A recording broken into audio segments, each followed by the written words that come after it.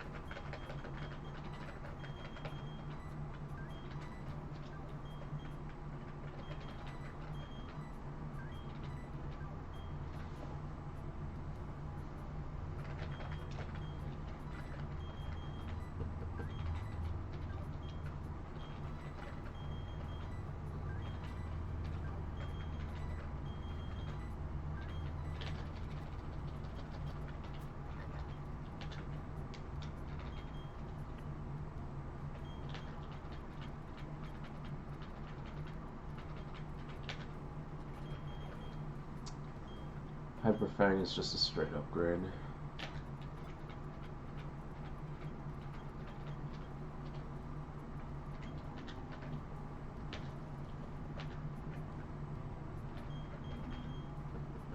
Why am I giving Delcatty the Quick Claw? That is for you, dear viewer, to figure out.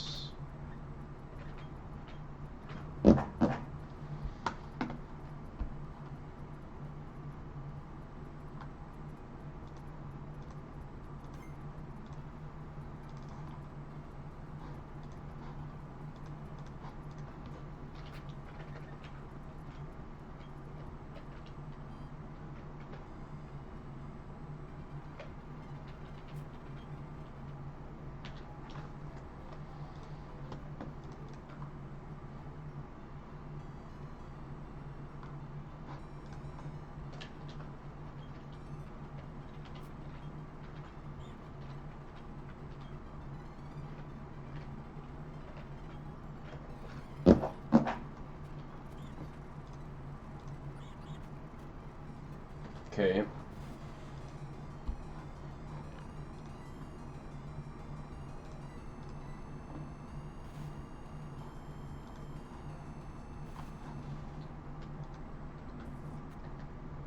You had to go Flame Wheel, huh?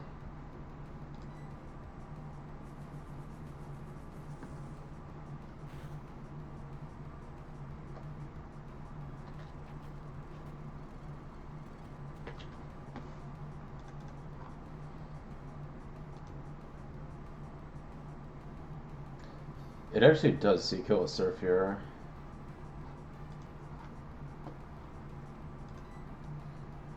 Yeah, sure. There, sure.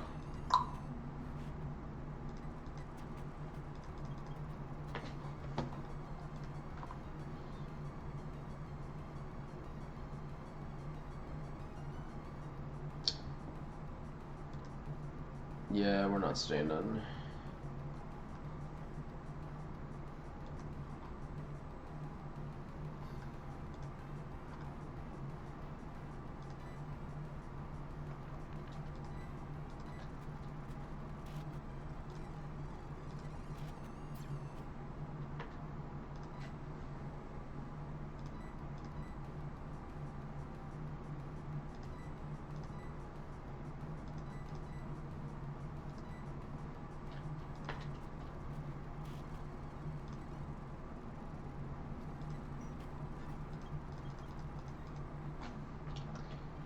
Fuck ass crits.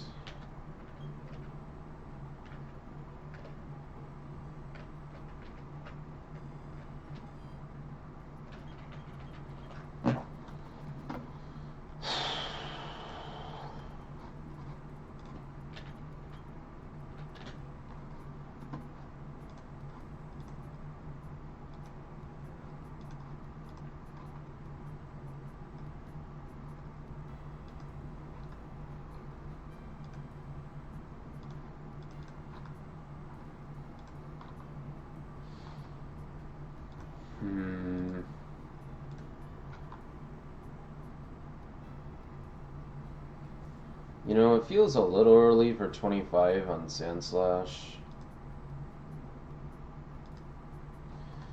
I'm gonna just not do it.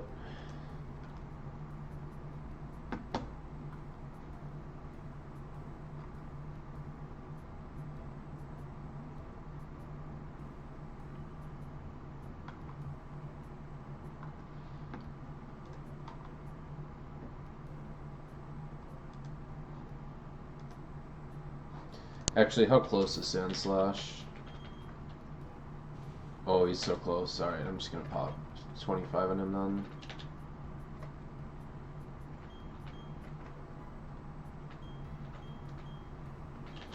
It's a good time to get Drill Run. Metal Claw is not real, man.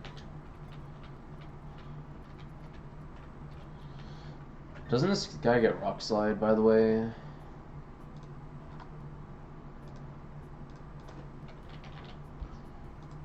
Rock Slide at 33. Alright. Let's see, what else?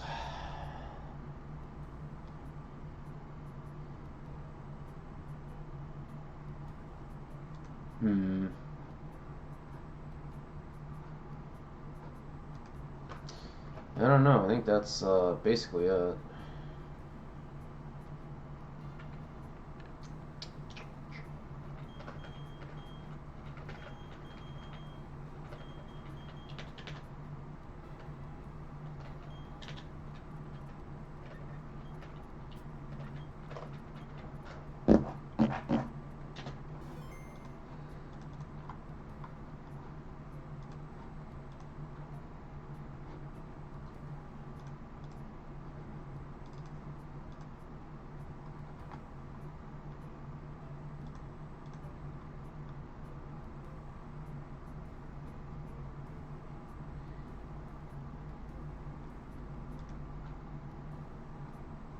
Yeah, I'm a trust in Sand Slash here.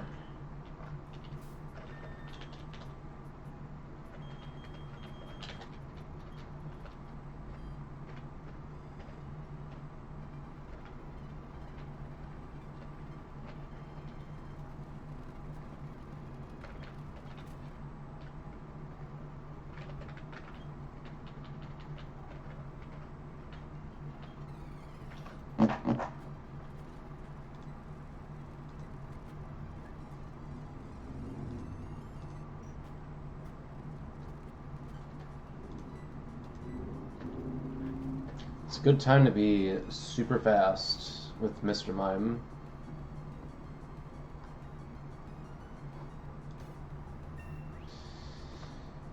I'm not sure how I feel about XP management on this guy. I feel like it's probably not going to be that big a deal, but I just am not totally sure. Okay, I think we're baiting out Steel Wing here. Alright, anyways. Go Aces! Oh, Pursuit. Of course. I should have known. Why was I not assuming it was going to use Pursuit? It really doesn't matter, though. I was totally not dead to Pursuit crit, right? Totally. Yeah, max roll Pursuit crit. Oh yeah, Sniper Pursuit crit, actually. Lol. Yeah, let's not think too hard about that. How about... let's just think about outspeeding and rock throwing, please.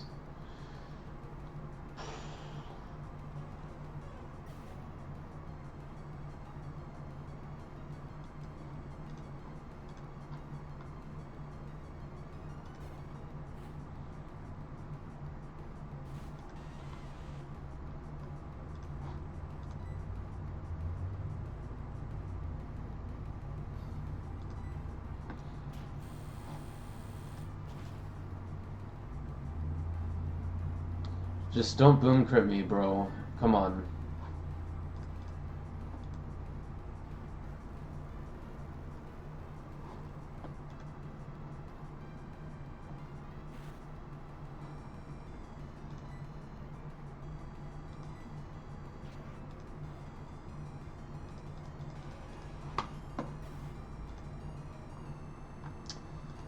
Man, I can't believe I risked crit on another sniper Sparrow Pharaoh. Oh well.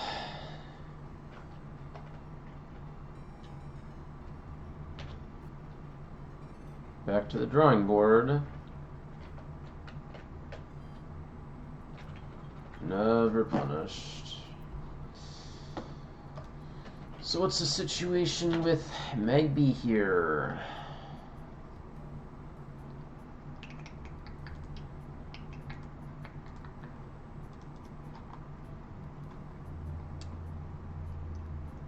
My guy puts in work on this fight.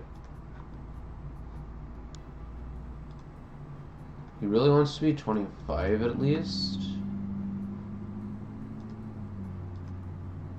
I'd have to be 28 to just fully sweep. My question is, what more is Magby doing on this run? My other question is, if he's like 27 here, dead to Scald crits. Ouch. How real is that? It might teeter dance if we miss the range. How high is my risk tolerance? What else can I actually do here?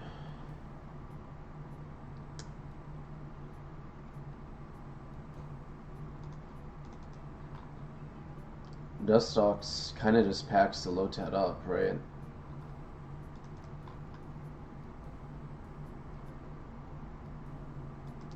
Oh, it's also like very unlikely to click, or it's also less likely to click Scald. Yeah, I think we're going 27 on Magby here, and just sending, if I'm gonna be completely honest.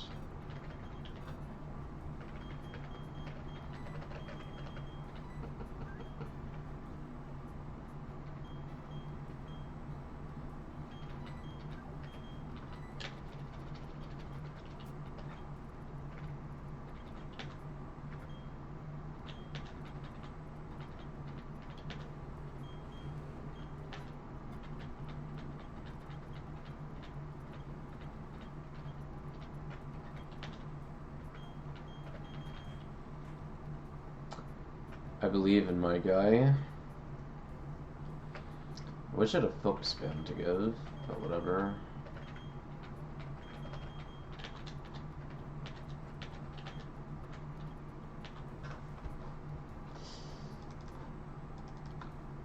I mean, Lisa could just bail me out here if it really comes down to it, right?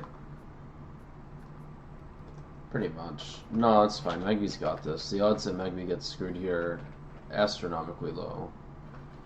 Astronomically might be an overstatement, but it's really low.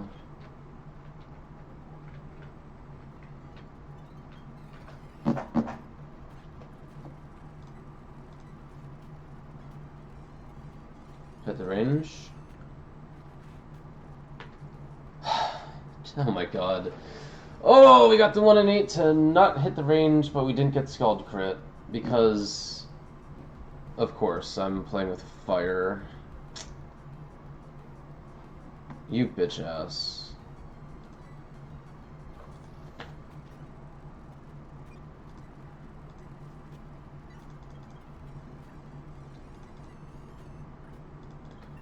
And there's 28 Magby. Ayo, Karate Chop is not actually real on this guy, right? I'd rather have a guaranteed hit move and feint attack.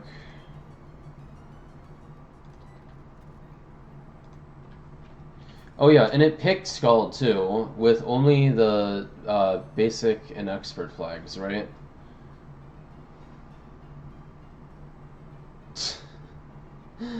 Alright.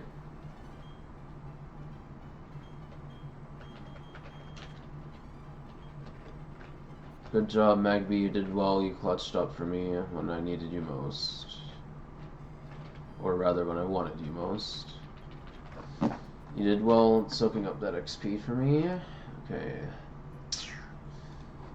We got to do the Azurill trainer now. This might be a little tougher to sort through.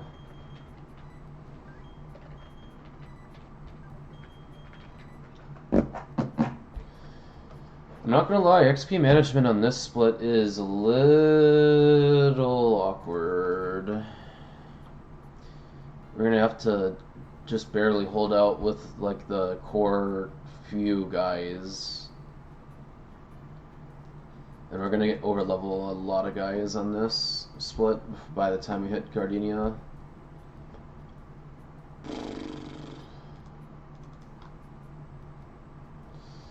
Man, Gretel takes so much damage from this as a roll.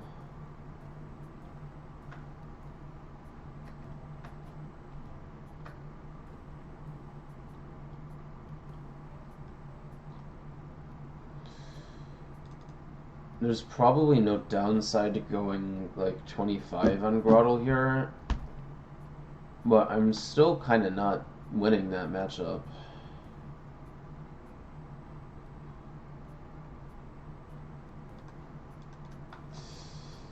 Yeah, Chestnut is only winning that a 0 matchup if it switches in on not Aquatail.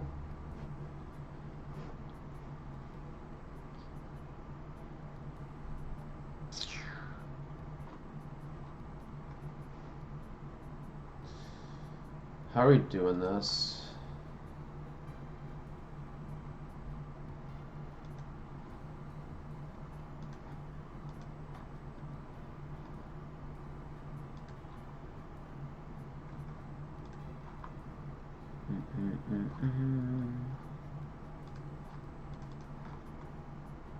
Because Mr. Mime is not killing the Nidorina.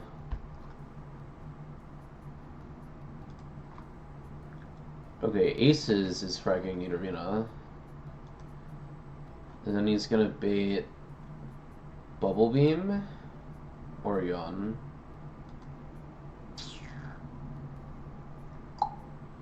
Bro, B-Barrel is getting packed up by HP fighting. Are you serious? How the fuck? Bro, my B-Barrel has garbage IVs. Holy moly.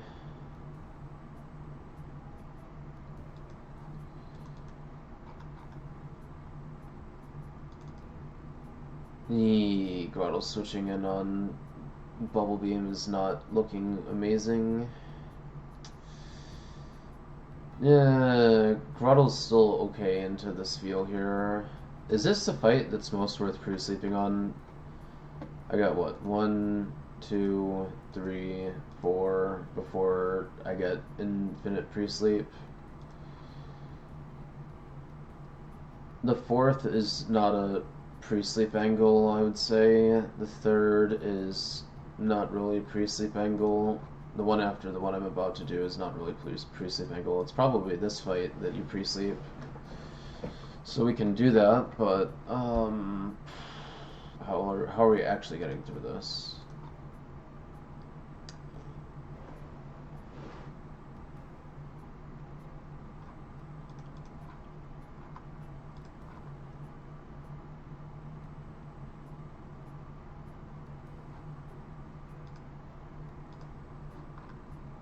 I might be able to get Delcatty to bail me out if I switch into the right move.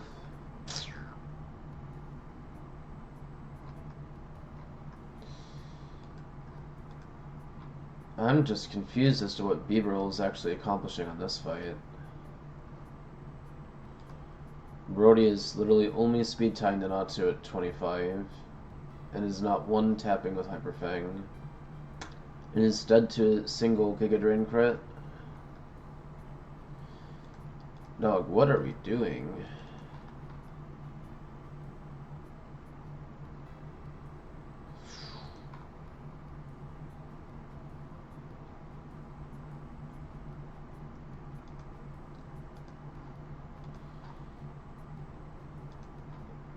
This fight is so BM that Aaron can't come in on anything or sit on anything.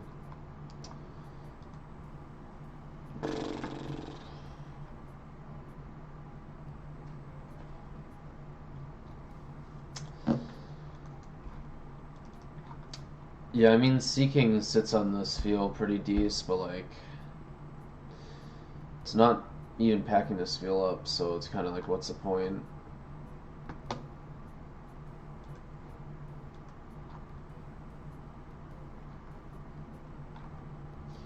The one thing that Aaron would do successfully is come in on double edge.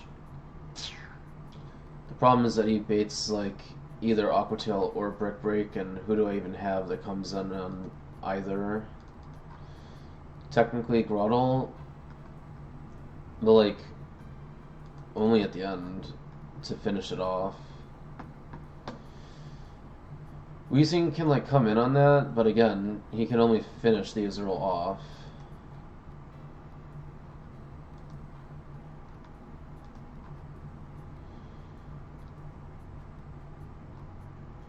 Weezing is it? No, we're just using aces for the Nidorino, or Nidorina, and hoping that we won't get poisoned.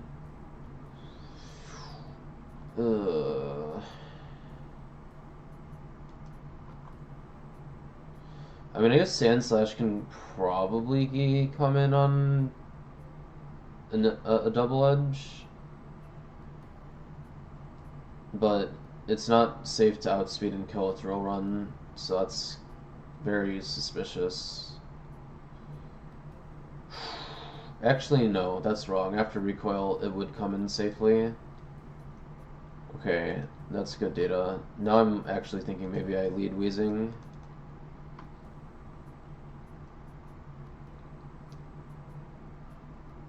Lead Weezing and like click Psybeam twice and be excruciatingly likely to win that 1v1. Then you're gonna bait Natu extrasensory. What do we do into that? Mime can come in on that and bait Drill Peck, but I don't know who's like packing this thing up after that.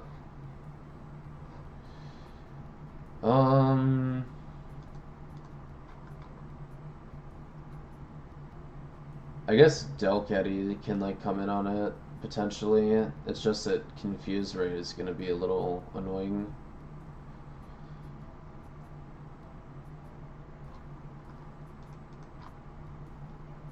But yeah, Delcatty is not that bad for that. Possibly. It just always outspeeds and kills with Hyper Voice. All you gotta do is get it in and not be confused, right?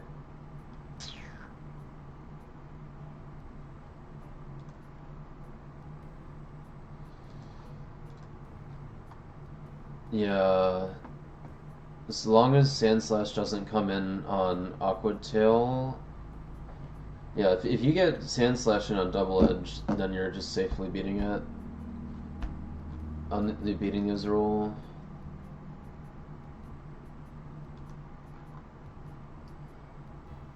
$25 Grottle is pretty good for this field. Delcatty could probably do cleanup or Beebs.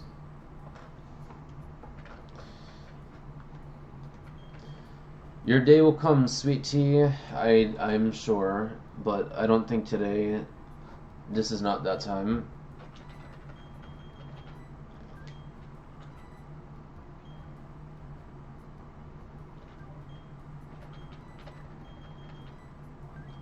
Okay, aces. I think we do this.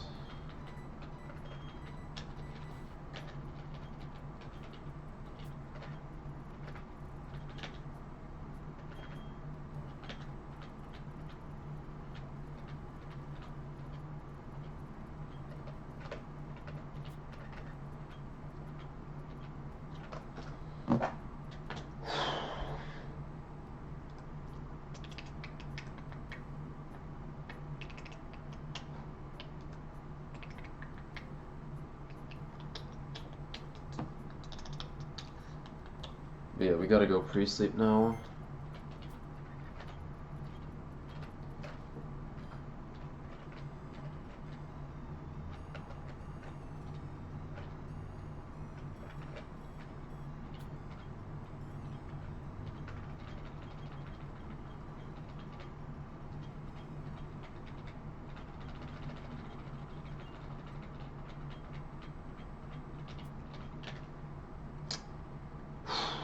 Okay.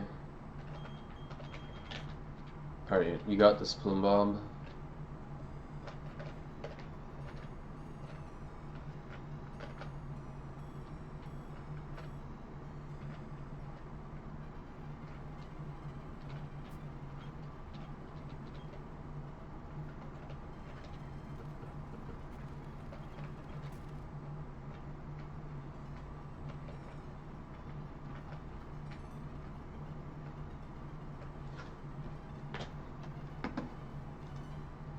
Did we actually distribute the Quick Claw?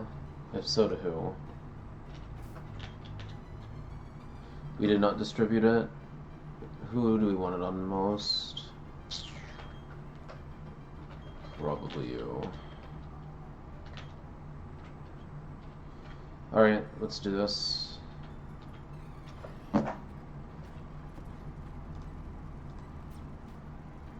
So I've been kind of putting in work here, huh? I think I could have got a resist switched on there. Okay.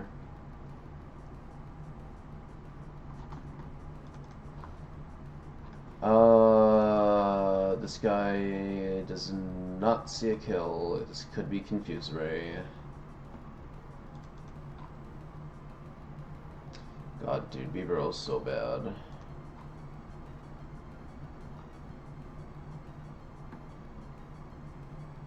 Should I switch in Mime knowing that it's probably going to Confuse Ray? Maybe I switch in Mime until it actually clicks Confuse Ray.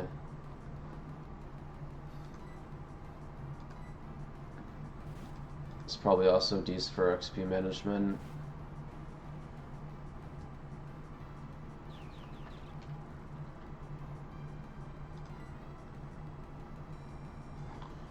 You know, my highest damage is to click Copycat here.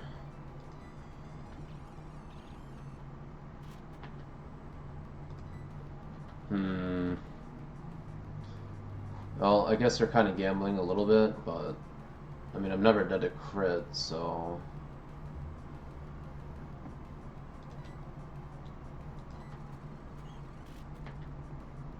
Yeah, that'll work for me.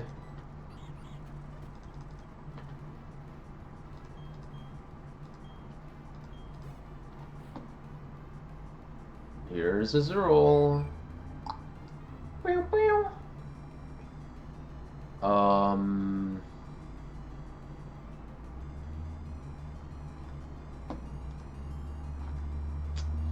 Okay, Azurill does not see Brick Break kill. It does not see Aqua Tail kill. It should see Double Edge kill and only Double Edge kill. Surely it's fine to send Sand Slash here. Yep. Yeah, we outspeed this. That's enough damage. Drill Run is always killing. Boom. Okay, Spheal out. This guy does not see a Bubble Beam kill. This could be on. That would actually be optimal, wouldn't it? Yeah, I mean, it's fairly chill to send a Grottle right now.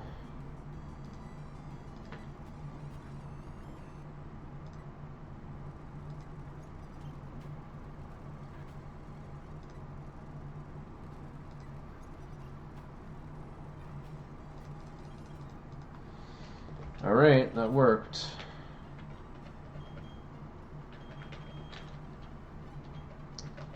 No more pre-sleep for Tristan, though.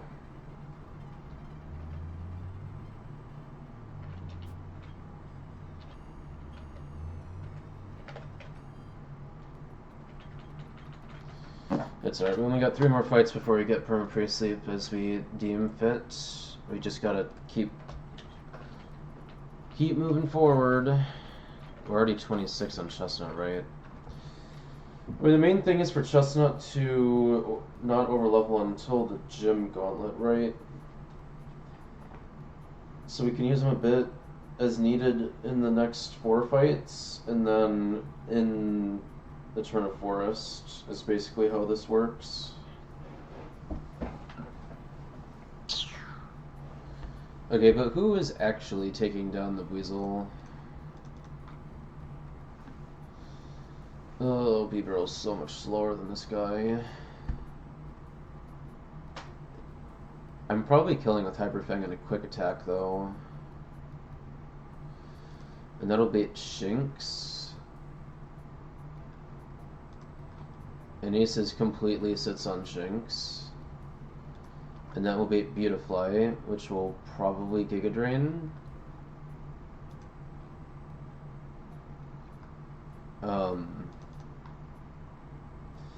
Mine isn't great into Beautifly, I'll be honest. Also, we could get U-turned. Lisa is looking pretty decent to the Beautifly, I think.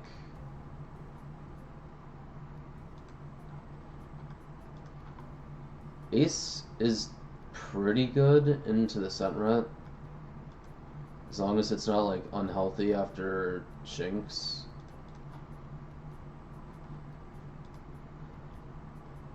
You know who else is probably good into the Sentinret?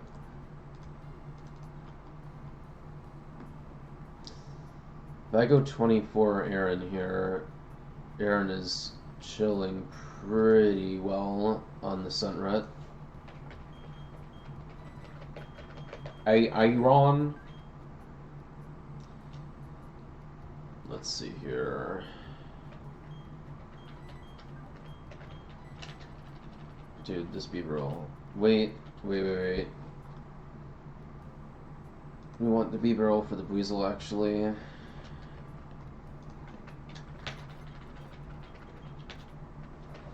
It's probably not too early to go 25 on Beebs, is it?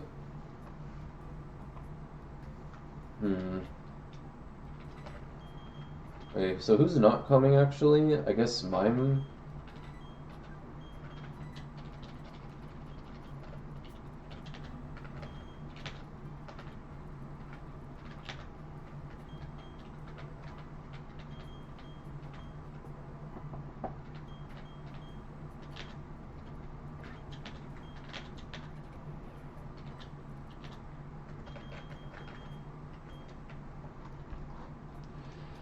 Do we really need to go 25 on Beebs here?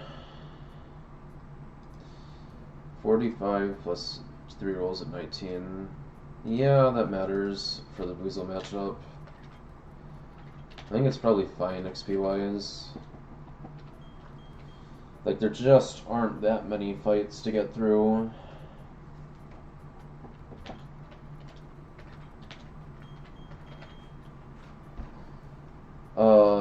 Delcatty handles the Weasel, but I'm trying to preserve Delcatty XP. It's better to use Beaver while we can. Also, baiting the Shinx out second is kind of nice.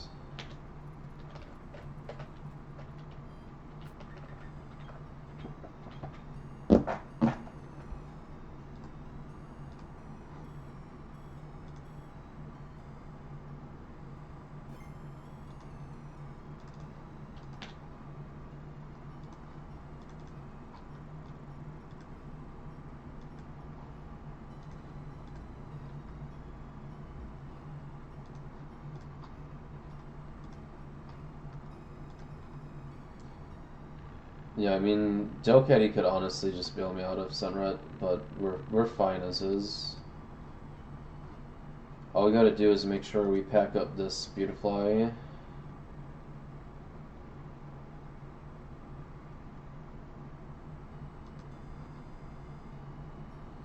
So wait, who's the backup to do this, actually? I should have some backup for this thing. We should not have Brattle on this team.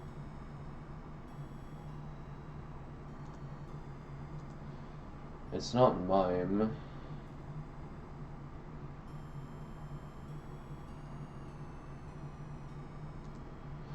Is there a world where we can use Delibird? Nope.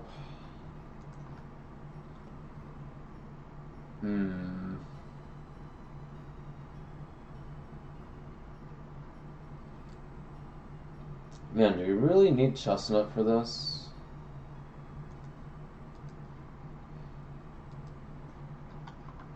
The thing is, the Beautifly is kind of an XP bomb.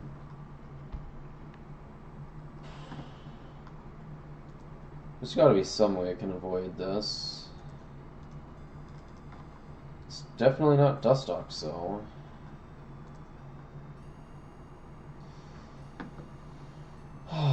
Who in the box solves this? Like, Weezing is not good here.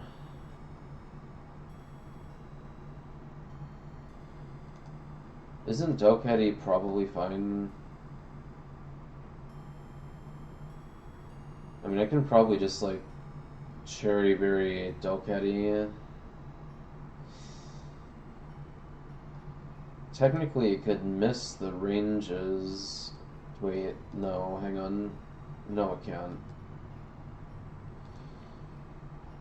I guess maybe Cherry Berry, Dokkaebi. Hmm.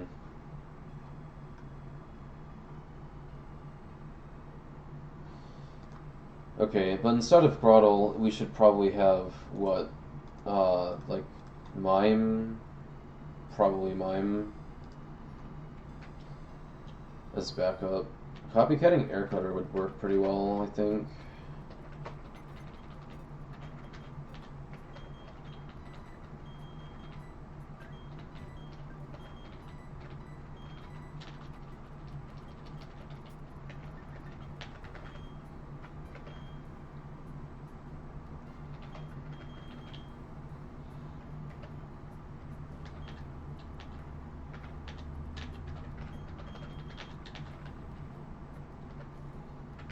This is a questionable use of a Cherry Berry potentially, but I'm hoping that we're probably just not using it.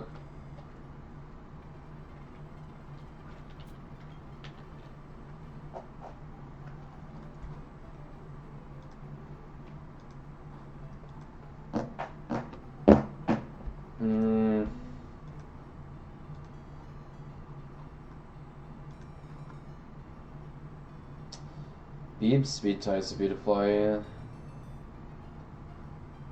Surely that won't matter.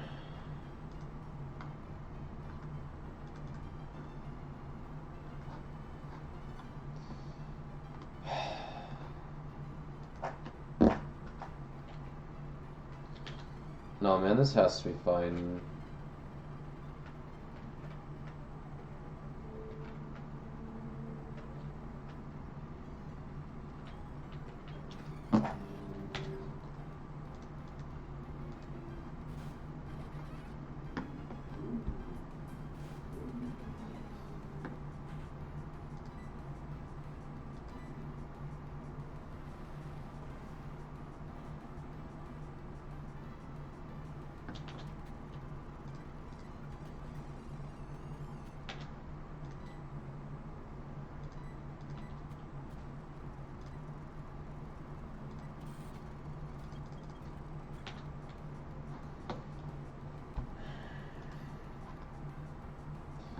Okay, this is either Giga Drain or U-Turn, I think. I'm assuming it's probably Giga Drain.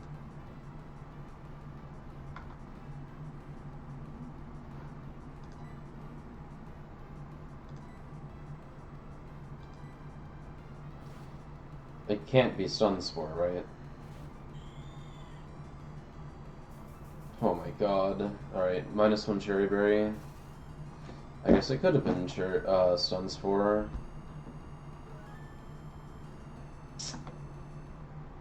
Whatever, dude. It's a pretty good use of a Cherry Berry, to be honest.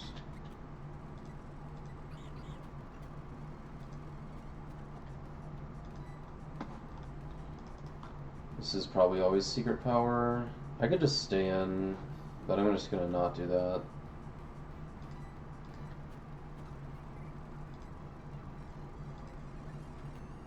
Holy. Oh my god. Senred is so fucking slow. Holy shit. 20 base speed, by the way? Seriously, why is Senred 20 base speed? Okay. Well, that's another one down. We got 3 to go before we make it to Eternal Forest.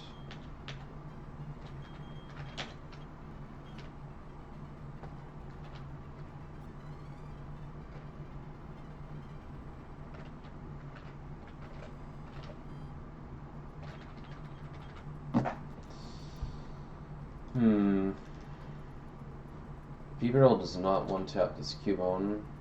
It's a little cringe.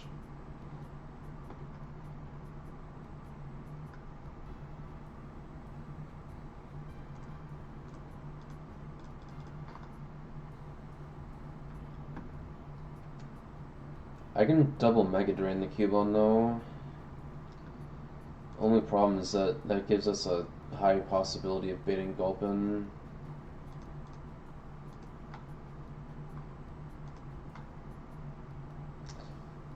I mean, Sand Slash is like seriously chilling on the Gulpin though.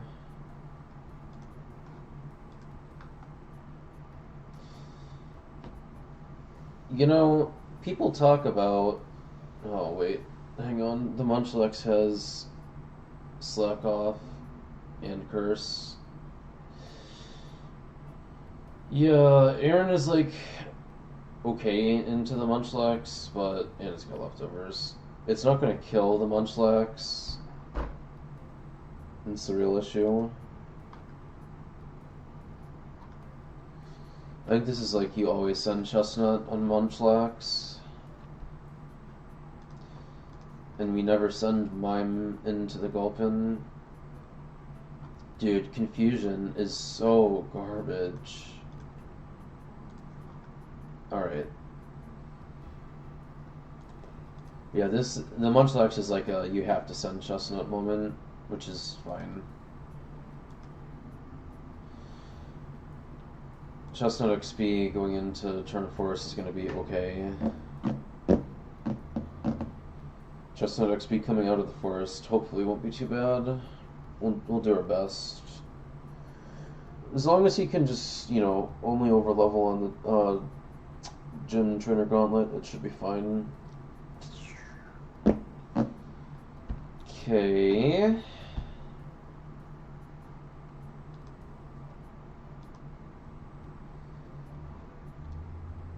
So we got you for that, you for that. Can Aaron frag the Hoot Hoot? It's kind of gonna get put to sleep though. Delcatty can probably bail me out of the Hoot Hoot if Aaron gets put to sleep, is the thing. Delcatty can pack up Cubone on its own if it really wants to. Is that not better? I mean, Delcatty is still 25. It's just gonna get so much experience in a turn of force, though. And I still want to be able to be using it on the Gym Gauntlet potentially before we have to fight Gardenia with it, so I'm gonna probably just opt out of that.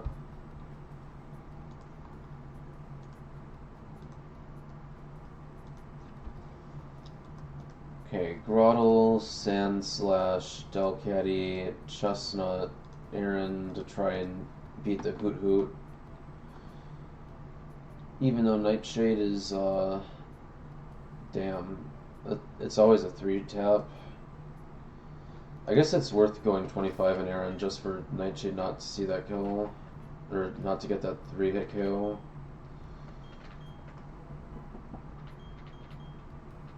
Flash Cannon. Okay, but your special attack is not great.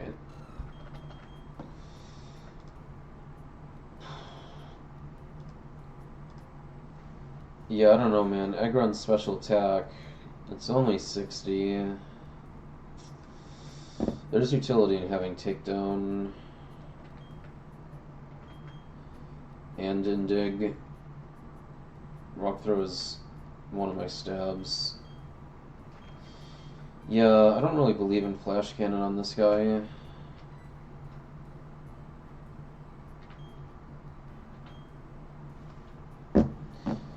I mean, I could maybe just evolve in Lyron at 26, but I feel like I don't need to. Sandslash XP is actually, like, very comfortable right now. Because we're just not using him after Return of Force, and he's still 25. Well, I'm not going to complain about that.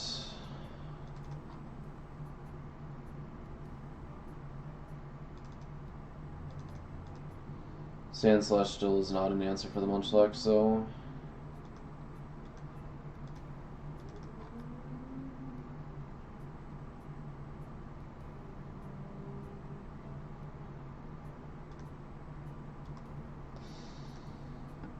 Munchlax just does so much damage if you Will-O-Wisp, but I think you just Fire Spin spam. Or, well, no, you probably just spam Fire Spin, and you should out damage. Well, you might get into a loop.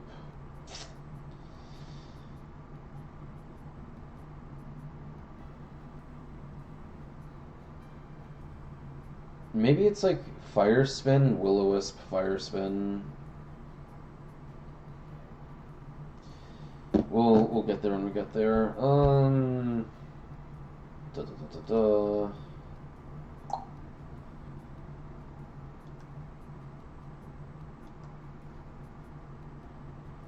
Yeah, I don't think there's much reason to be worried here. I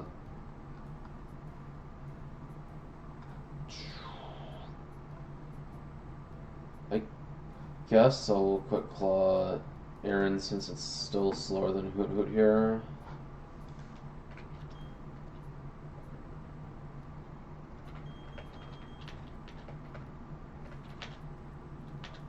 Oh, you've already got it? Okay. Let's grab Groddle.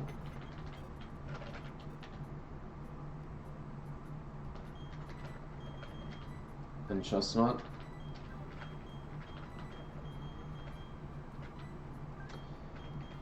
You know, the Wheezing has to be sitting on this,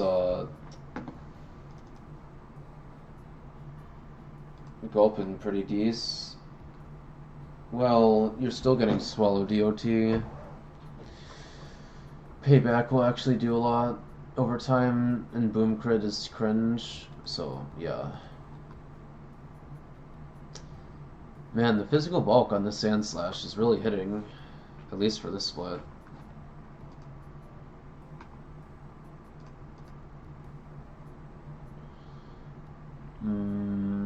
Okay. Da da da da da.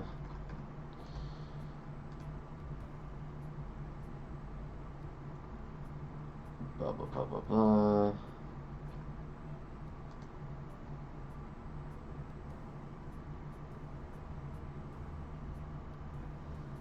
Alright, I gotta not focus on that right now.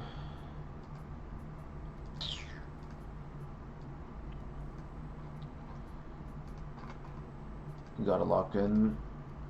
We gotta lock in. Yeah, okay, these guys should be fine for this.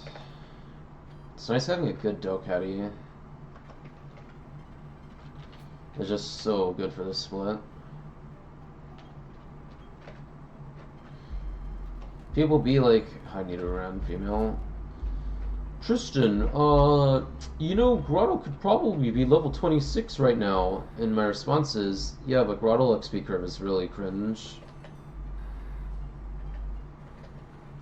This guy's 25 and he doesn't even have 12,000 XP points. Like, even Chestnut has had more dumped into him. By a long shot. Bro, Delcatty.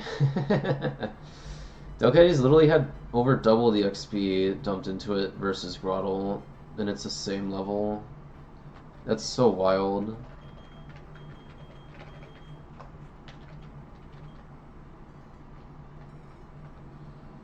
Such a crazy XP curve.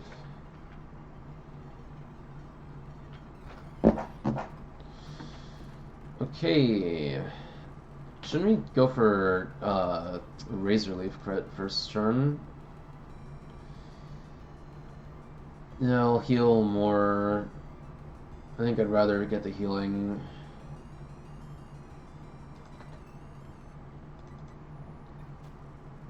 This guy's gonna resist switch on me. Wow. Very surprising. Must have really lucked out there.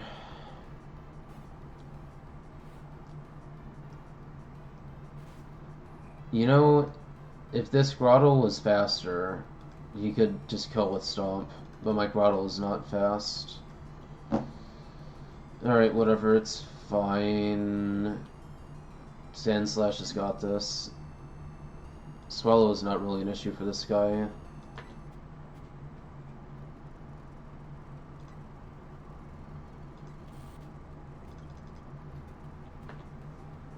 Hello, Hoot Hoot. You know, I'm now realizing I could go for Rock Throw Kill on you with, like, minimal risk. Sand Slash XP is, like, totally fine right now. Nice, I hit that range. That was a 1 in 4 chance. Hello, Munchlax. God, I'm so tempted to drill run. The thing is, it probably it probably goes slack off on turn 1 here. Dude, I'm so tempted to just save the Chestnut XP. If this thing isn't burned, Facade doesn't do much damage to Chestnut until it's like +3. Let's go for it. High crit move, don't fail me now. Or at least high roll. That's a pretty good roll.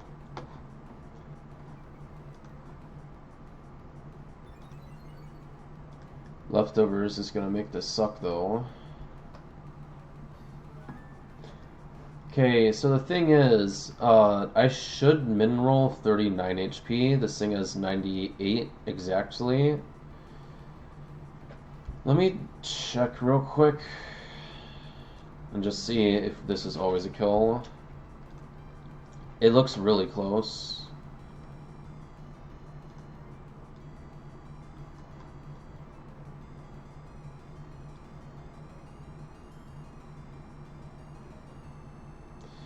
Okay, I'm seeing, what, 45 out of 120? That's 37.5%. That means it's always dead to draw in here. W.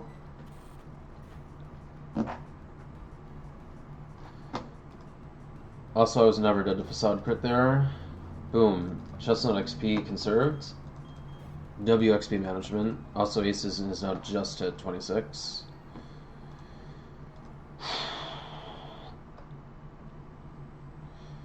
I mean, once we hit the weather battle in Eternal Forest, we're absolutely like not using Sand Slash the rest of the split at all, right? So this is like totally fine, no?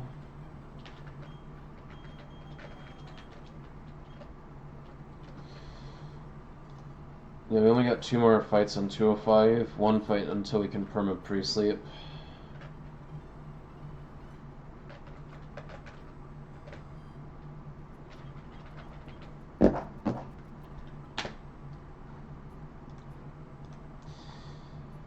You know, Aaron still is not that bad into this Eakins, but I don't think I'm gonna run him here. I'm just not finding a need to use this guy. I mean, if we're being serious, like, Aces is just gonna Mog the Eakins immediately, and it's gonna bait out Ice Punch on Teddiursa.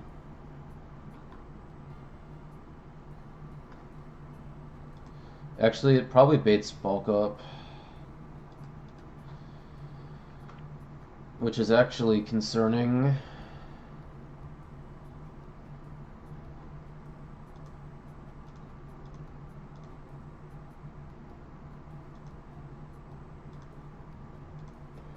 Because that means switching Chestnut in on a cross-drop crit will make me die. Okay, we gotta think a little harder about this.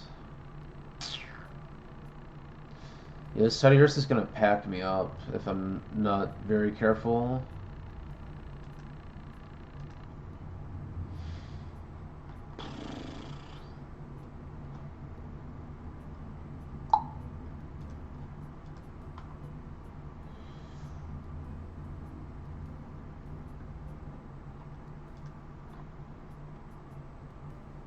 Cross chop. Turn 1 Teddiursa can't kill.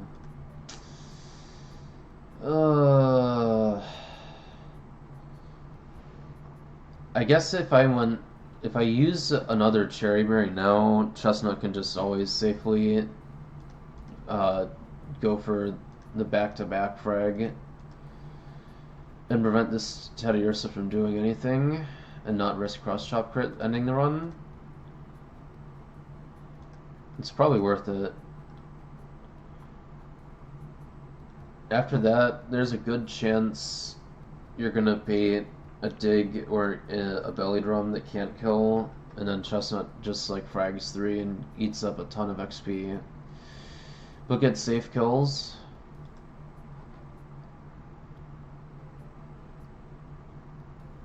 Grotto is like not great into this flank here, but he's like okay. Weezing is somehow not really liking this matchup. I see. Lisa is like dubious, but sort of okay.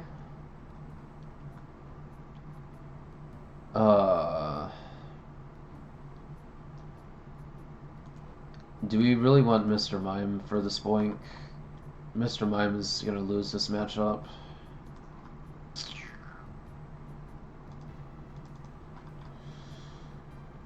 Aces has got this one with this boink.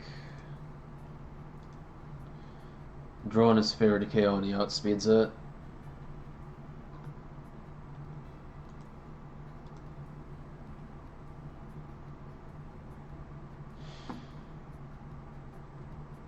I think this plan is probably fine. Is there a way we could get Delcatty to get like a fake out and a hyper voice kill? It looks like there is, and that will bait the Teddy Ursa. We would be dead to cross drop crit though, and we would have no method of actually killing the Teddy Ursa safely, right? I mean, it could literally just immediately cross drop and then we would be dead to crit, and that is probably a wipe.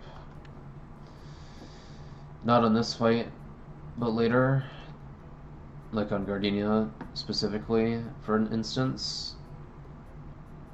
But probably you're already screwed before that. Damn. It sucks because, like, nah, Delibird is not that guy at all.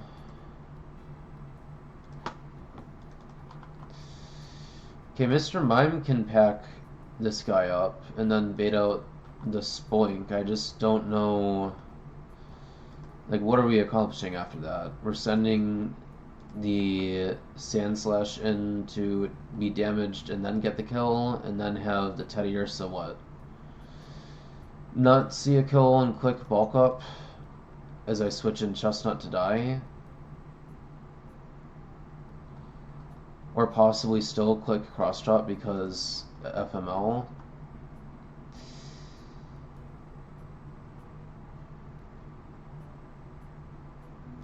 I mean, if Delcatty could like switch in on the Teddy Ursa on not cross drop, it would win, but like, I don't know, man. That's pretty saucy.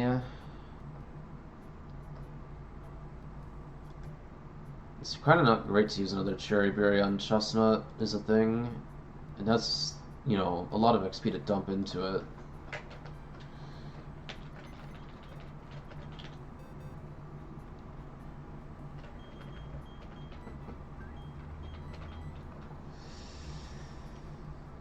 We would be getting literally like, oh man,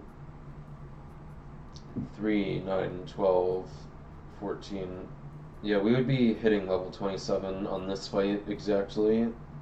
Or we would literally hit level 27 Chestnut on this fight if we enact that plan and lose another Cherry Berry. That doesn't sound very fun.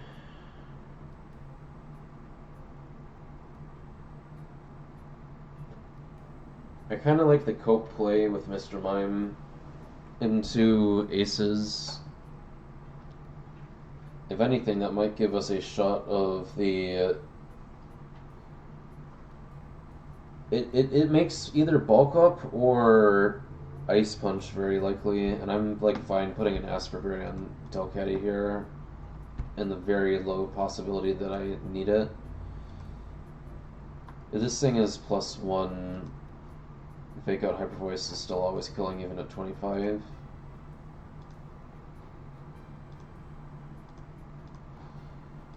Alright.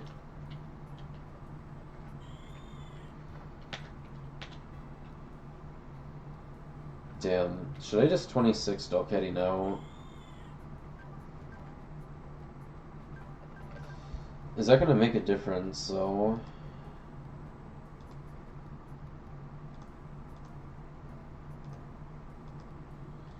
It's not gonna make me survive cross-chop crit. I don't really see the reason for it, I'll be honest.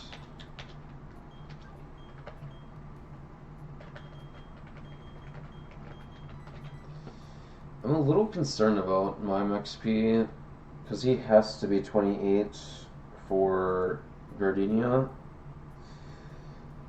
And we're probably using him in the forest, and we may be using him on the fisherman, and he is plausibly, probably maybe coming to the gym trainer gauntlet.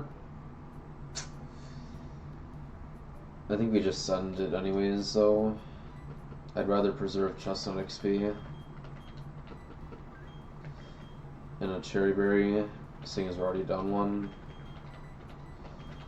I can probably find ways to pivot around not having Mr. Mime, hopefully.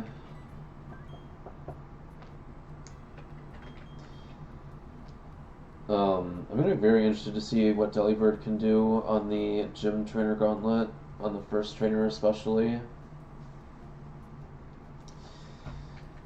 Okay. Alright, we're gonna put some faith in this game plan.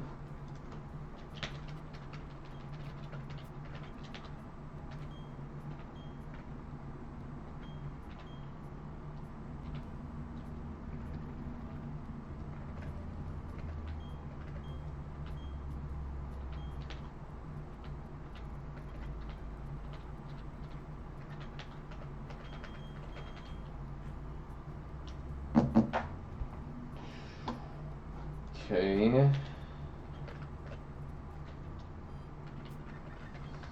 You know, it's funny because like the last fight before Eternal Forest is like kind of one of the easiest.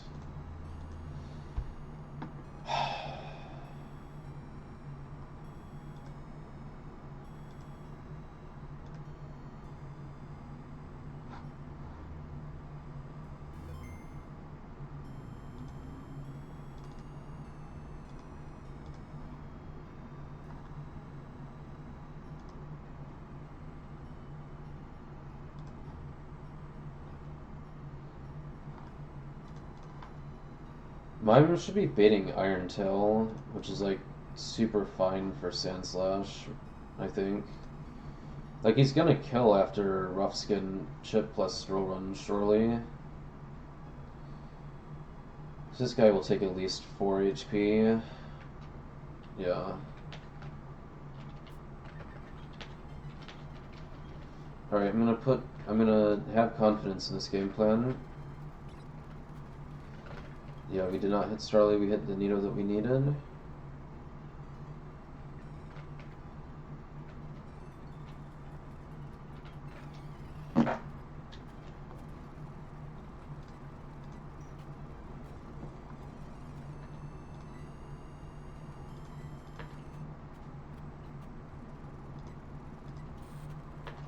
It's nice that I outspeed that, just barely.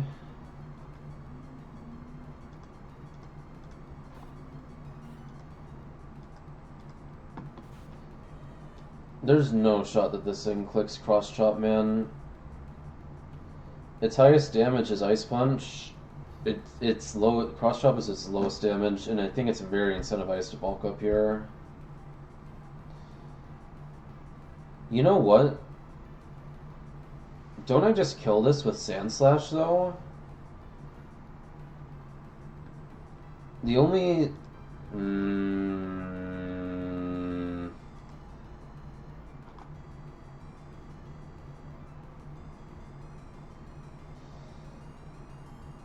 I'm dead to 3 rolls of Ice Punch crit if I don't hit the Troll Run range.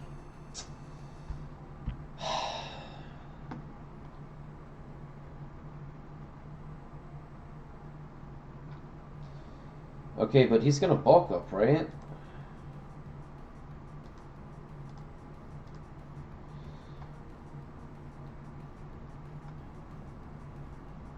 HP is full. It has a 50% chance of +2. And it's otherwise +0.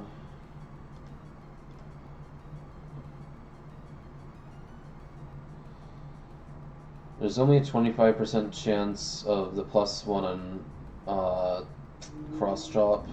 It is possible, but not likely.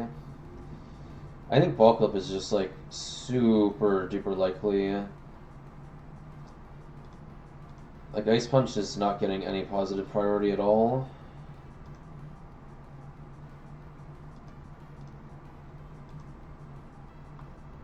Even if nothing gets the if cross chop doesn't get the +1 and Facade doesn't get the +2, it should be a 50-50 for bulk up Ice Punch, which means it's like bulk up at like 3 out of 4 times at least. Yeah, I'm gonna play into this Ice Punch crit death after not hitting a drill run range or not critting drill run.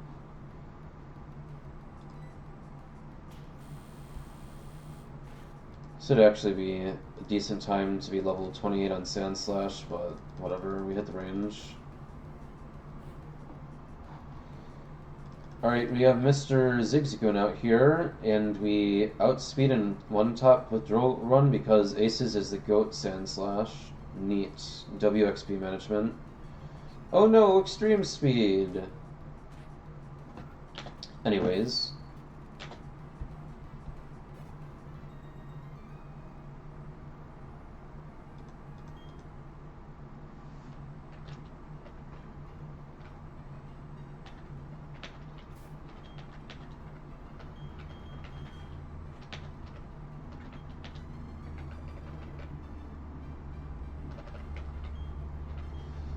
Should I just do the next fight immediately? Like, what's the point in waiting? Even at 25, we know Delcatty just clutches up on the Tyroger easily, and then always kills Doduo comfortably. And then we bait out the Baniri, and the Baniri is going to click Jump Kick. And Mr. Mime doesn't actually do a whole lot to this thing after coming in on Jump Kick. Okay.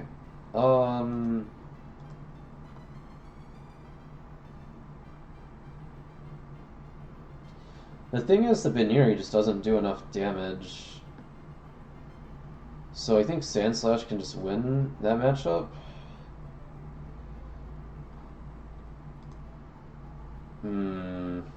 Oh god, this is a fight where going 28 Sand Slash would be like really good.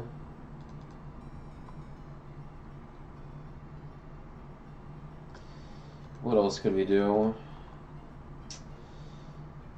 I mean, the Wheezing is going to sit on the Baniri pretty decent.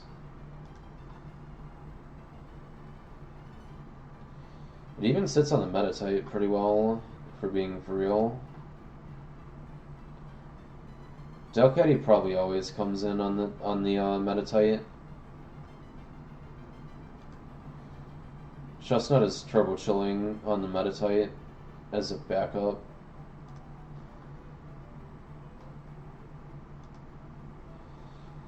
Oh, okay. I guess the main thing here is to question Sand Slash, even though he's not like super needed. Like, what exactly is the game plan with Sand Slash level?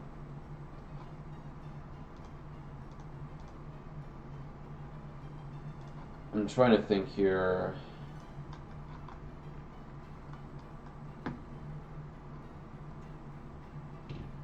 I'm gonna want Sand Slash for Ophelia Bianca. I'm gonna want him for Miranda Prospero.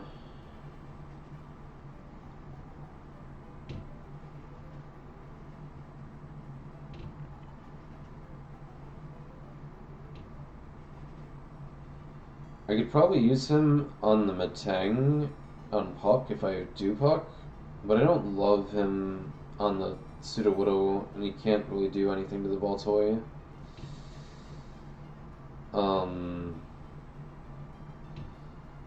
I'm suspicious about. Well, there's a decent chance we want Sand Slash on Trinculo, right?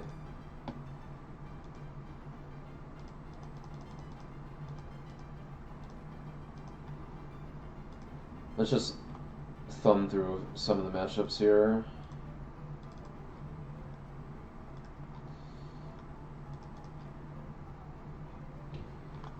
Yeah, Sand Slash doesn't actually want to be out on Sudowoodo.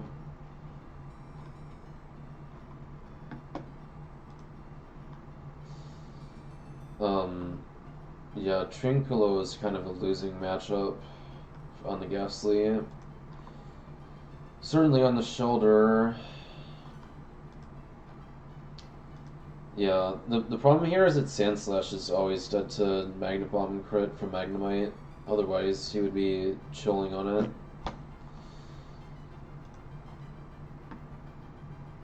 He also just dies to Lickitung Boom.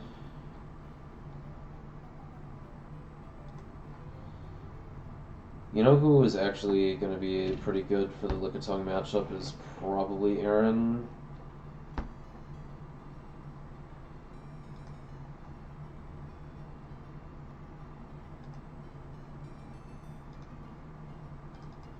Man, it is tempting to want to evolve the Aaron in a matchup like that for the Lickitung. Like, we definitely don't want Chestnut on Lickitung.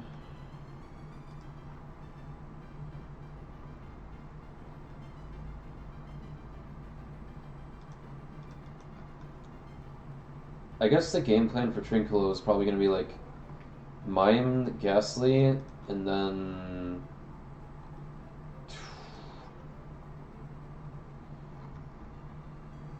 probably Aaron, right? Unless we think Geodude has this. What moves does Geodude get up to 28? It's kind of worth looking at.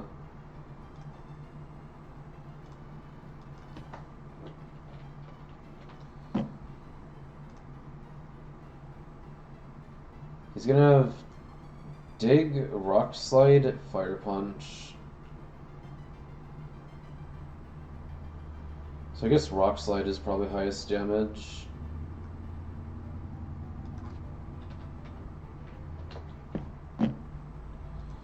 Yeah, 75 base power. See, the issue is that even at level 28, that's a 3-tap, and you're always dead to Boom crit.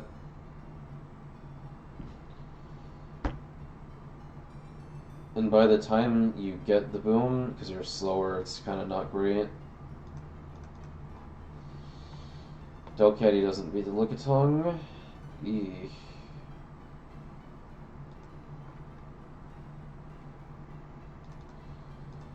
Beebs is so ass, he doesn't even win at 48, say nothing of Boom. I think it's probably going to be Aaron. Lyron would have a much better matchup, but Ironhead would still not two-shot, is a thing.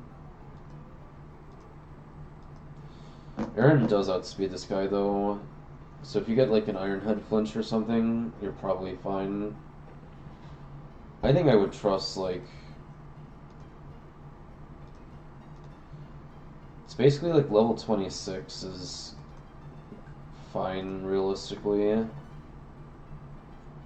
It's probably clicking Lick into Fire Punch, so you're probably going like Rost, I think. But you could probably beat the Lickitung pretty comfortably. And then you get Shelter.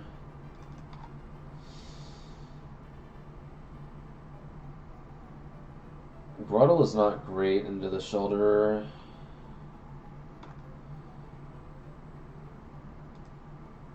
At least at 26 you wouldn't be dead to an immediate Boom, but I don't know, that's a suspicious matchup.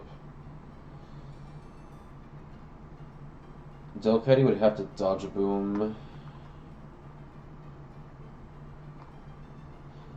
I guess at that point, it probably is gonna see a clamp kill on the Aaron. So if you sent Delcatty in on clamp, you could just hyper voice it.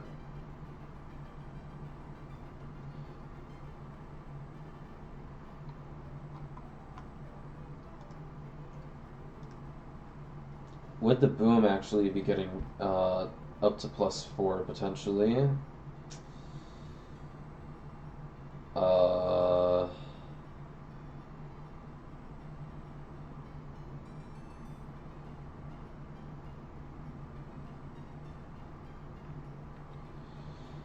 Yeah, so say you dodge like the 80% and the other 80% risky eye procs and gives the +2. The attacker is 31% or higher. Another 80 for -2. Yeah, I don't think it would go boom, and then Delcatty could just beat that guy. You're definitely beating Magnet Bomb after that. Who the fuck can handle Magnet Bomb?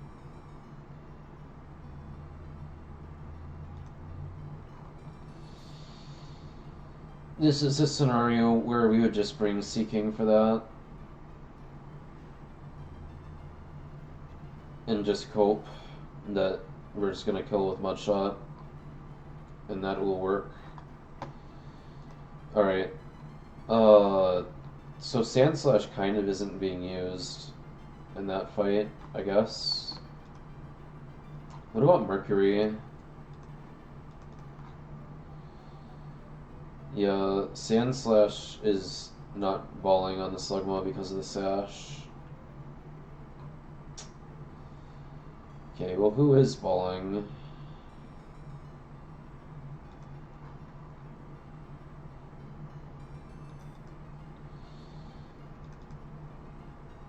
I mean, this is one of those situations where you probably just send Beebs and click Hyperfang, I guess. Bait out some Solar Beams or something.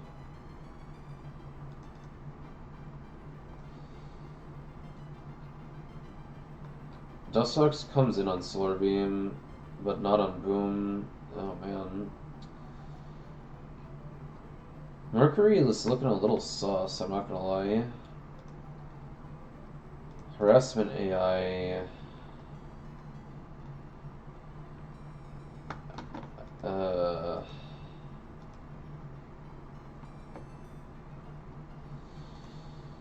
Yeah, I don't know. Mercury is like a total wild card.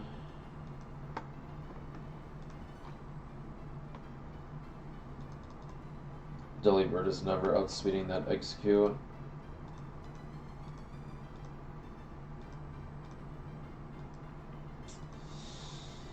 Mercury is kind of awkward.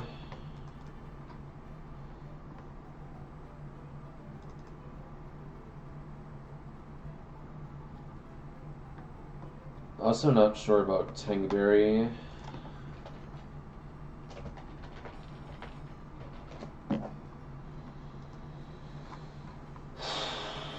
Oh, it's just Tango? Okay.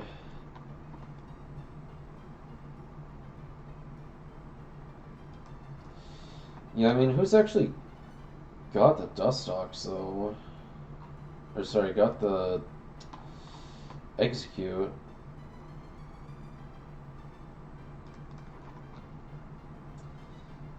Mime is gonna not do anything into this thing.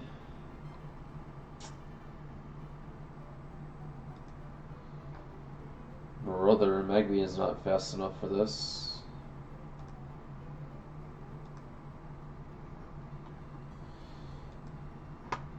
Dog, what are we doing here?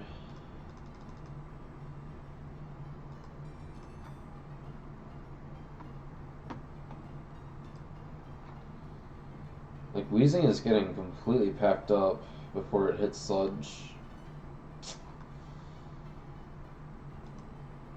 Is this like just use Chestnut Angle on Execute? I guess it is. I guess it's adjust send to execute angle, and then when Onyx comes out, what do we do? Turtle kind of not clutching up on this. Kind of awkward. My fish kind of not clutching up on this either. Very awkward.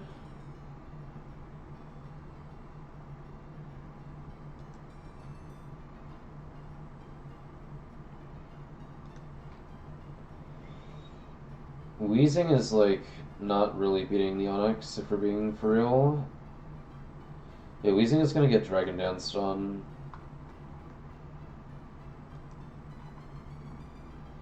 I mean, in fairness, Grottle is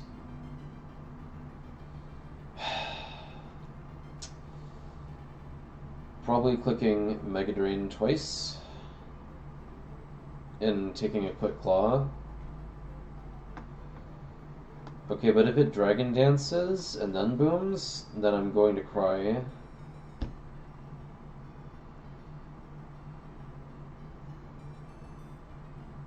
Why is that like super likely? Also, we take a shitload from Head Smash. B-Barrel, why don't you handle this thing?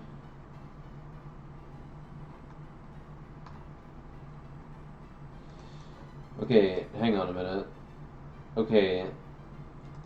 Level 20 Aces one-taps the Onyx and is very comfortable into it. That's going to be the solution. So we save Aces specifically for the Onyx on Mercury. Also, Sand Slash can one-shot the Glameow, which is probably pretty good.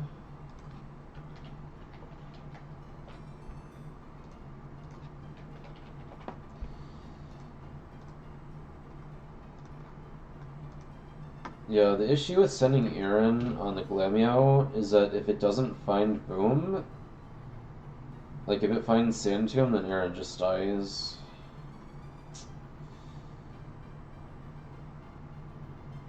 Yes, HP Grass, Solar Beam is like doing good damage, and Sand Tomb is packing me up. You probably just send Chestnut on the Glameow is a realistic scenario. You probably have Chestnut out for the Nuzleaf anyways. Alright, but yeah, we're gonna save Aces for that Onyx specifically.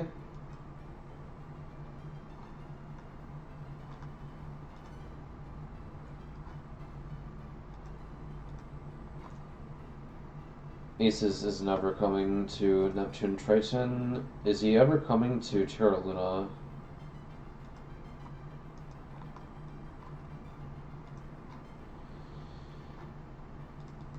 I mean, at 28, Rock Throw is like is more likely than not to kill Scyther.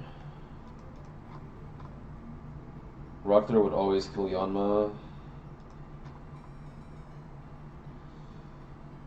Drowan would actually do good damage into Vibrava, which is meaningful. Can also outspeed and one-tap the Metatite and not be super worried about coming in on it, potentially. It's worth considering. Okay, yeah. I guess going 27 on Aces for this fight is totally fine, but not 28. It's kind of the preview of Turn of Forest here.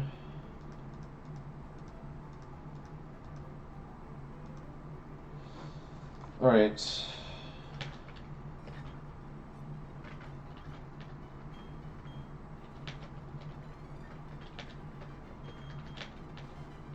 Yeah, you're getting close to 27 anyways.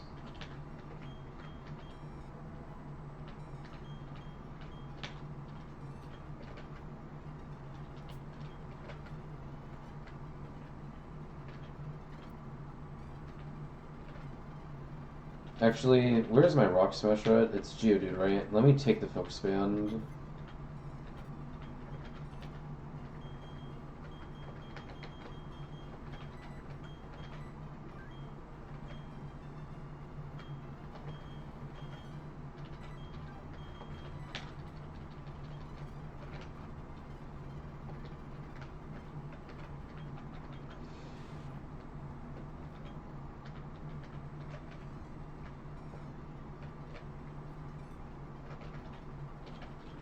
No.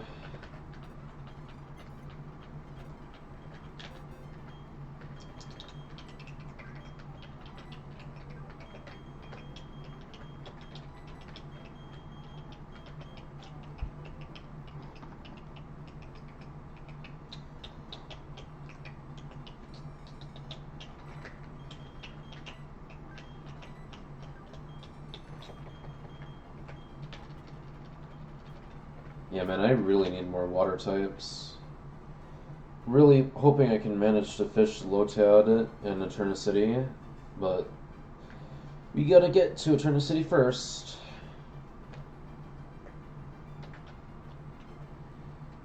Okay. So we're gonna pre-sleep and go what? Asper on aces, right?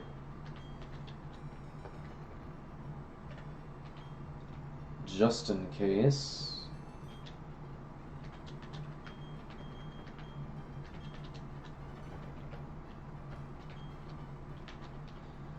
But I mean, this should be like super fine.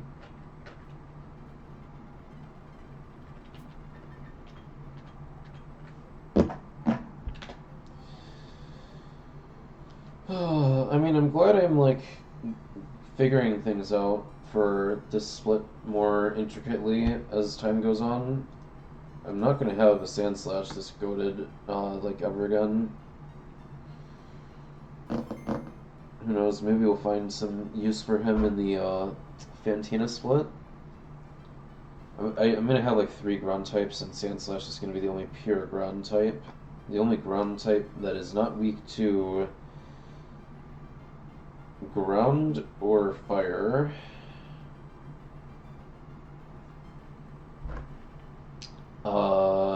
Alright, let's just do this real quick. Why do I still have a Cherry Berry on Delcatty? Oh, it's an Asperberry? No, we don't need that. Come on. Alright, let's just do this. Hiya!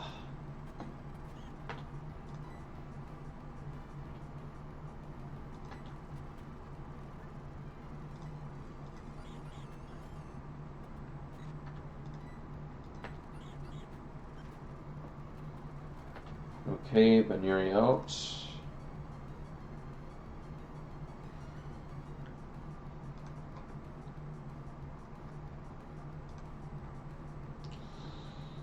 Yeah, we said we would send Weezing for this. That's not amazing for Weezing XP.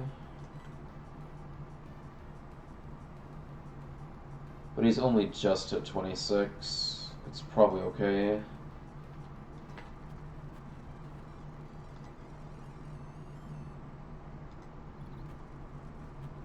Jesus Christ with the Dizzy Punch crit. What the fuck?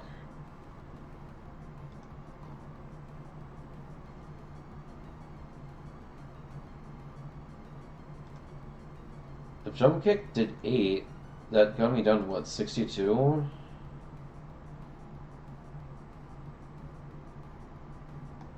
Of course. Alright, whatever. Okay, who are we switching in now? It's gonna click Dizzy Punch again.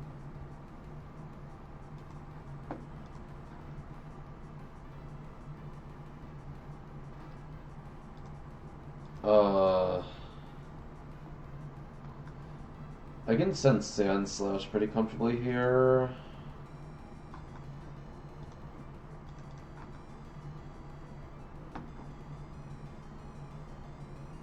I just don't want the Meditite to be able to kill me.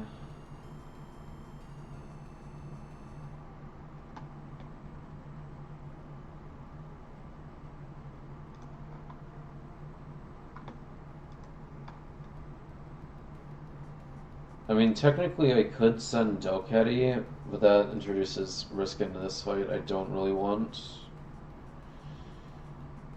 I could technically send Mime here. I don't think that's a great play. I could send Chestnut, but I don't want to get that XP on him. Is there a way we can avoid that?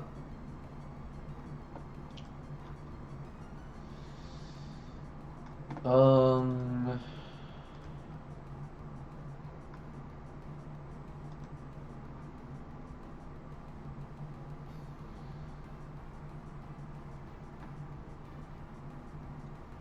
I guess I can probably get away with sending Grottle here.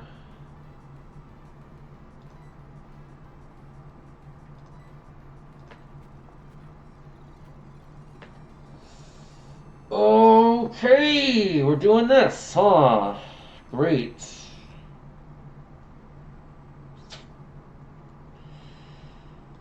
Okay.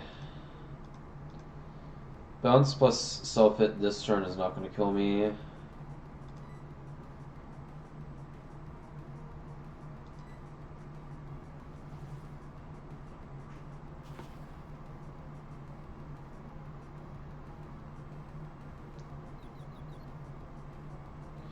Yeah, we're really doing this, huh? Great, now I'm beating, like, any move.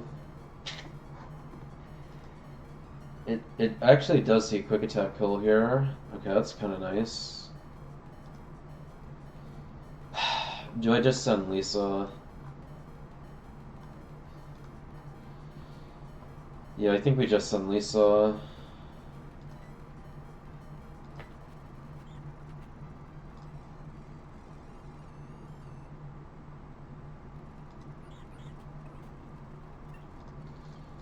We wanted 26 on Lisa anyways.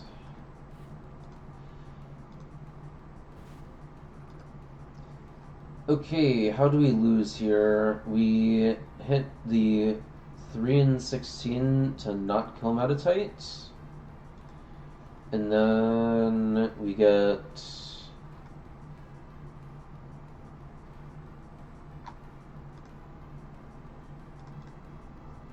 No, max roll on one of the punch moves. It would have to be Fire Punch, max roll crit, burn proc. Probably should have had a roster on Lisa here, but whatever. That's not real. Huh, we missed the range. I mean, it's not that unlikely, and it did go Meditate.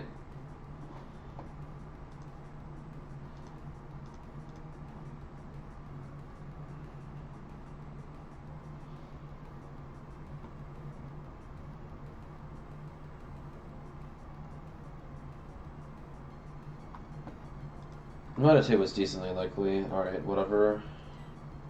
Fight over.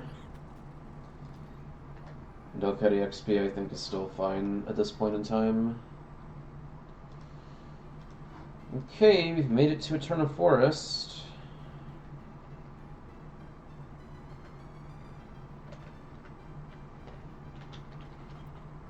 Yeah, we'll see. I mean, Delcatty can, like, eat up a significant amount of experience here and not overlevel is the main thing. Like, this guy is just simply...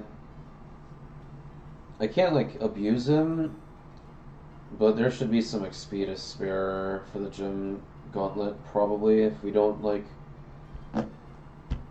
dump a bunch of guys into Delcatty specifically.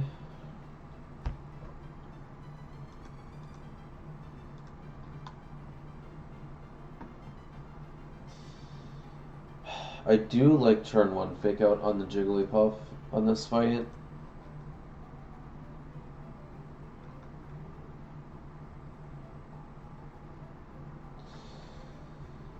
I'm trying to think about what I can actually do to give myself like a safe line on this fight. Still don't want to use Chestnut if I can help it. Although Chestnut is potentially coming out on Brawn.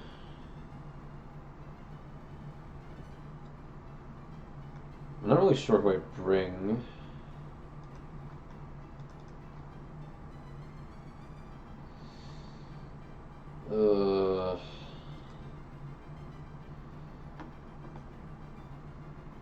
Beeb's Hyperfang kind of is not real here.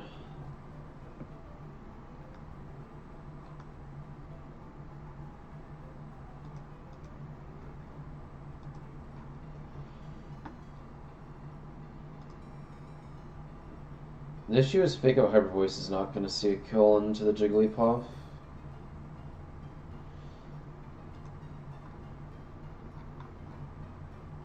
So you're kind of like trying to switch into that, but you're probably switching into Sing. I guess if you have pre-sleep Sand Slash, at that point it doesn't matter, then you outspeed and kill. And you're only dead to some boom crit rolls.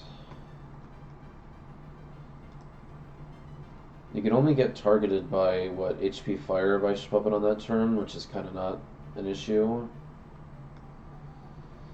Yeah, the Sand Slash is very likely to get some frags on this fight. How much XP does he have before he hits 28? He gets 2k.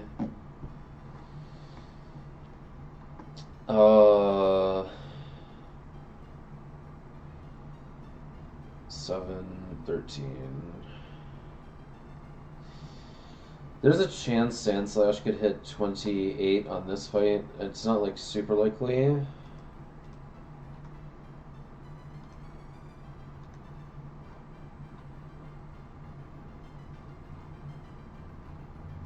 Aftermath on the Grimer, we gotta keep that in mind.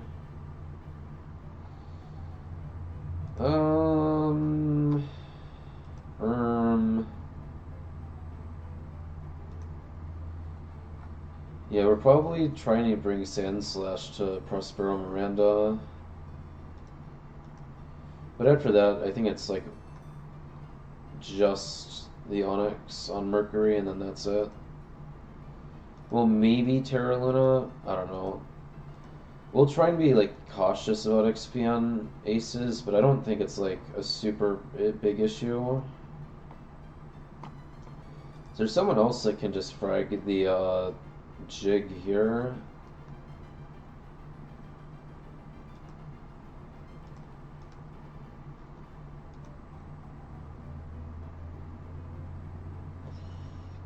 Ruddle is not pulling that off.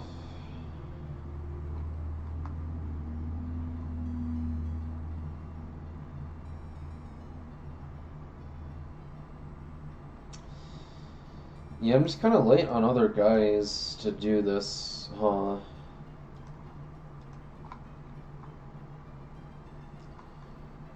Like, Aaron kind of doesn't work.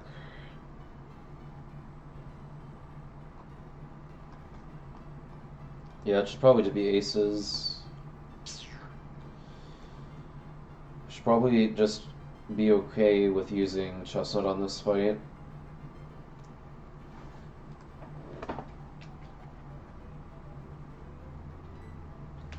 Does Groddle get packed up by Boom on the Wilmer? Nah. It could get packed up by HP Fire, though. It could be a little awkward. I don't know. I think the team probably has to just look like this, realistically. We do know that Mime, if it comes out into the Gulpin, is not one tapping always. It's a coin flip. After Life Orb, it isn't, though. And we'd have to go to 28 for that not to be arranged, so we're not doing that. I don't think Dustox is, like, very real for this.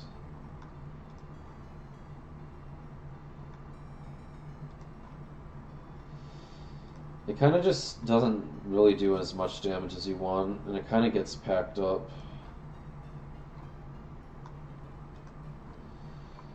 It's kind of not what we need. What about Beebs? Can Beebs actually do something here?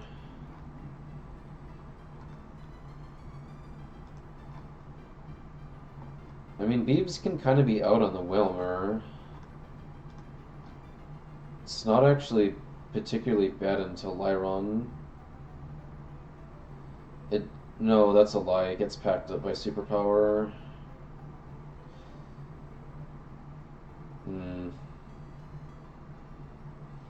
It's kind of like, who would I want to not bring for this?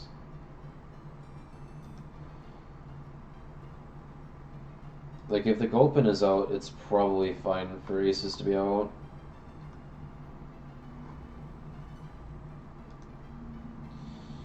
Should I 26 Groddle at this point? The XP curve on Groddle is just so bad. I think we don't, to be honest. I think this is gonna be like Quick Claw Chestnut.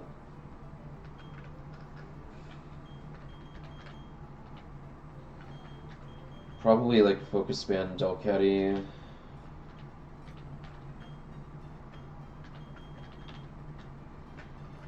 There kind of aren't any other items I can actually hand out at this point. I'm just gonna be pre-sleeping. Yeah.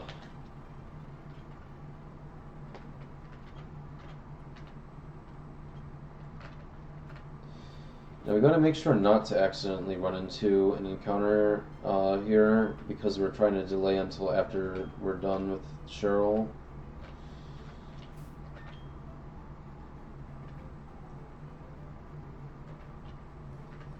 So we're gonna get that repel going right now.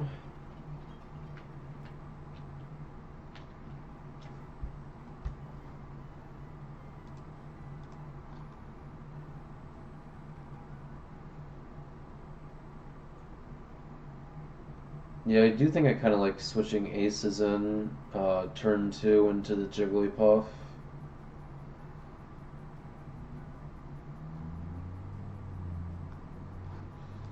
Alright, I'm gonna put faith in my gut instinct here.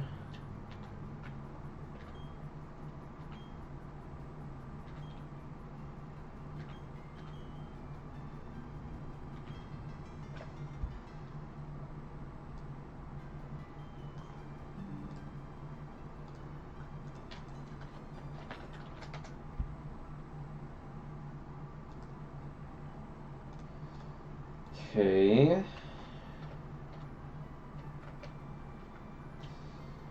There's only 6 fights in here that we gotta be concerned about.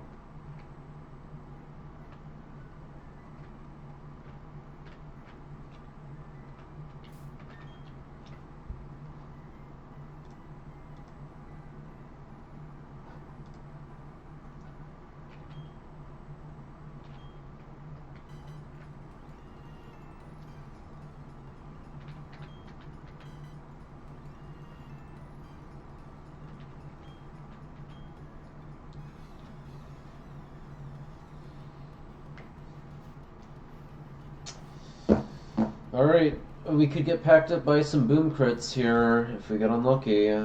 We gotta lock in. Lock in, Cheryl!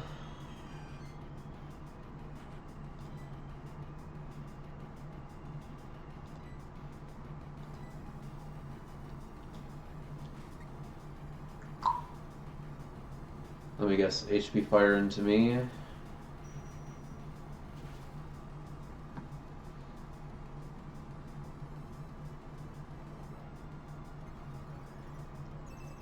Predictable.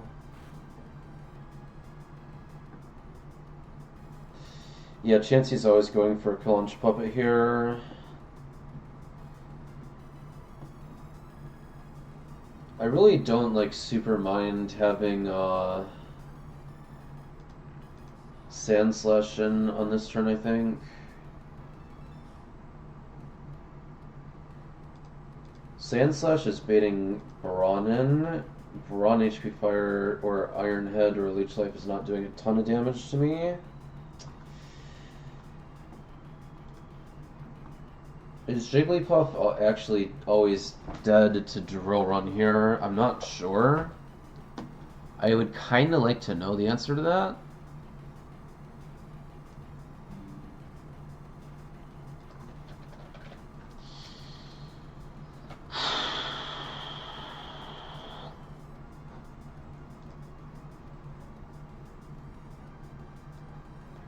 Okay, my guy is at 85 out of 120.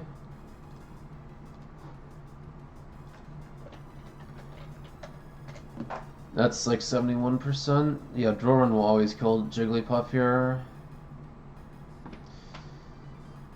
The problem is Aftermath damage is kind of cringe. Ooh. Yeah, I don't think I actually want to switch in on HP Fire and Hyper Voice and then click Drill Run. Wait, Chansey is outspeeding Puppet, right? It is. Puppet's not going to do anything this turn unless Jigglypuff puts Chansey to sleep. Unfortunately, that's fairly likely.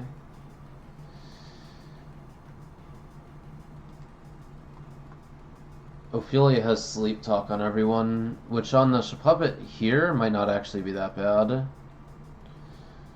Is this a Sing angle? Getting Chansey out might be pretty nice here. What is the major risk that incurs? It incurs us dying to Boom.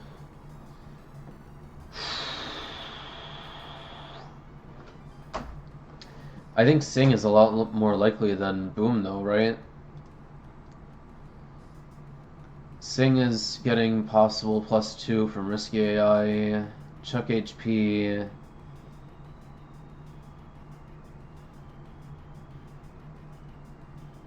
Like, I'm still at over 71%. Harass AI is giving it +2.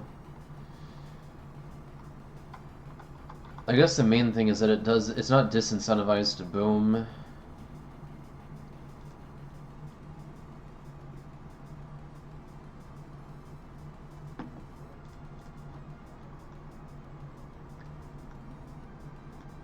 But Harass AI is not giving +2 to Boom.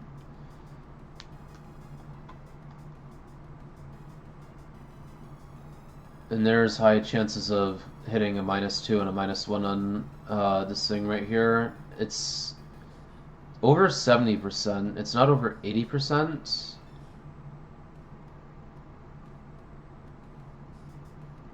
Okay, it is under 80. That means it's actually getting a 50% chance of +1.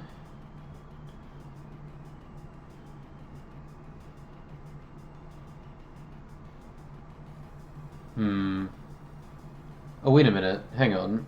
No. It's over 50. It's still getting the 80% chance of -1.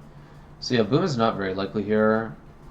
I honestly feel like Sing here is probably a pretty good high value play. Oh, you know what?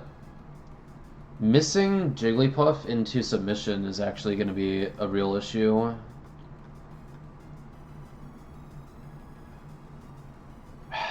It's probably not as likely as Sing, though.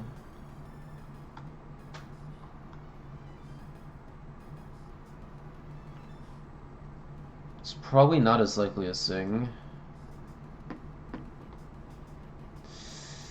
There's definitely risk involved here.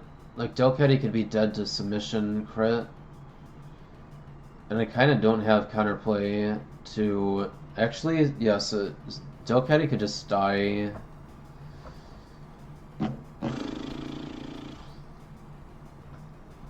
I still think it's very likely to be Sing this turn, though.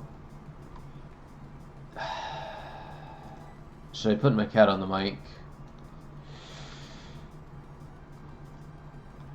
Okay, but what if I sent Plume Bob, though? Plume Bob's not the solution. The only solution here is Sand Slash. Sand Slash is chill into submission and into Sing, and only gets packed up by some Boom crits. It'll tank a Hyper Voice and outspeed and kill. I think Sand Slash is probably the correct play here. Letting Chansey go to sleep here is a little awkward because it keeps Puppet alive, but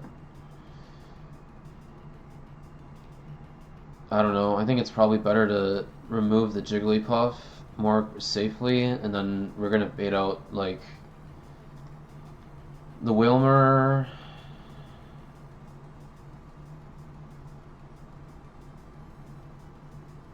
I don't know.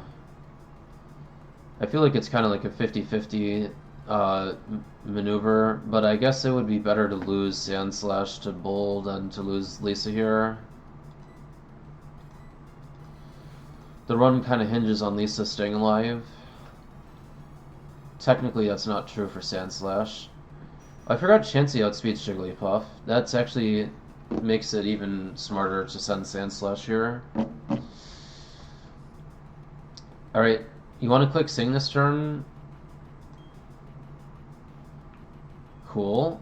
You hit Chansey. I think that's a good thing. So now I can wake up and kill Jigglypuff, and then be probably pretty fine into... Oh, it's Lyron. Oh yeah, no, Lyron is not hitting me hard. It's always targeting Chansey. It definitely sees a kill on Chansey. Or, no, it doesn't, but it's definitely highest power into Chansey. Yeah, we're always going to be clicking Drill Run on the Jigglypuff here. As much as I would like to like immediately remove Lyron and stuff and get the left side down to only Brawn, I just don't think that makes much sense. Yeah, the boomers are disincentivized from booming with Lyron out. Alright, who are we getting? Leafeon? I'm okay with that. That'll help for the Wailmer. Lyron is probably clicking Superpower on Leafeon. Okay, aftermath damage there is actually not that big a deal.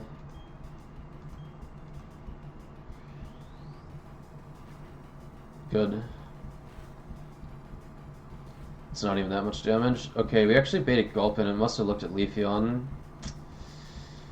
Okay. I mean, I'm gonna take the frag with Sand Slash here. Like, we're never dead to Lyron. We're just gonna kill the Gulpin for free. And we're probably gonna see Mud Slap from Leafeon into the Lyron, I'm thinking. And its highest damage is Double Kick. It might be Double Kick. But anyways, yeah, we're just gonna remove Gulpin here. Yep, Double Kick, okay. Holy crit. Okay, Lyron is dead. Okay, so there's only the two guys in the back now. This is more XP into aces than I kind of wanted, but whatever.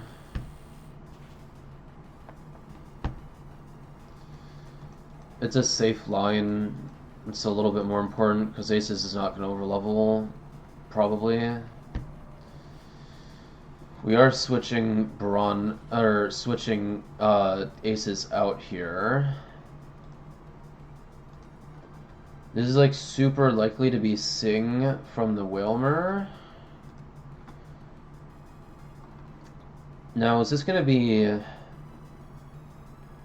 It's very likely to be Leech Life into Leafeon. The Leafeon is going to go for Razor Leaf on the Wailmer. The one other thing to consider here is that the Razor Leaf into Wailmer, plus me outspeeding and hitting a Drill Run on the Wailmer is going to kill Wailmer, so we could just safely remove it. At this point, I'm more thinking about XP management than anything else. The Wormadam on its own cannot kill me. Not this turn. Oh, do we want to dump like 900 more XP into Sand Slash here? That's going to make it very dubious for it to be able to come to Terra Luna. It also makes it more dubious to be using on the next fight, but that's probably not as big a deal.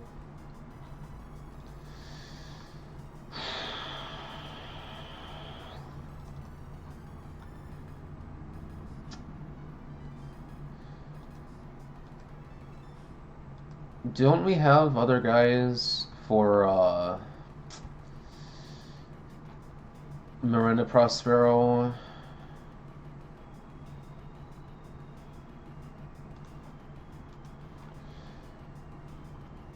Mime is not actually good for the Grimer, believe it or not.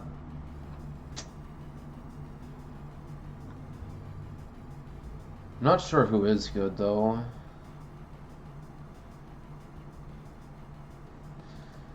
Other than, well, okay, Aaron is not actually that bad on the Grimer. Aaron can stay in on the Grimer for a bit. And it has dig if it doesn't dig crit. Actually, it outspeeds. It would go Iron Head. Yeah, I think Aaron is actually pretty comfortable onto the Grimer specifically. And then we would be using Chestnut on the Munchlax. Yeah, I don't know. I think staying in with aces here is the move. No shot the Leafeon is not clicking Razor Leaf, right?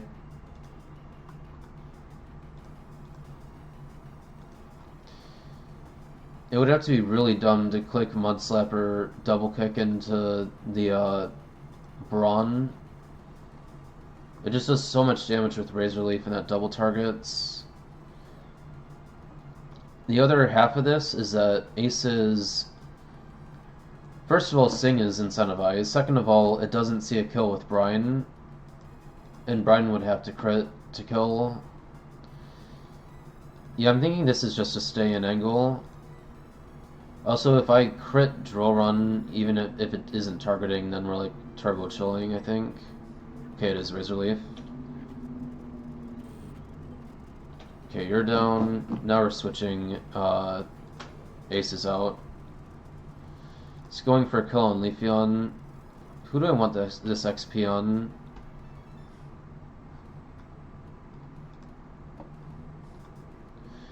It's just not... Yeah, it's always going to target Leafeon this turn. Leech Life is never killing me or anything. I'm going to send Turtle in here.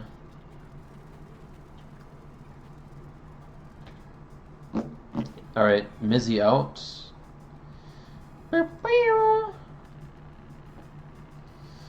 Okay, this guy is probably going to bot and click Will-O-Wisp, but Will-O-Wisp is not that bad here.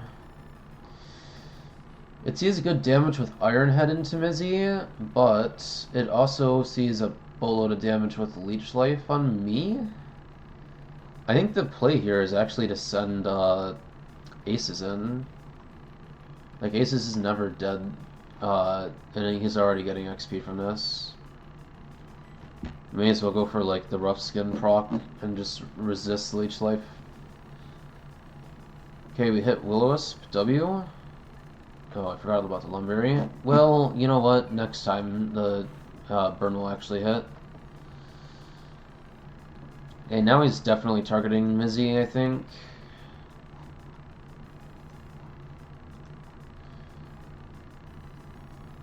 I could send Weezing, it's just not going to do anything. I don't really know who I want this XP on. It's not a lot of XP. I guess Fake Out on the Brawn is probably worth it. Let's send Lisa here. This XP is probably fine. It's only going to be like 300 total.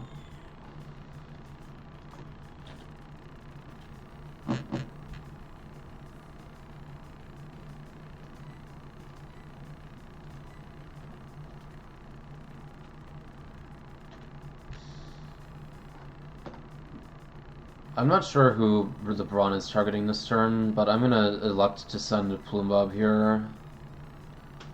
I'm just gonna split this XP like a million ways. It's usually the easiest way to deal with stuff with the XP management in a situation like this. Okay, that's 1 out of 6 Galactic Fights down. Or 1 out of 6 Eternal Forest Fights down.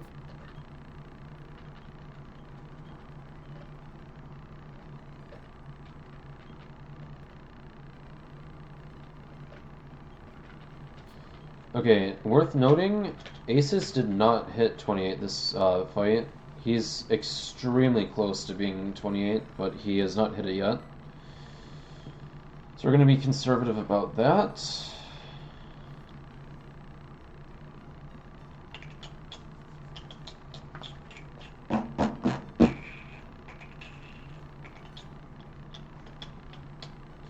You can't fish 211, right?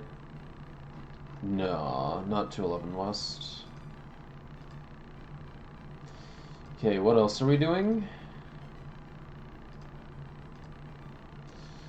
Okay, can we do Prospero Miranda?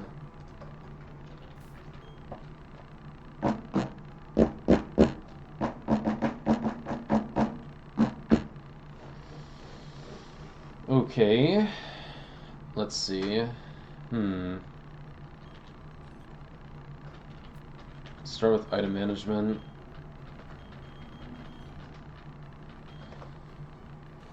Five more fights left in here, in Eternal Forest, and we have only barely hit 26 on Chestnut. We gotta be careful with Chestnut, but so far it's going pretty well. Chestnut probably has to be out on the Munchlax.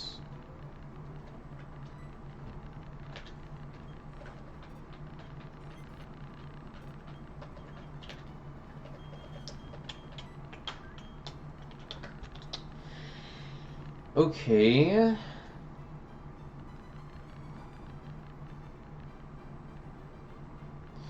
I think I want to have aces around for this fight. I think we want to bring Aaron. I think Mr. Mime is not doing anything here. So we'll let you chill. Man, we have just not found any opportunities to utilize this Dustox, huh? Well, it's definitely not going to be useful in this fight, so...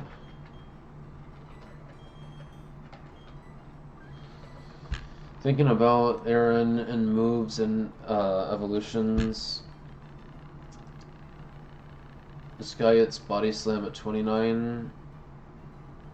Oh, Lyron gets EQ at 29. Ooh. Aaron just does not get EQ, huh? Yeah, you have to evolve Lyron for Fantina Split if you want EQ on this guy. The thing is, like, what are you looking for EQ for? You're using Iron Head on regular rock types, right? I guess it's helpful for other rock steel types, particularly. It's good for electric types, but you probably want an actual ground type for electric types. I guess it is preferred into poison types. It is your best option into rock types, unless if you actually get your hands on Head Smash. Rock Slide might actually just be better. Yeah, Rock Slide is better. But we don't have to worry about that this split. It's level 29.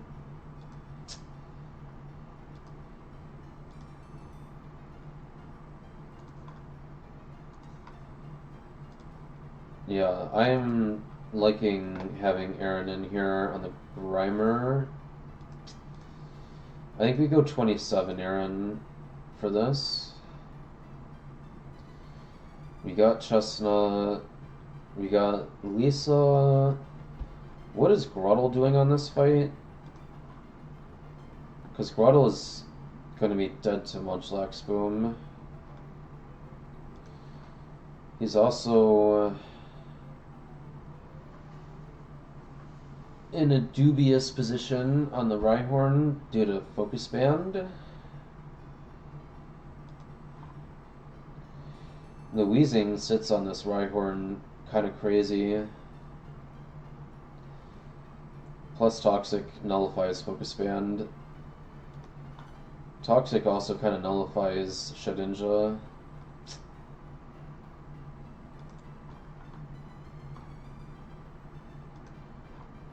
I guess the question is largely like, who are we going to have out on the Drifloon?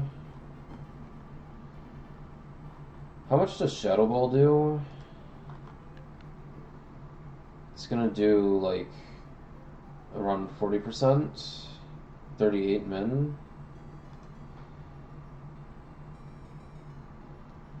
38.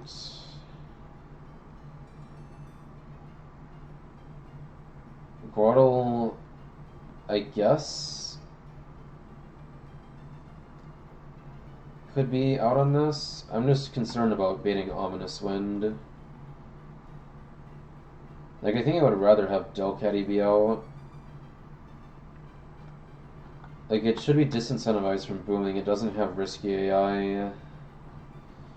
There's actually decent value in clicking Fake Out on Bronzer turn 1. Even though the Bronzer is, like, very likely to bot.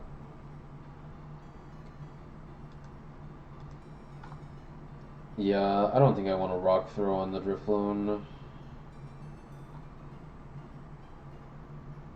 That's just gonna dump too much XP into Sand Slash unnecessarily at this point. Yeah, Sand Slash XP is actually getting kind of tight. What about Beebs? Does Beebs do something other than die to Explosion crit? It's gonna bait out, like, Air Cutter. He just does no damage to the Drifloon. It's kind of not gonna work. We kind of want to go for a quick kill on the Drifloon. Sand Slash is honestly the best way of doing that. You know, I guess there is one workaround. That could be leading Aaron, baiting HP ground kill from Drifloon, and then immediately sending Weezing. It's kind of like a W strat. Is Weezing slower than Chansey? No.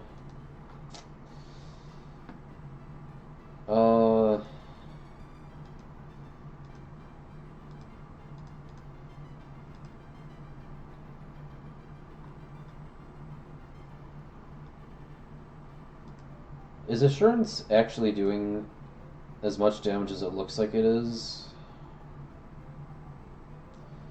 Weezing outspeeds Drifloon.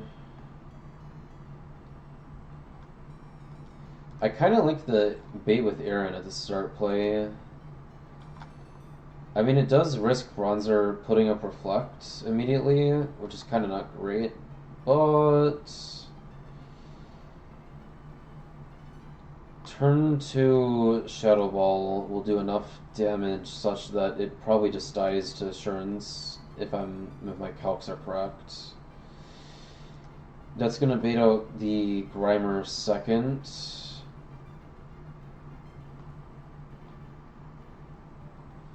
At which point you can probably send Aaron back in and kind of just work from there. I kind of like this plan.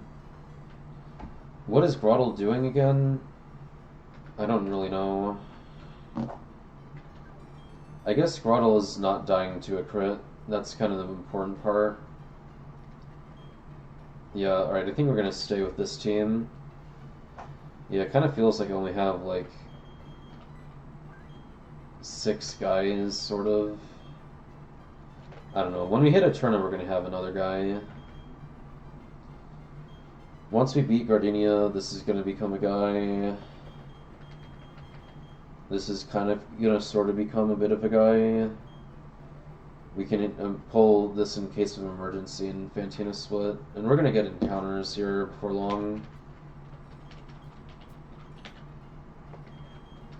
Alright, we're going 27 on AA run. Yeah, I'm going to delay the evolution for now.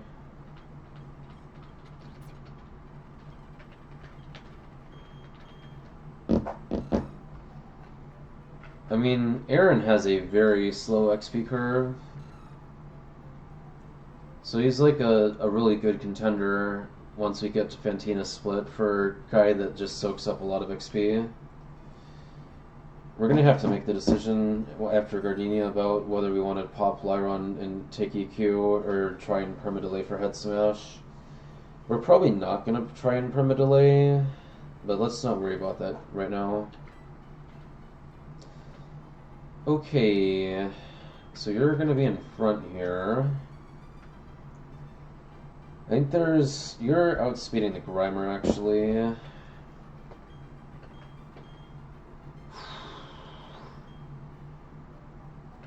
If anything, I would probably want Quick Claw on what? Plume Bob?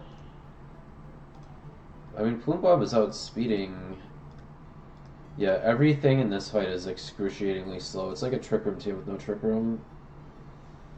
The only guy that's actually going to be getting outsped in this fight... Okay, I guess the Shed Ninja is kind of fast. I think I'll just give the Quick Claw to Plume Bob then.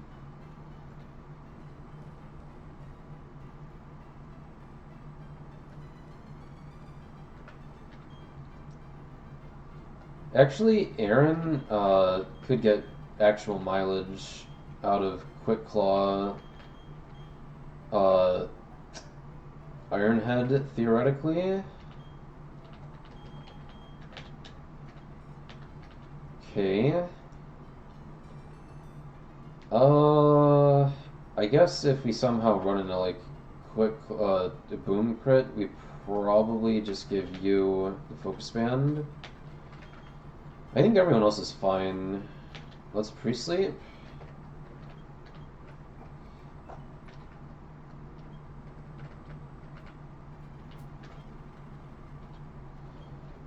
I don't know, man. I'm kind of liking this strat. Always baiting HP ground and sending Wheezing. Kind of like just making the Drifloon waste a turn while we get... Surely it will be Shadow Ball into the Drifloon with Chansey. There's no way it would double edge the fucking Bronzer. I guess I could Shadow Ball Bronzer. That would be kind of cringe. It sees a lot of damage into the Drifloon though.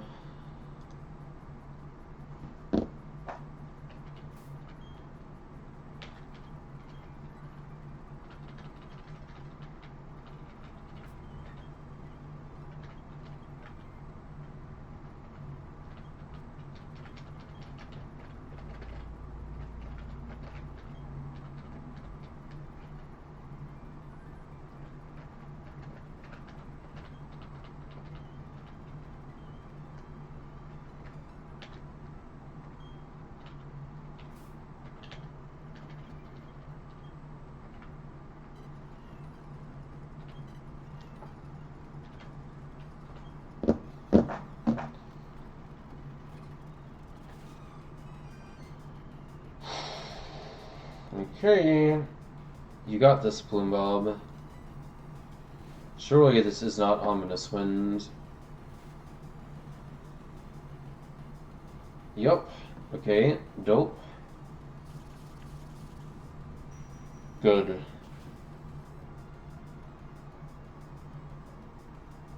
Nice. This Bronzer is such a bot, it's actually insane. Alright, we're clicking Assurance on Drifloon. Is this actually gonna kill? Okay. Shadow Ball and a Bronzer here isn't great, but we can navigate around it.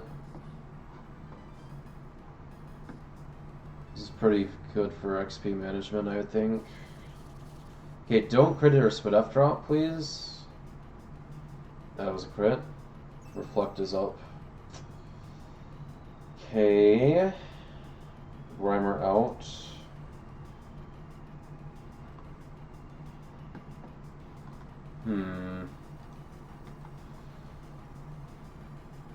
Do I want to click Psybeam here? Cheryl is maybe not hitting the Grimer. What is the Grimer doing? It sees a lot of damage with Gong Shot on Chansey. And it sees like no damage on me. If it booms, then we're kind of safe. Drill Run does a lot of damage even in Reflect to the Grimer. Aftermath is like kind of cringe, I guess. I don't know. I think this is a Send Sandslash angle. Oh, wait a minute. We were going to send Aaron here. Alright, let me put some faith in my boy Aaron. Aaron. He's going to clutch up for me, surely.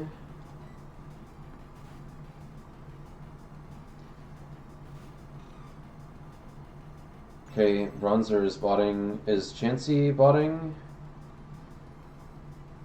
Yep. Oh, we hit the boom. Nice. super glad to see that on Aaron. Excellent XP management. Wow, Chansey actually tanked that. That's probably good, because that's going to bait a kill on Chansey.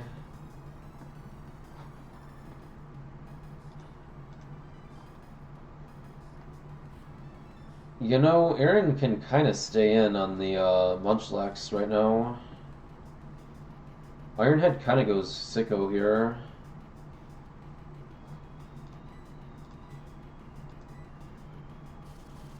Bot.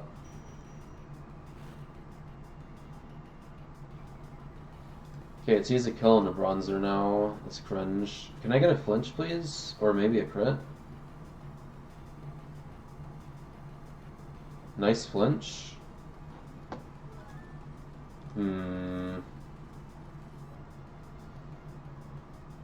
Yeah, this thing sees a kill on Chansey and not on me. I know Reflect is still up, but I think I'd like to keep playing for Ironhead flinches.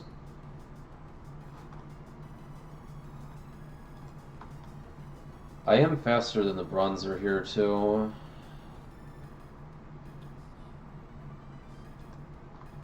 Yeah, I like playing for Ironhead flinch a lot here.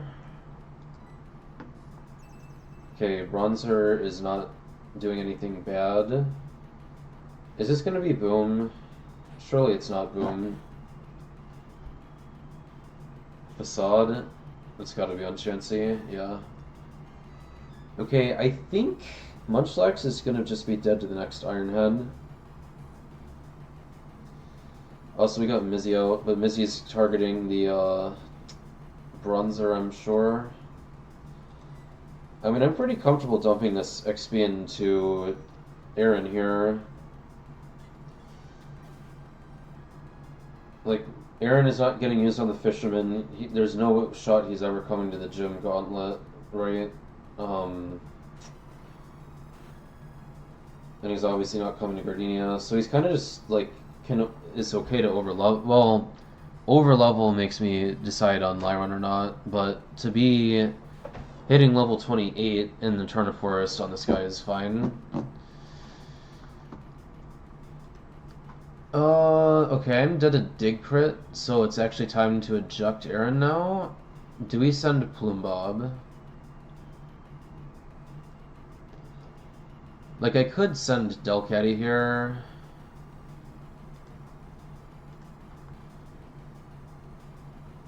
I think... How much XP would this be into Plume Bob? It would be like 800-ish. That's a lot, I'm not gonna lie.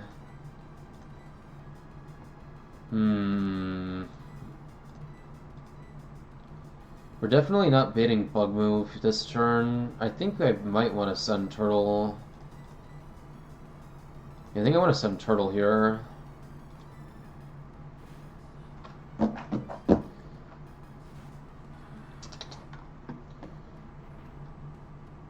Yep, dig into me is fine.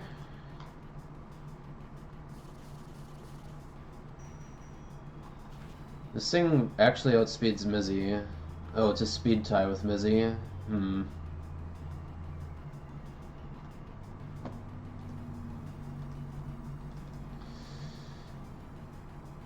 This thing is probably clicking Bug Bite on me.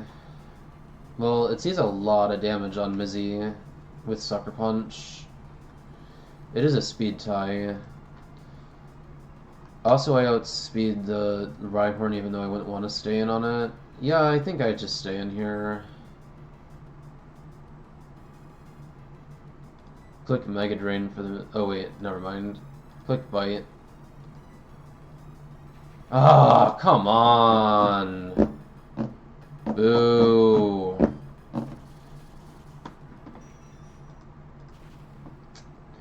Now I can't stay in on the Rhyhorn. Actually, that's a lie. I can stay in on it, because I heal so much with Mega... Wait a minute. No, Mizzy's gonna Magical Leaf and not let me get any healing. Okay, this sees a kill with Mega Horn.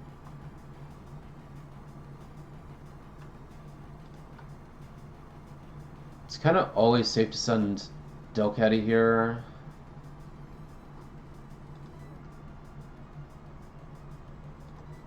This also gives me a chance to fake out to try and just nullify Focus Band. Is Focus Band real today?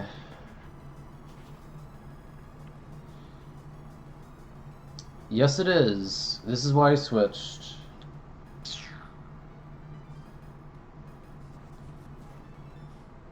Are you gonna crit?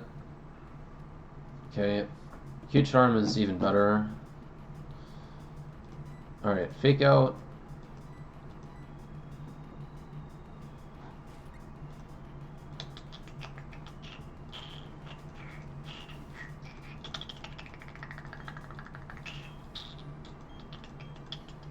Okay, Miranda Prospero down.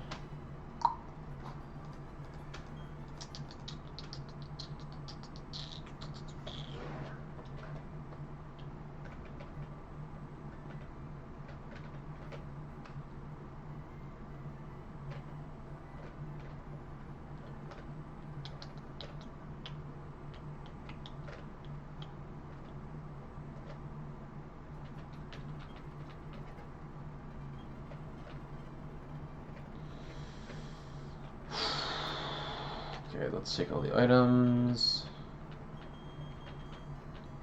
Yeah, like all the XP that Aaron soaked up from that fight didn't even get him halfway to 28, so their XP situation is like totally fine.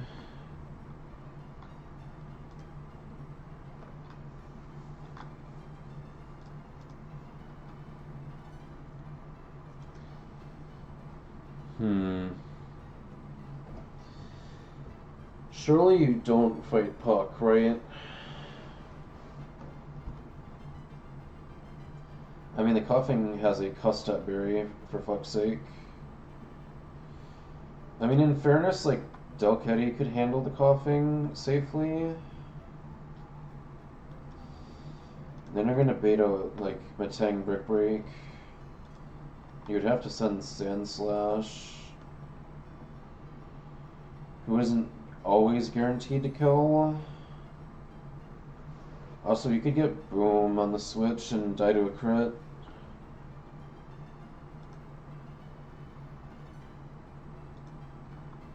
And you're kind of, like, not gonna beat the Pseudo Widow.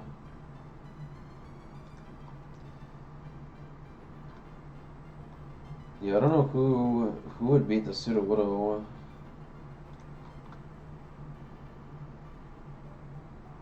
It's kind of like not really great. Like, Aaron is not horrendous into it. It does outspeed. It's still sus though. Like, Fire Punch Burn or Woodhammer crit is just gonna pack you up.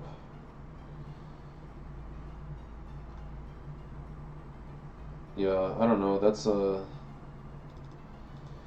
very suspect matchup, even though sometimes it goes well.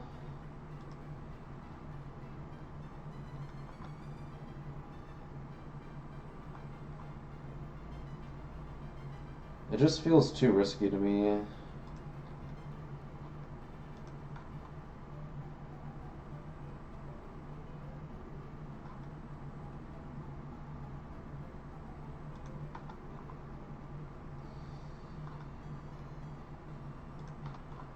Yeah, I'm not really seeing a good way out on that.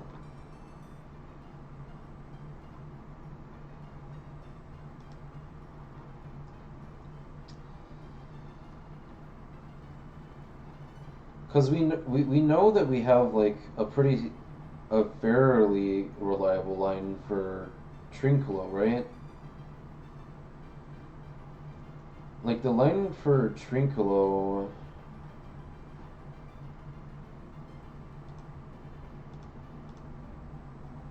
I'm starting to psych myself out.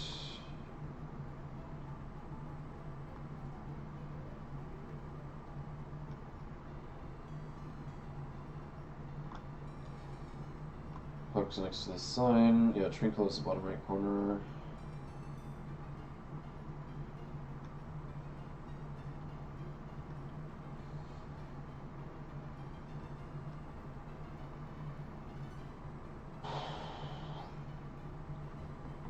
Yeah, I think I'm probably gonna prefer Trinculo here.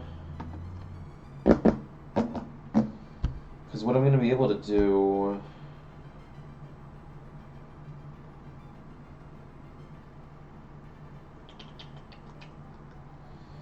is I'm gonna be able to send Mime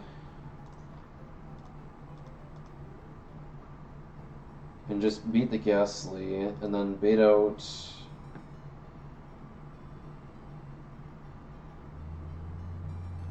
the Lickitung, and have a pretty favorable matchup on Lickitung, and then when that's done, I'm going to be baiting the Shellder, and probably be baiting Clamp.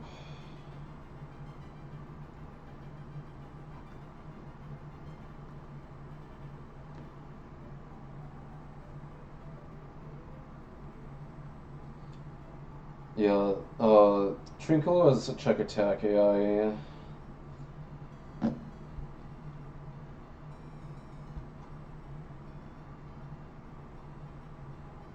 Which means that Boom is like very disincentivized until it gets down to like 30%. So it's probably gonna like click Clamp.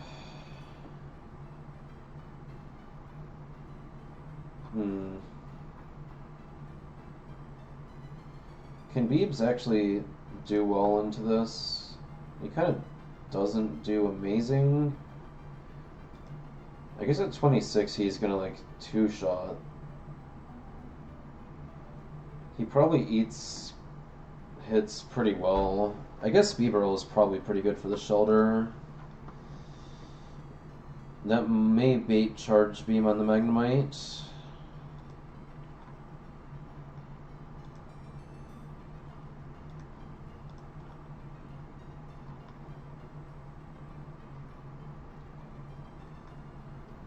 This would be something that we would send Seeking into, because Mudshot always outspeeds and kills, and it always takes a crit of anything other than Boom, and it wouldn't Boom if it's last.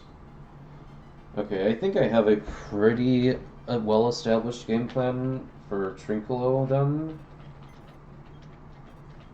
It's a little wonky with Aaron getting wrapped, and a little suspect with Beebs. But it's not bad enough for me to want to not do it.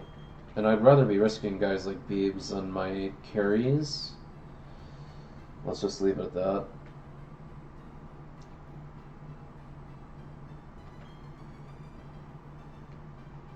Are we not bringing Delcatty here?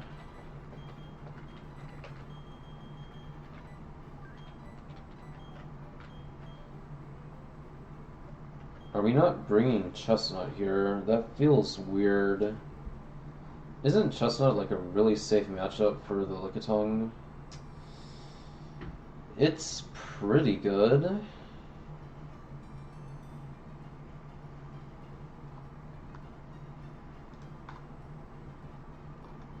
It's very likely to bait Clamp.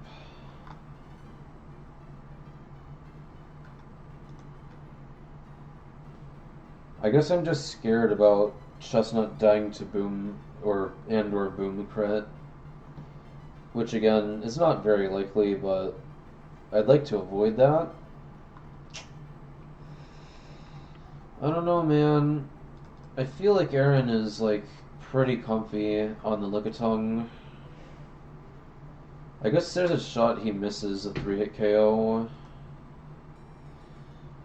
I mean, I could technically go to 28 and then always get it, but like, do we need to do that? I guess the question is, why wouldn't we do it? He's not going to hit 29 on this fight. And he's not actually coming to Mercury, right? Well, even if he is coming to Mercury, it's probably okay. Because, like, he's surely not coming to Terra Luna. There's no way.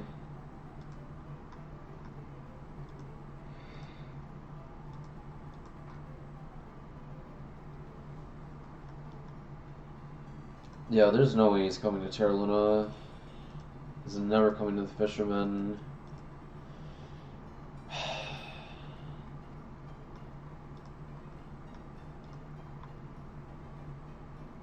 He has horrendous matchups into, like,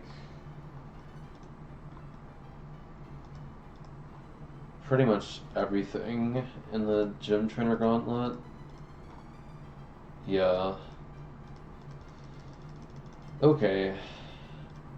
Yeah, I guess going 20 on Aaron for Trinculo is probably fine.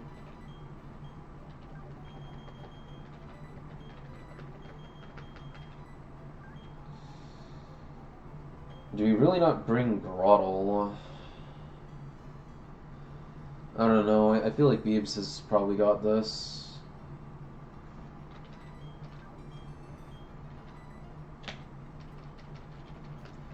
This is a weird group to be bringing to this fight, but I think it'll be fine.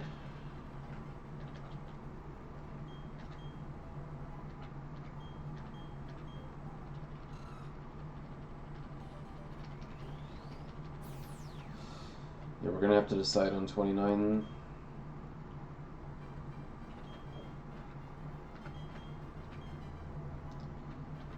Okay, I think those are all the levels that we need for this.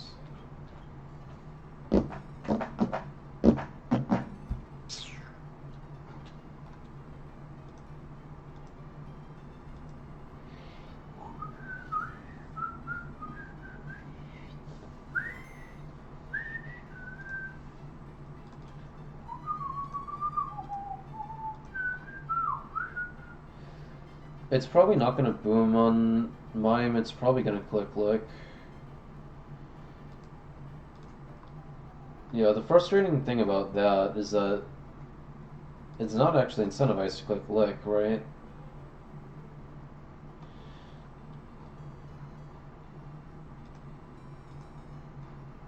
It would not be clicking lick on the Aaron otherwise, I think. Probably.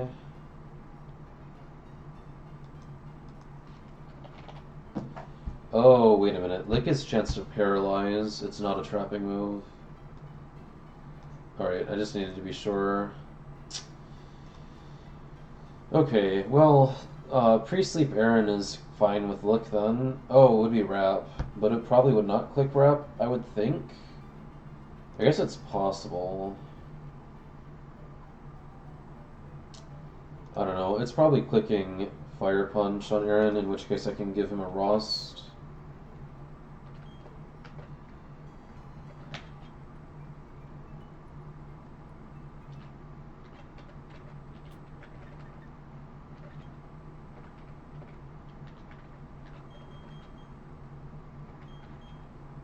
Okay. Feeling very good about this Aaron matchup right now.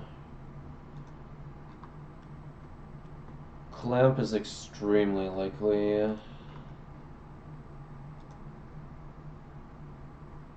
I think Beebs has got this though. I think Beebs is like pretty comfortable here.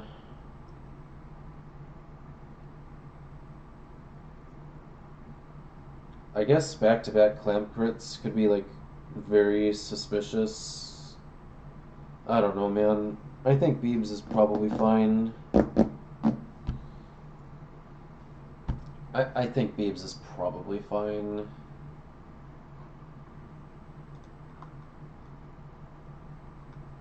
And then when the Magnemite comes out, we just send Seeking, and then that's that. Alright,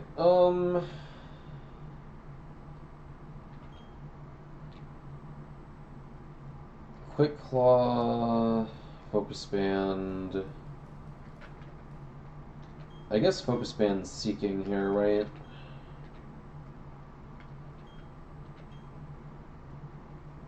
Quick Claw. I don't know, Plume Bob. Like, Beebs is outspeeding everything here, really. Is it really worth dumping one of my 5 Oran Berries on this fight when I'm about to do 2 Dragon Rage fights on the doubles battles? I don't think so. The odds of me getting screwed here on this are really low.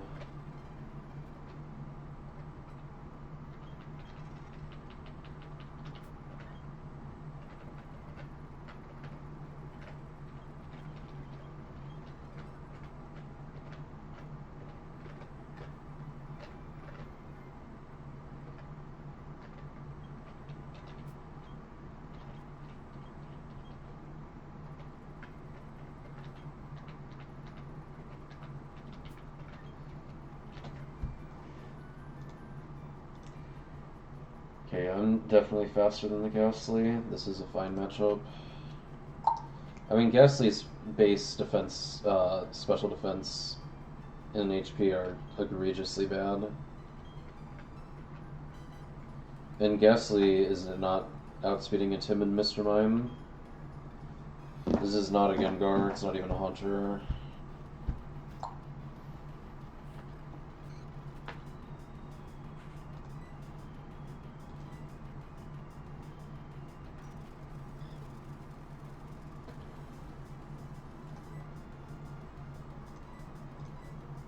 Oh yeah, no, Aaron is not hitting level 29 in the Turn of Forest. There's no way.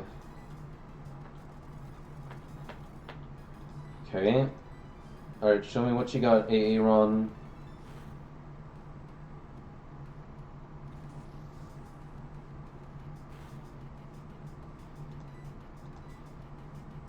Critter flinch here would be huge. W. Okay, real talk. This could be Shelter resist switch. I did not fully account for that.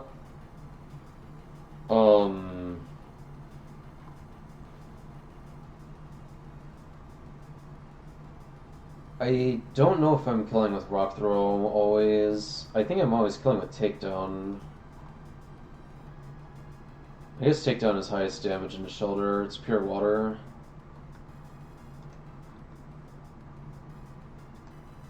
That's like definitely below a quarter of its health. Alright, let's click Takedown here.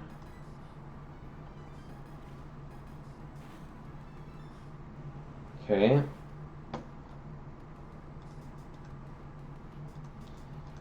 So I don't think I'm showing a kill into Clamp here, but I don't know what it would do other than Clamp in this situation.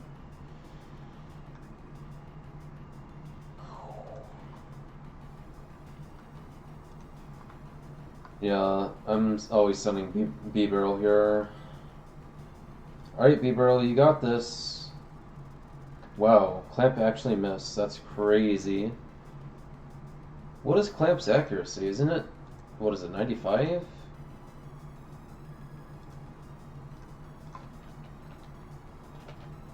It's actually 75. I didn't realize it was that inaccurate.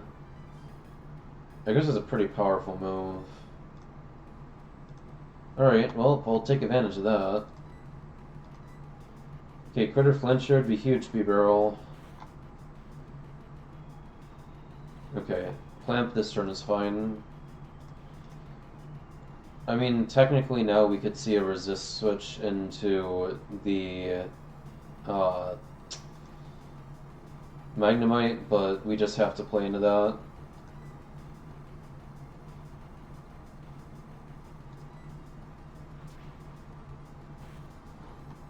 I mean, the reality is, if it had resist switched, if Magnemite had resist switched into Hyper Fang, we would outspeed and kill with Mudshot and just sweep or chain with Beebs. Okay, now here's a question. I'm not showing a kill into Charge Beam. We really don't know if this is Magnet Bomb or Charge Beam, but at this point it doesn't matter. Seeking only dies to a Boom Crit here.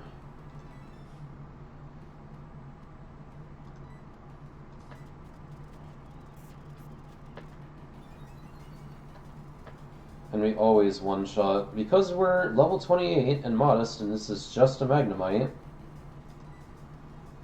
we're just gonna always kill this with Mudshot.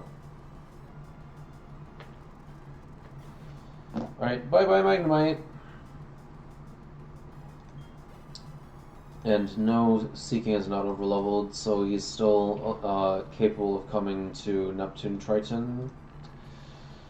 I'm placing high expectations on Seeking for that fight.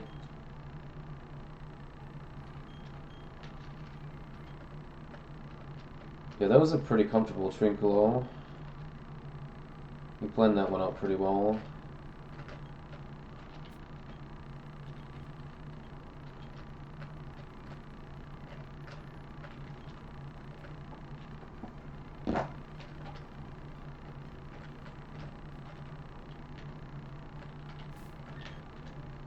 Also, W didn't lose any berries.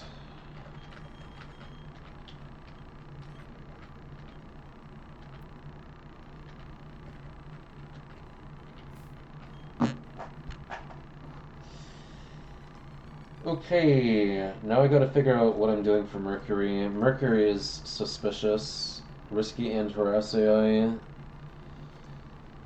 Bro, there's so many Boomons in Eterna Forest. I mean, this is the last fight with Boomons, I guess, but like, I don't know. Venus doesn't have Boomons, but it has its own series of, well, it has Stunky. It kind of has its own challenges.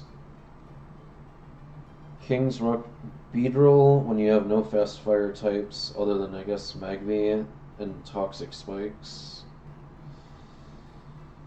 Yeah, well, we're gonna be fighting Venus or Mercury here.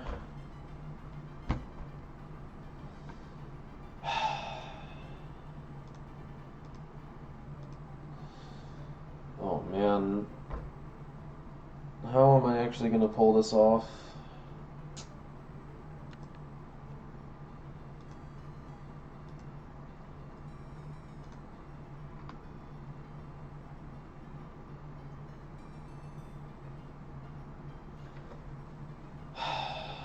Dude, Beebs could die to an HP grass crit. That's so cringe.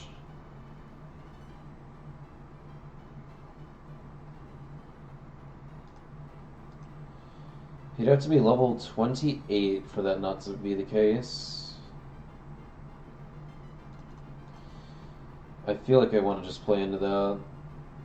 Just play for Hyper Fang Flinch. And to dodge a turn 1 boom crit.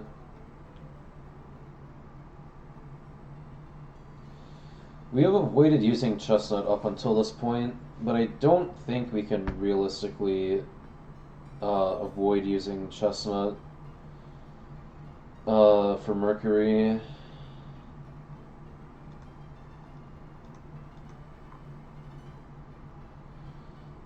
I suppose...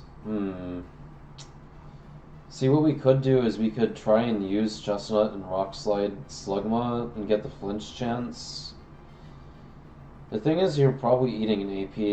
Eating an AP crit is going to do a ton of damage.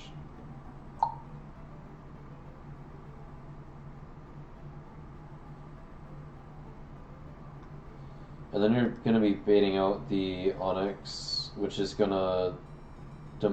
It's going to be going for Sand Tomb, like, for sure. And you're just always going to get effed up by that. But if it goes for Head Smash, and that's, like, turbo bad if you have Wheezing out.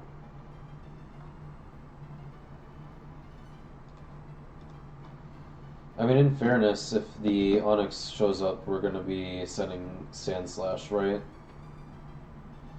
I think we go 28 Sand Slash for this. I don't really feel like it's a bad decision here.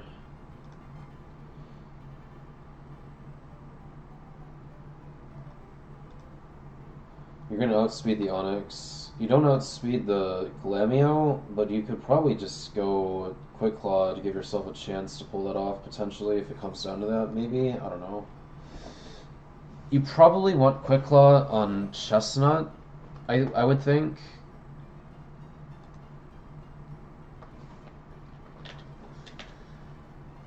Yeah, we're not using Goldeen on this one.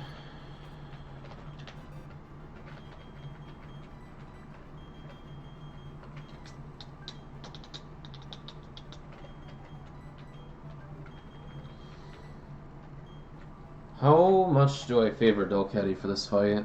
I'm now realizing that Delcatty is just like gonna be beating the Slugma for free.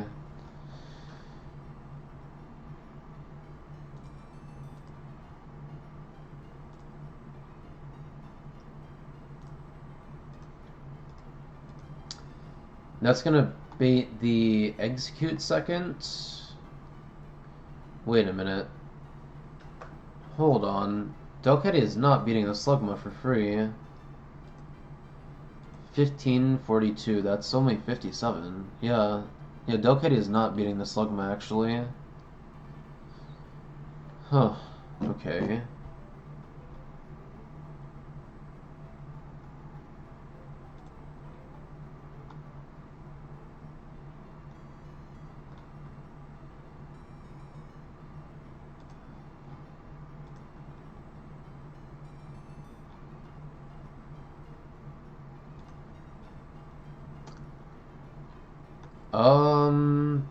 Dang.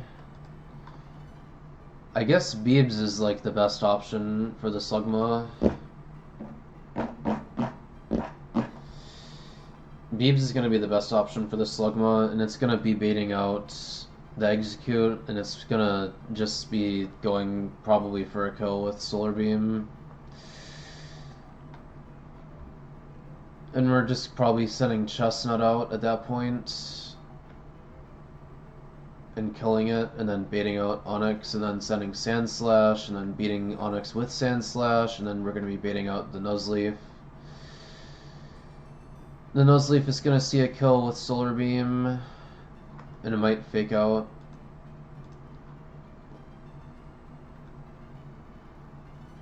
Lisa would have to dodge Solar Beam crit or Boom to be good into Nuzleaf. It's not great. I guess Wheezing is going to be pretty good for the Nuzleaf. He's only dead to Boom crit. Or maybe like Fake Out plus Boom max rolls without crits. He one-shots it with Sludge.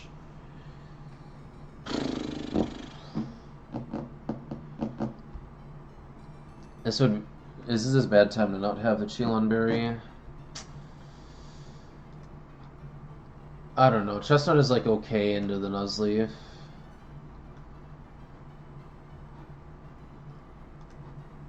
I guess having Plume Bob out... Well, it'll always go Fake Out.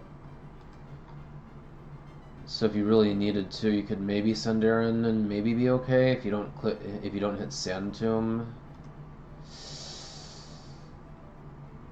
I think this team is probably going to be the team for this. Yeah, there's no universe in which Grottle is handling this. I'm not going to send level 28 Grottle for this. I think I am going to go 28 on Sand Slasher though.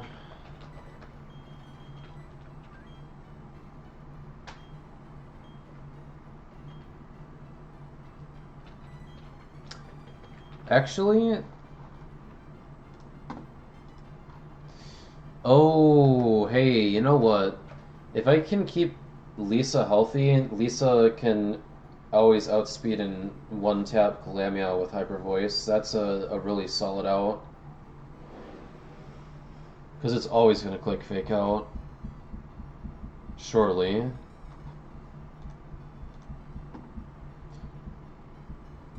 Yeah, it's never clicking assist before Fake Out. Yep. Okay, yeah, so we intended to keep Delcatty healthy is the idea. Or actually... No, the waiting order here, if we could get Delcatty in on the Nuzleaf, is going to mean we're just totally fine. Okay, I think we have a pretty good idea of what we're doing here. That does a good job of minimizing risk. We're going to go 28 on Aces. Touch the level cap.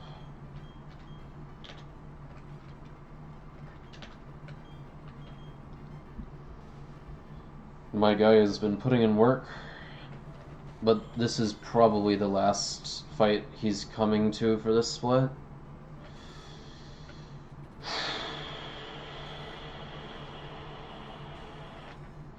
Yeah, the Wheezing XP curve is pretty fast.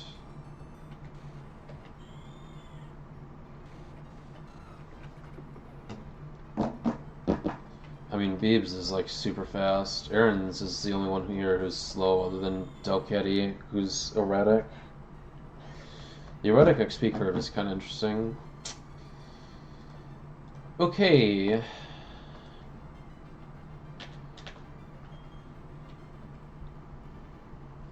I don't think Aaron is actually doing anything this fight, but just in case, I guess, he's around. I mean, Aaron can at least eat a non-solar beam.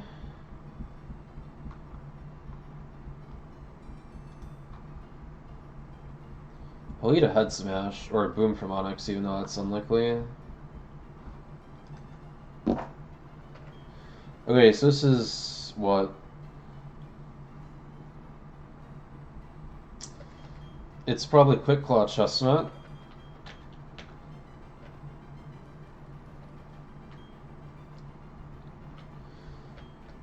I guess Focus Band, I care about it most on Lisa.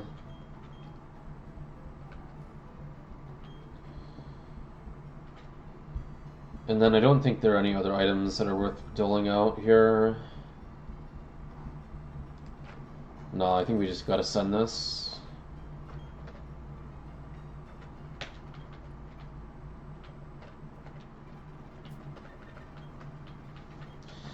Let me just, like, shadow box this fight one more time in the calcs before I go ahead and send this.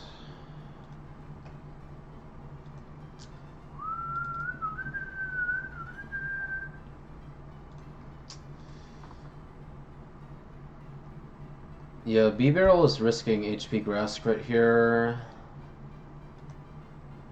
How many rolls of that is he dead to?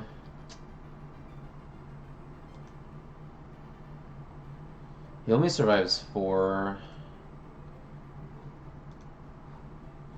If we go 27, there's only 3 crit rolls that kill. I'm trying to think about what it would be bad to have B-Barrel at 27 for here. Like, this guy is not coming to the Gardenia or to the Gardenia Gym Gauntlet.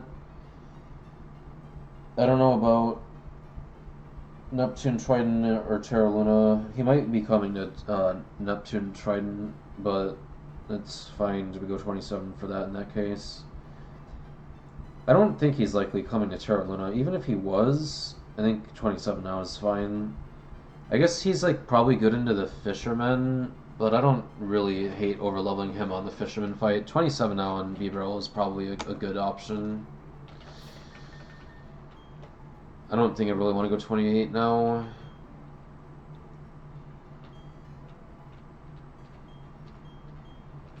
Like, we're only dead to, what? Boom crit? Turn 1 boom crit? Or turn 1 HP Grass hitting one of the top 3 crit rolls, which is 3 and 256, which is less than, it's less than 1.5%. It's probably less. It's probably close to 1% with the Hyperfang flinch chance. I think you just send that, honestly. Okay, so we are assuming that we're gonna win this matchup with B-Barrel.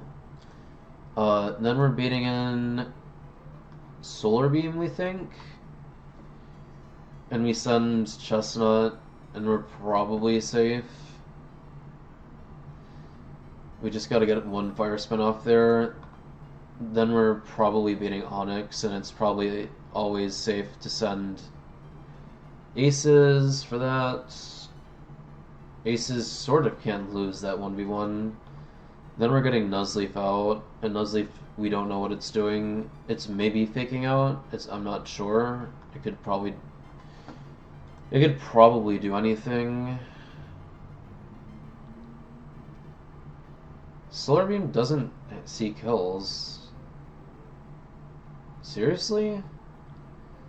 Okay, I guess Solar Beam doesn't see kills. Fake Out is always +2, even without a kill. Boom has chances from full of the -2. Harass AI doesn't exist for Boom. So Boom is not super likely from full. It's decently likely to be Fake Out. I don't know. It's unclear.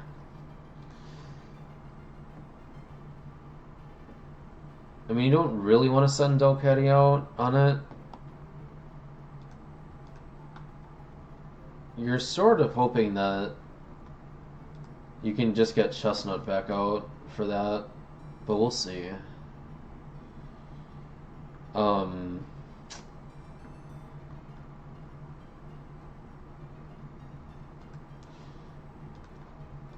I guess we kind of figured out that Wheezing is like pretty good into Nuzleaf, and then the game plan is to send Lisa for the Glamio.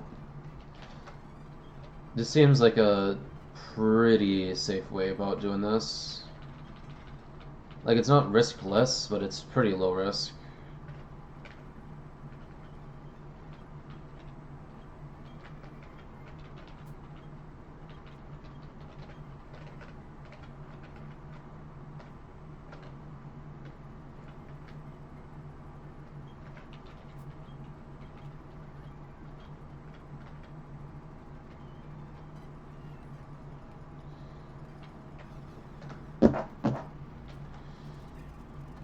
Okay, Beebs, time to get that flinch with Hyperfang.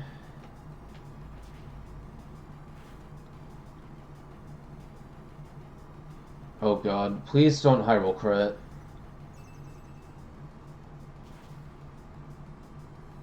Okay, we're fine.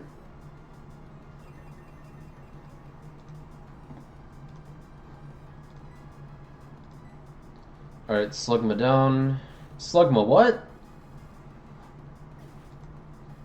Okay, at this HP we're dead to Solar Beam. Oh wait, Sunny Weather is always +2 on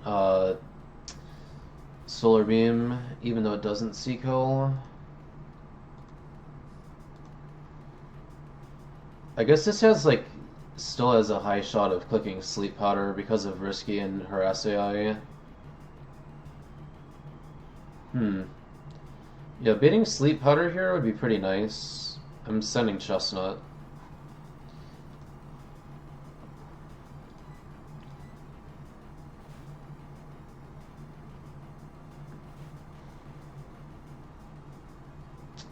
Okay, can you please not crit this? Okay. Yeah, I'm never dead to crit here. I think we just go for the kill.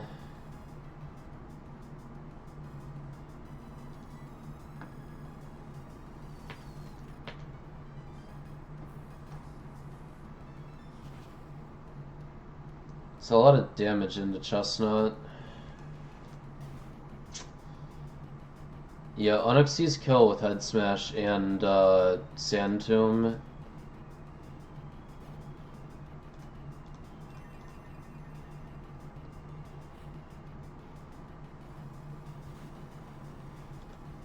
Alright, well, we're just gonna always be sending Sand Slash here. You got this, Aces.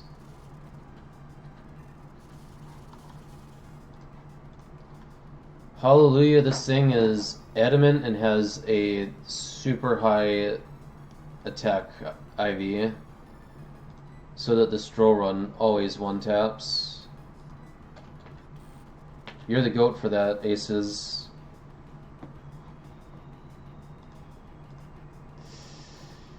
Okay.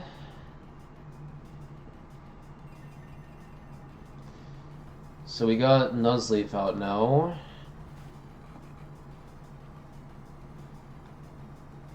This thing does see Solar Beam kill. It's not like it couldn't boom. Fake out is pretty heavily prioritized.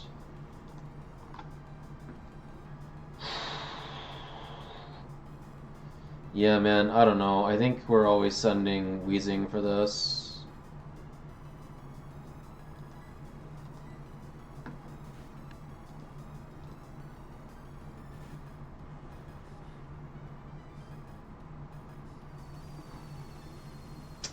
Yeah, went straight for Solar Beam. Okay, didn't crit, that's good. So I'm dead to boom.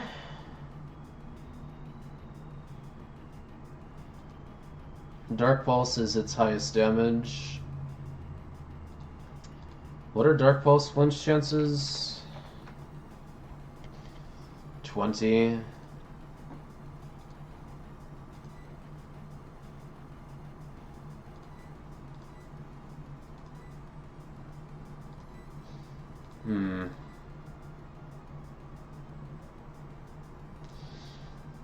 I mean, it's kind of simple, right?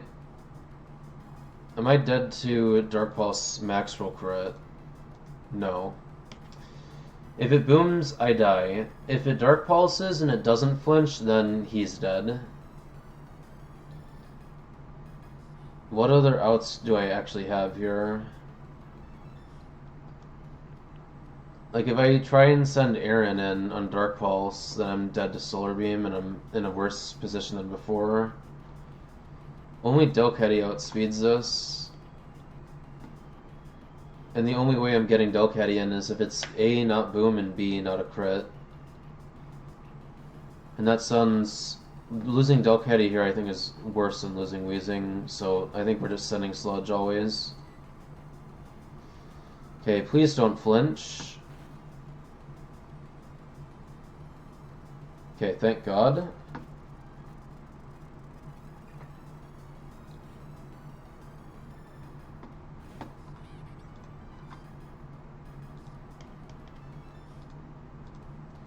Okay, so Fake Out is unconditionally +2 here. And Assist should never see it, any priority.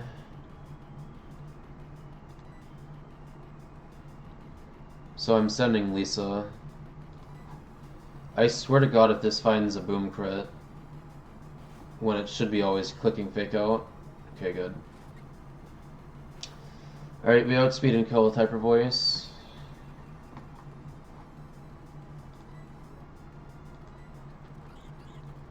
Man, that was a risky fight, huh? Well, we got through it. We made it to Neptune Trident. Which means there's only 2 more fights before we can escape Eterna Forest. Of course, they're the big fights.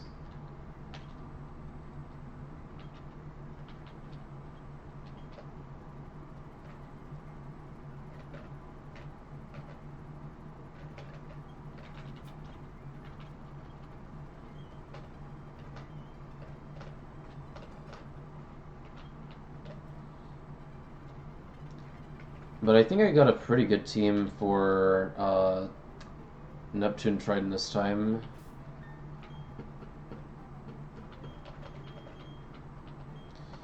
That being said, that Dragonair is gonna be a freaking problem. Also, the only thing that would eat Toxic Spikes here in this fight would be Dustox. And Dustox is, like, never really coming in.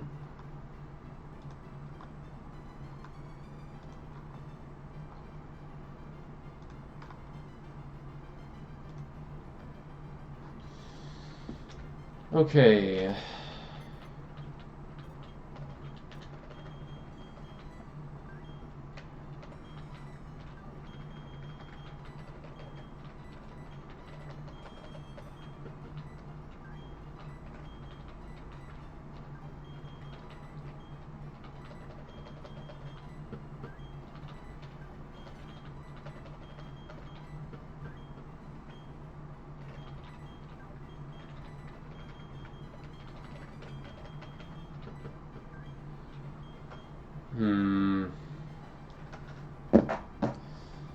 How much good is Weezing really doing on this fight? He doesn't have a lot of HP. He's taking a lot of damage from a lot of things.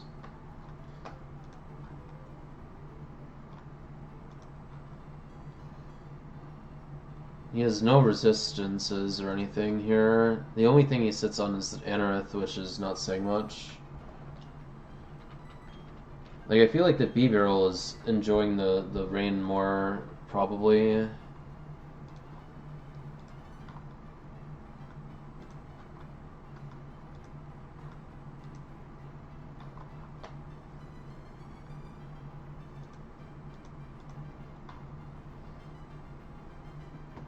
I guess, like, Mudshot has legitimate speed control implications. The main issue is that B-Barrel is just, like, dying to a lot of things. B-Barrel is actually kind of fucking ass. Weezing is kind of better tanking on this fight somehow. It's never smart to send Sand Slash on this fight. Like, yeah, you resist, or you immunity switch into Thunder, that's correct, but everything has water moves, and it's gonna just eat you for breakfast.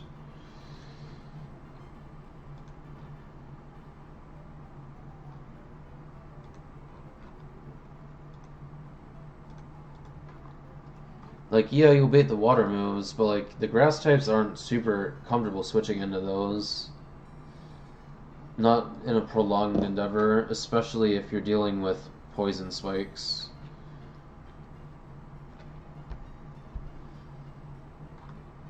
Again, the problem is that if you want to absorb the spikes, the problem is that Dustox is not actually doing much. Dustox is just taking so much damage.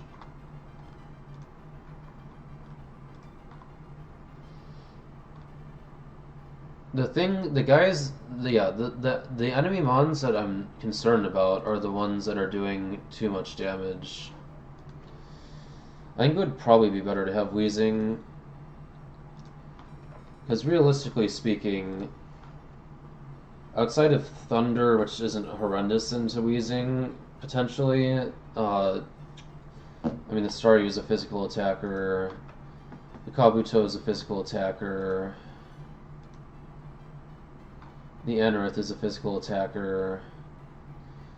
Like, nothing is hitting Weezing super effectively. It could at least probably switch in for a turn, and it's likely to bait, like, powerful stab moves, which is probably an opportunity to switch in one of the other guys. B-Barrel is just so bad.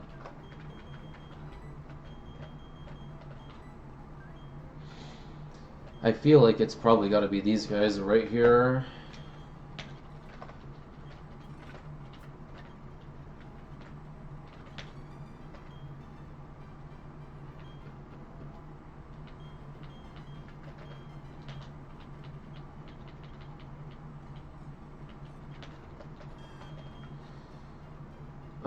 Aromatherapy sounds cool. I guess it's better than Vine Whip for now.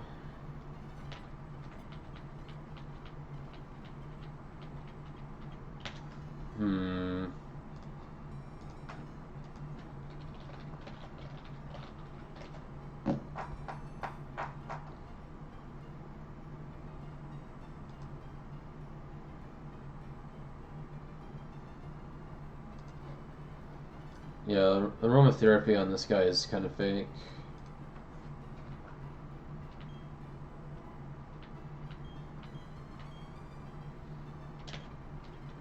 I'm worried about the make gain or the Bayleaf XP curve.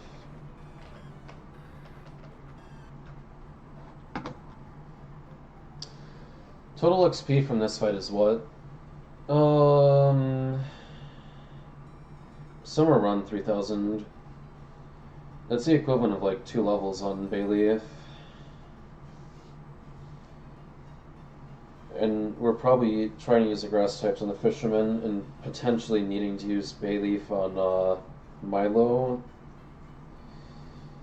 I can probably pivot around that. I think 26 is probably warranted for this fight.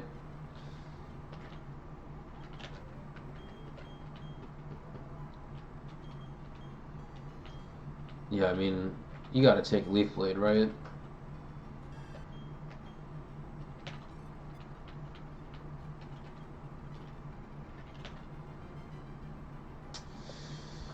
Okay.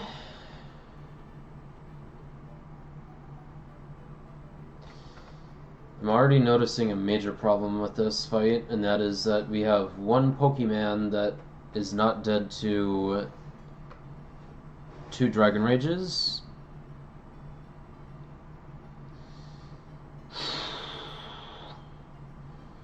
We're gonna have to solve that via Oran Berries. I don't really have a better out for that.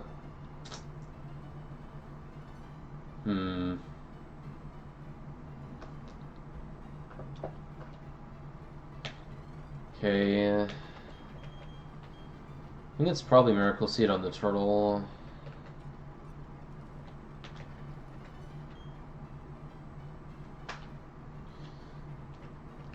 We probably need, like, Oran Berries on practically everyone.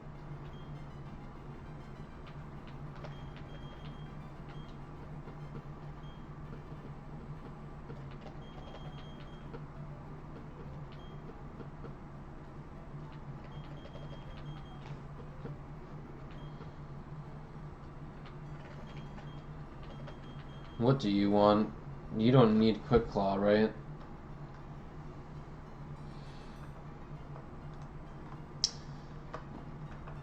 .94 speed, yeah, that's gonna be outspeeding everything on this fight.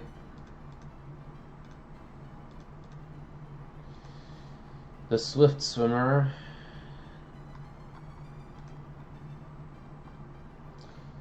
Very solid damage on Ammonite. Aqua Jet one taps Anorith. Not good in a Chinchou. Yeah, the issue with Dragonair is you're not outspeeding it, and it might click Thunder. Or sorry, you're not hitting it hard. You're also baiting Staryu Thunder when it's out.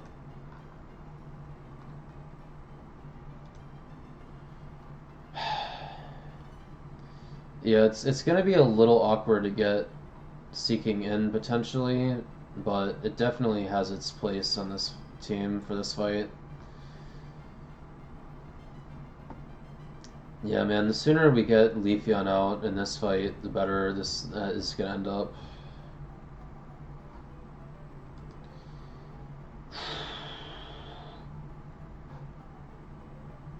I don't know. I feel like Oran Berry is maybe warranted on the Seeking here as well. And we just hope that we don't have to use every single fucking Oran Berry.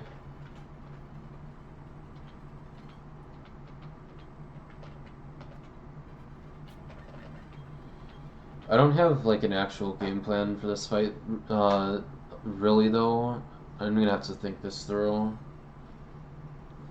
I'm gonna have to think this one through.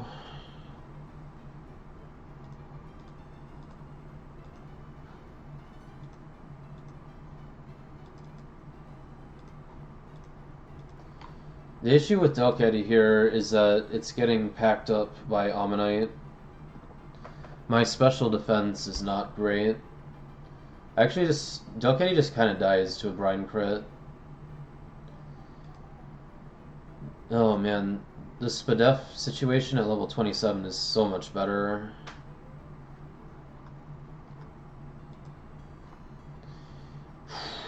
I think it might actually be warranted to go 27 Delcatty for this. I mean, we're already most of the way there, and this is like a guy who can eat up some XP. I'm probably gonna regret not going 27 here if I don't do it now. We can always tighten up the belt on this guy's XP on the, like the gym gauntlet and stuff if we have to. Unfortunately, with this low HP IV, we're still not getting up to 80 HP, but you know what, it is what it is.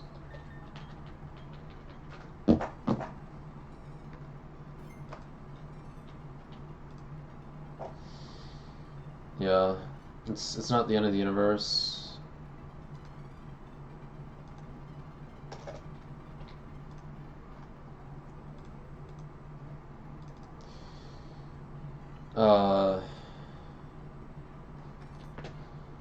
Yeah, we're never gonna die turn one with my game plan for this here. Fake out plus hyper voice is not killing Dragonair. It's doing decent damage though. I kind of don't really know, like, what other options do we really have here?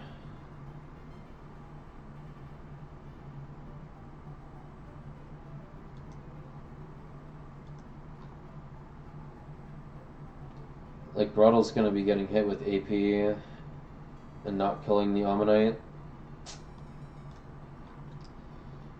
And D-Rage is gonna do bonkers to Grottle. And he doesn't even hit the Dragonair hard. Oh, okay, let's address the elephant in the room. Yes, Delibird can one-tap the Dragonair. Yes, Delibird is faster than the Dragonair. No, it is not faster than the Ammonite, which will Turbo Omega Clap with AP. You're never ever getting Delibird out to do that. And I'm not sacking well, yeah, it wouldn't even kill the Dragonair. So Delibird is not an option for this fight.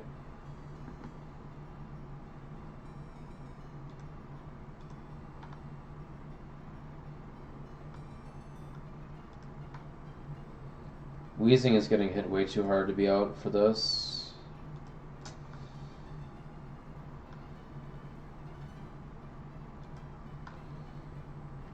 The Omnite is doing a lot of damage to Mr. Mime with Brian.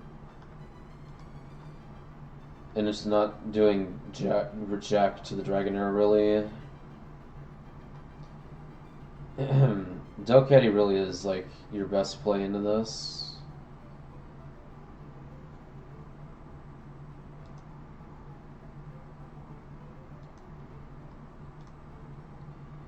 Like, I just don't see another way out here. If I get stuck pivot switching, it's gonna suck, but I don't know what else I can really do about it. Okay, Bayleaf is slower than Chinchou, but doesn't die to Ice Beam crit alone. It does one tap with Leaf Blade. Bayleaf is getting kills, but taking a lot of damage to get them. The Bayleaf bulk situation is not great. But Leaf Blade can definitely be hitting if we make it that far. Getting the tempo advantage on this fight's gonna be rough. Unless Delcatty pops off. If Delcatty fake out crits with like a decent roll and then gets like a decent roll on Hyper Voice, it would actually be Gigantimundo. I think that's very unlikely though. To be honest, I was thinking about wrapping the stream up before doing this, but looking at the calcs here, I don't think there's much else to do other than just send it now. I just don't see or know like what or who else would actually be doing anything here. Beaverl has 81 HP at 27, I guess, but like...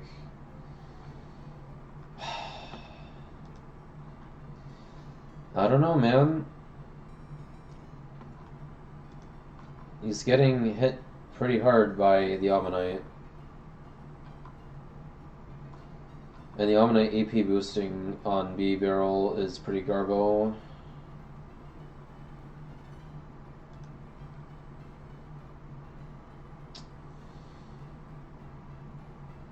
I mean, you outspeed and 2-tap the Dragonair with Hyper Fang, yes, but you're gonna get crit by Thunder, or Parahax by Thunder. BBRL is probably like the oh shit, I have to switch. I'm gonna get hit with Brian. Let's send BBRL in on Brian. And then just send. Yeah, okay, I think it's time to send now. Let's just do this. See what kind of carnage we get stuck with.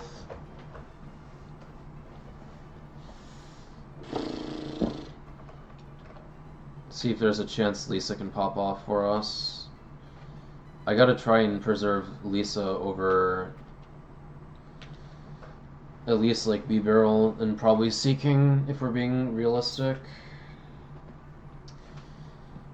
Like Gardenia hinges on Delcatty being alive, but we kind of have to lead Delcatty for this fight.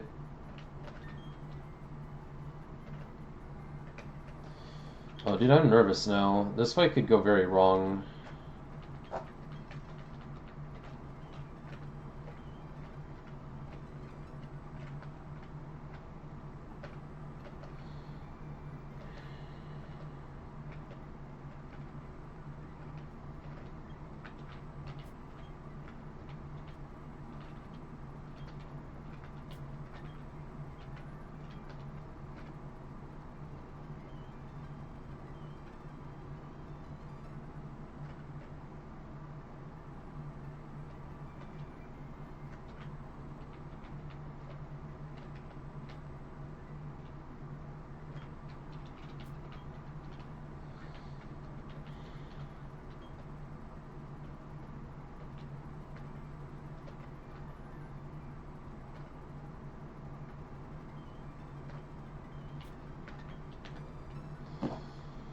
I'm checking the Toxic Spikes AI one more time.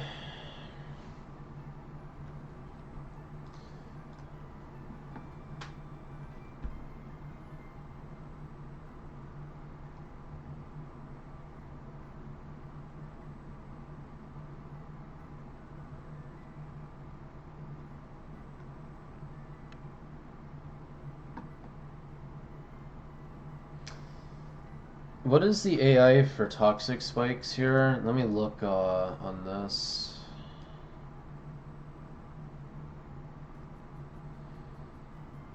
Toxic Spikes is probably an out for me on this fight.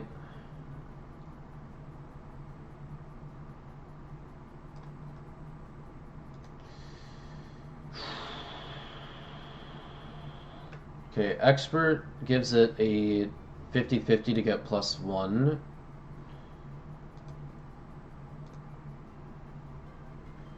Risky doubles and check HP.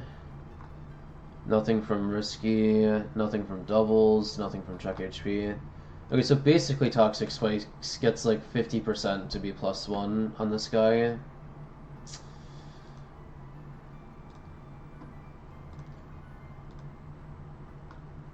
AP is pretty likely, isn't it?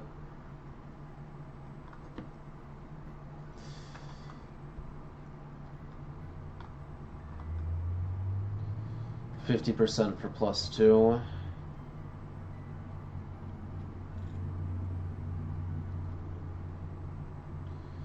Although it is getting a -1 because Brian sees more damage on Delcatty.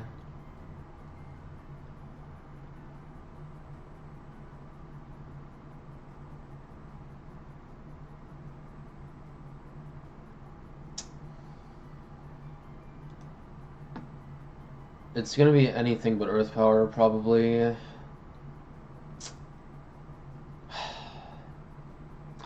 Yeah, there's nothing I can realistically do. I just have to send and hope that I get lucky.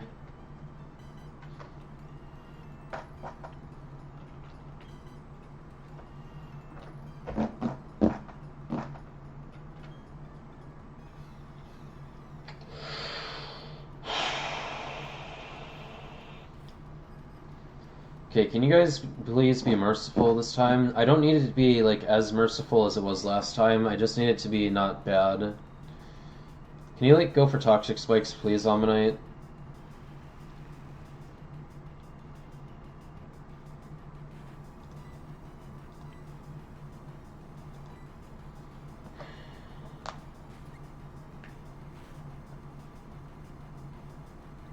Okay, W.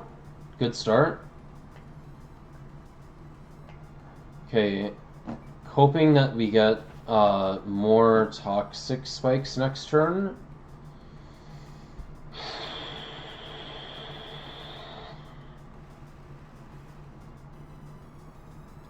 I gotta click Hyper Voice. Hyper Voice crit on Dragonair would be insane this turn. Sweet, second layer toxic spikes. That was about the best thing I could have hoped for there.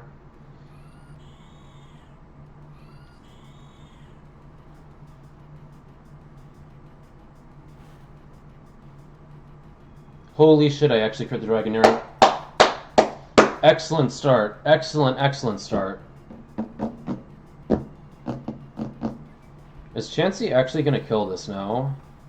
Oh shit. Let's go, Cheryl. Alright, we're balling tonight.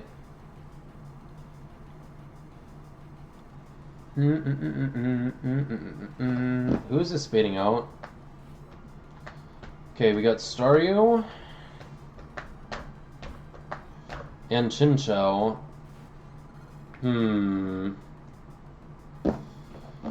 Interesting. Let's think about this. Okay, Chinchou is slower than Delcatty, as is Staryu.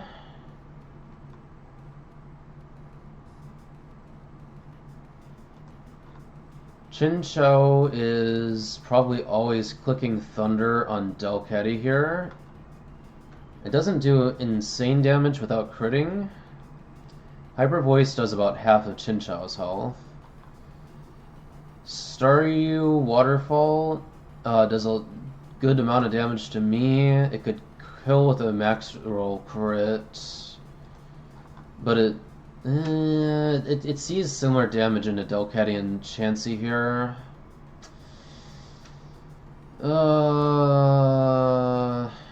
If I Hyper Voiced,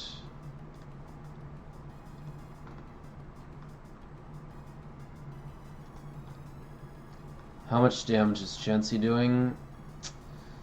Chansey would not kill Chinchou if it targets the Chinchou. It would kill the Staryu if I targeted the Staryu. I'm really thinking hard about clicking Sing. Sing will not shut down the Staryu. It'll make the Staryu go haywire.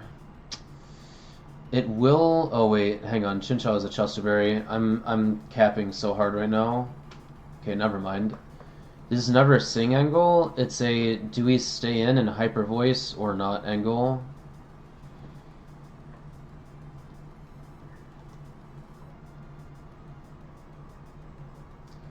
Yeah, Chinchou is like never targeting Chansey.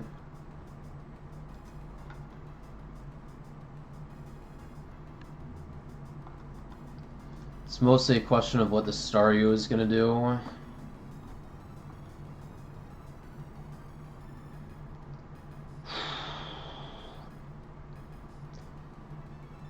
The odds that Delcatty dies here are definitely real. They're just not super high.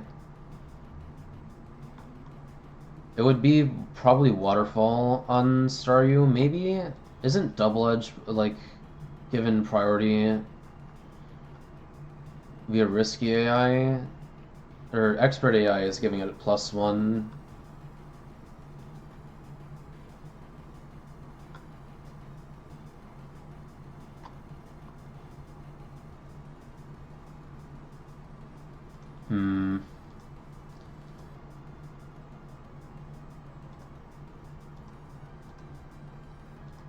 This is either Waterfall or Double Edge on Staryu.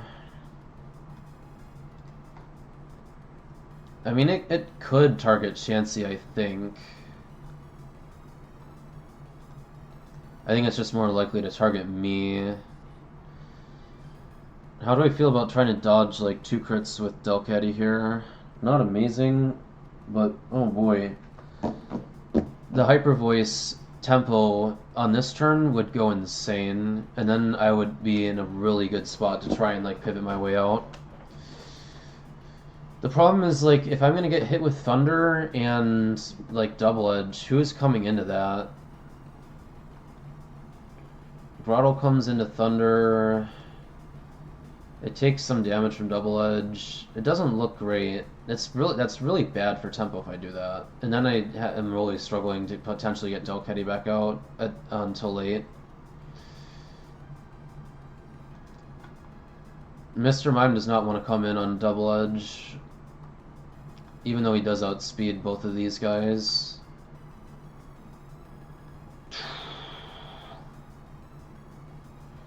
Yeah, there's no one who's like great into everything here. I think I play for tempo with Lisa and just hope that I'm not getting like crit.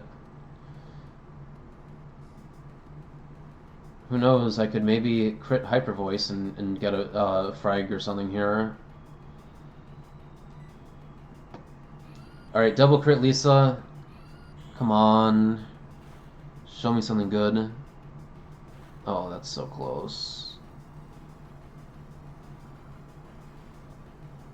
Sweet, waterfall into Chansey. That's really good. Okay, this is gonna be into me, but I'm never dead here. No paralysis. W. Chinchou is alive. That's actually perfect, because now I outspeed both of these guys, and I'll get a double KO with Hyper Voice. This is ramming a lot of XP into Delcatty here, but I think I'll take it for a safe out on this fight. Tempo here is going insane now. It's not like we're getting to a 2v1, but like we're gonna have Kabuto and Ammonite out, and Chansey is like kind of low HP, or relatively low HP.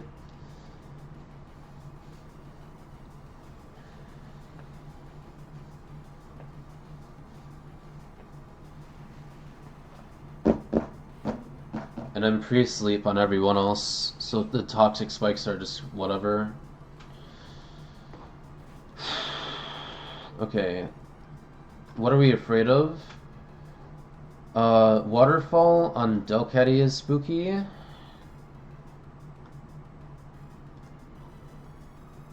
X-Scissor on Delcatty is also spooky. There are definitely crit possibilities here.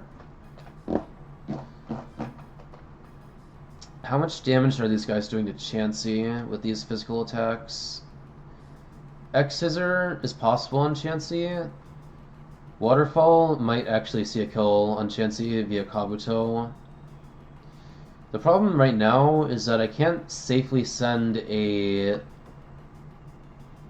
grass type out because of the Anorith, but it should be safe for me to send Seeking here.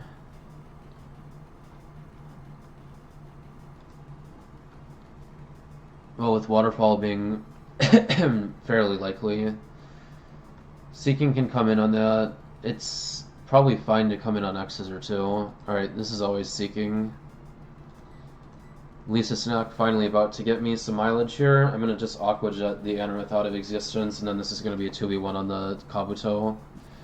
Alright, sweet. Targeting Chansey. Is Chansey surviving? Yep. Waterfall and Chansey. Amazing. Holy shit. This is like almost better than the last time. The only issue here, well, actually, Nidoking is probably baiting a Waterfall, not me. So this is like extremely chill.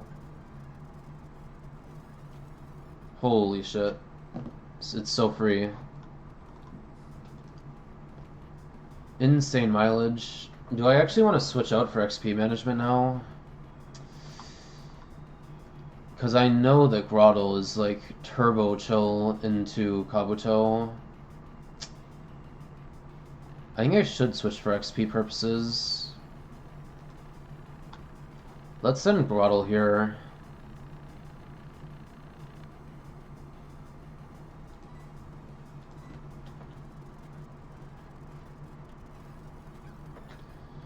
Okay, Mizzy out.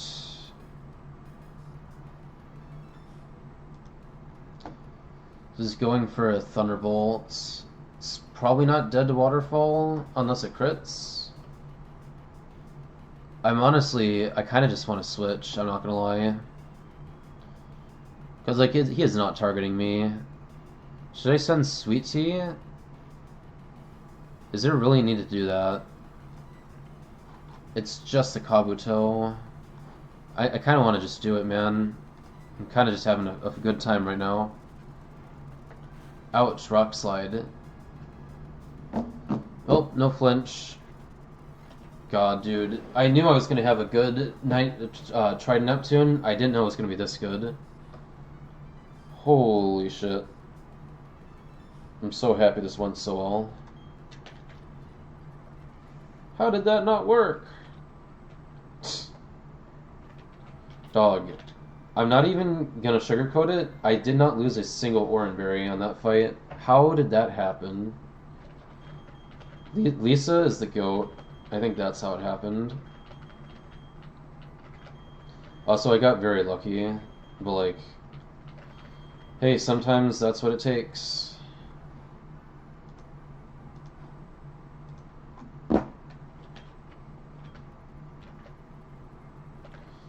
Well, now I just gotta beat Terra Luna, and then I can actually make it out of the forest here.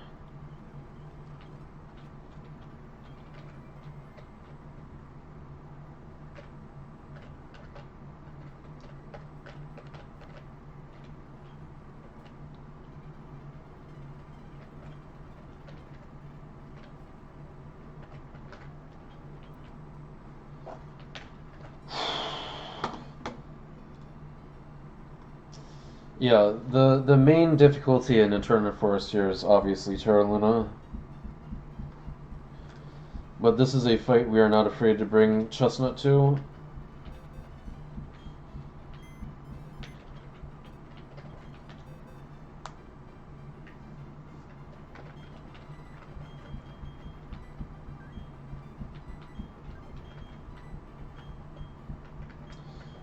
I feel like the real issue here is, like, who can actually be on the team for this fight?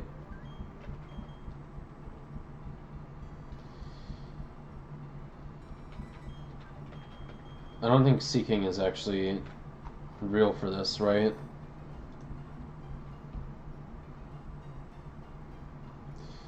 Dive is not doing great things into the Vibrava.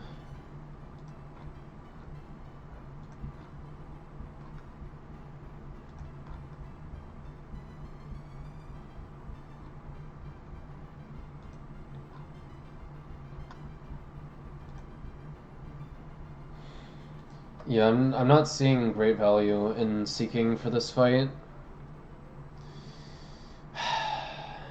There are no rocks on this fight, but there's also never really a good chance to get fucking Delibird in. Which sucks because Delibird... Damn, okay, it's just never outspeeding Vibrava.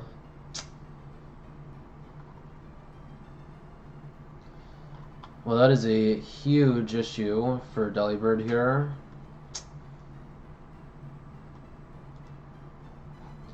Yeah, I don't think Delibird can come. How much value is there in B-Barrel for this fight? I mean, I guess he's an immunity switch for the Haunter and a non-stop Focus Blast bait. Which I guess could maybe be good if we have, like... Do you ever really get chances to send the Dustox, though? I don't know if I believe that. I mean, Dustox does take, like, negative damage from Focus Blast, but... Like, what does Dustox do in this fight? Don't say kill the Haunter, because it actually can't even one-tap it. It's getting AP'd on by Yanma, it's getting Sand Tuned or Deraged on by Vibrava, it's getting Aerial Aced 10 Ways to Sunday by Scyther. And it's still taking a... It's still dead to an Ominous Wind crit, always, basically, by Haunter. I just don't see the value, man.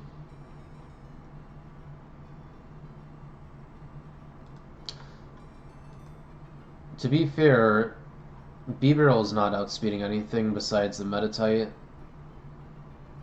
It's like decent for the Metatite. It just dies to high jump kick and doesn't kill with Hyper Fang because it's a fucking fraudulent ass B-Barrel.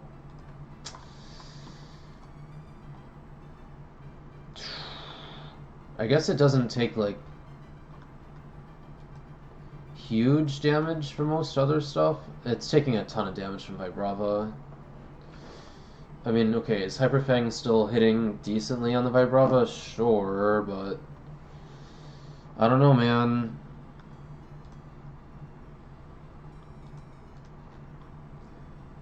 Dragon Breath and Dragon Rage are gonna be hitting Wheezing like a truck, I'm afraid. I'm very afraid of the Vibrava here, I'm not gonna lie.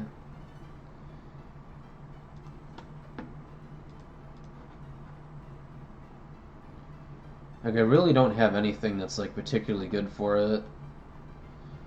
I'm basically just hoping that the Milo was gonna be out when it's out.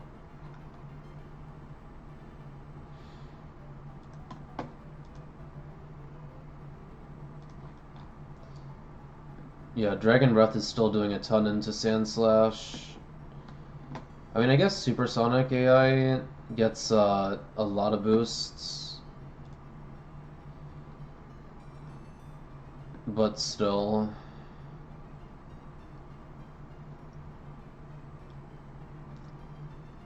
I feel like you really need to have a lot of Chesto Berries on this fight, no matter what.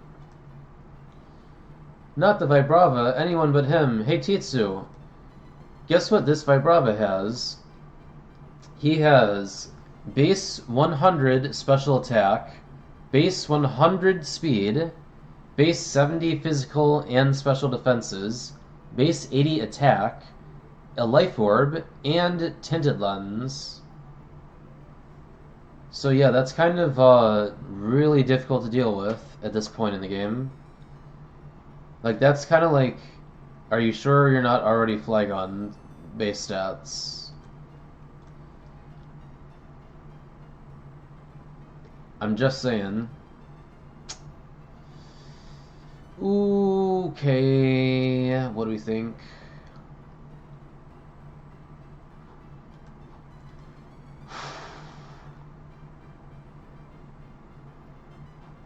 I think this is probably always like Delcatty fake out on the Smeargle into Sing.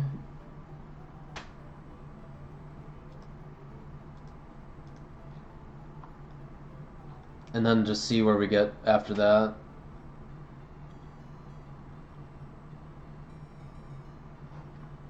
I think this probably has to be B-Barrel. Like, if anyone's going to be dying on this fight, I would prefer it to be B-Barrel. And I think Roddle has no place in this fight. Yeah, it's annoying to have these many delays, but as soon as we hit a Eterna, this is no longer a delay.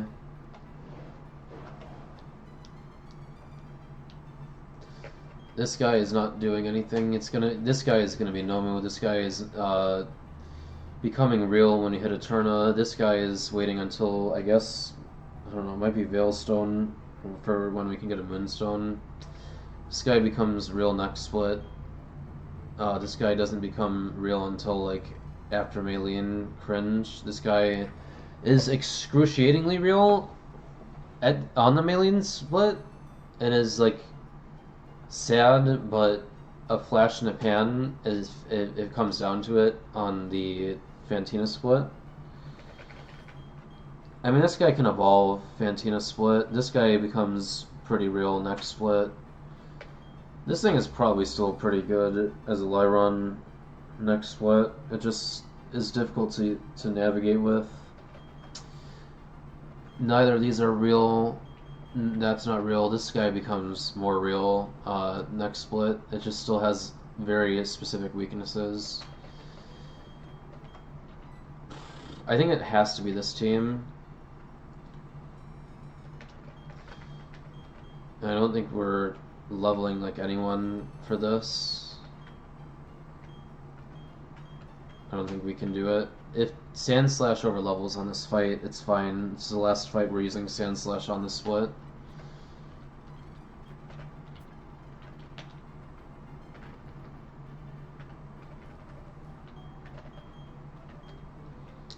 You need a Chesto Berry. As much as I want a Quick Claw on Chestnut, I think Chestnut has to have a Chesto.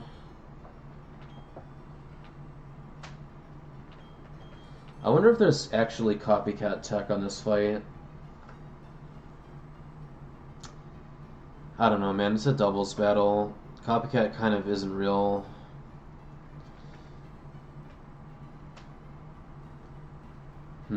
Yeah, Mr. Mime is really not great on this fight, if we're being serious, but he's gonna have to do something, probably. He actually does outspeed the Haunter, he just doesn't one-tap it. If he can just get some chippage in on the Haunter, then he could finish the Haunter up, potentially.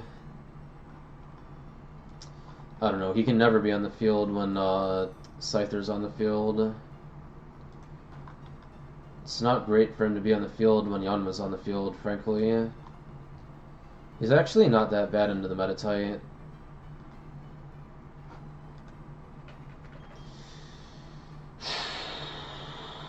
Dude, getting Pursuit trapped with Scyther is going to be a major issue this fight, I can tell. I'm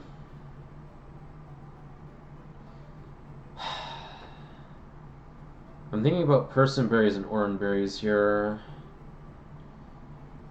I think Persimmon and Chesto are going to be more valuable than Oran in all likelihood. It's kind of hard to say, but you're never going to be baiting Hypnosis. I think we probably go Persim on the B barrel.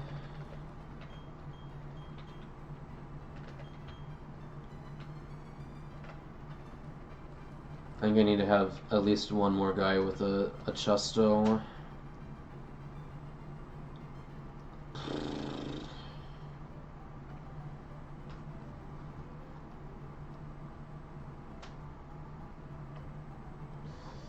I think it's probably on Mime, because I think probably what I want to do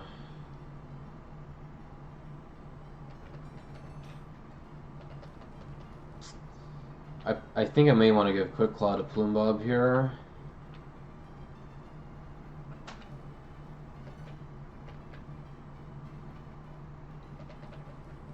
I'm thinking maybe I go like Persim on the Sand Slash, potentially. Sand Slash has got to be outspeeding some guys here, right? He's slower than Scyther, he's slower than Yanma, he's obviously slower than Vibrava. Okay, he's kind of slower than all the fast guys, 1, 2, 3, 4, 5, and then obviously faster than the slow guys. So I think Persim is probably decent, considering you're fairly likely to switch into like a Supersonic or get hit with a Supersonic. I guess the issue is like Sand Slash, what is it doing into the Vibrava? Oh wait, you can drill run the Vibrava because it doesn't have Levitate. I forgot about that. Good morning, it is late. You missed me making it through 205 and everything in Eterna Forest short of Terra Luna without anything going particularly wrong. Sand Slash doesn't need Choice Scarf, come on now. Yeah, I think it's probably Persim on Aces. Aces has been clutching up so hard for me this split, man. He's been going crazy. Yeah, I don't know, man. I never really feel like I'm like fully confident in my item selection on this fight, but it is what it is.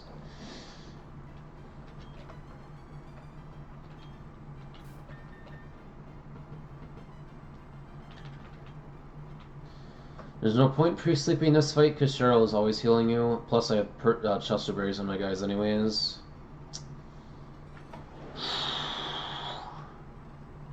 Oh boy. Dude, if Terra Luna goes bad, this run is gonna be cooked. This run is hinging on Chestnut, Delcatty, Mr. Mime, and Weezing all surviving this fight at a bare minimum. B-Barrel's the only guy who's like somewhat expendable on this fight, and I don't want to lose him. Okay, I guess it's time to send, now that I have an audience and all. Good morning, Europeans. It's time for the most likely tilt fight in this stream. It's the last fight for me to make it out of Eternal Forest.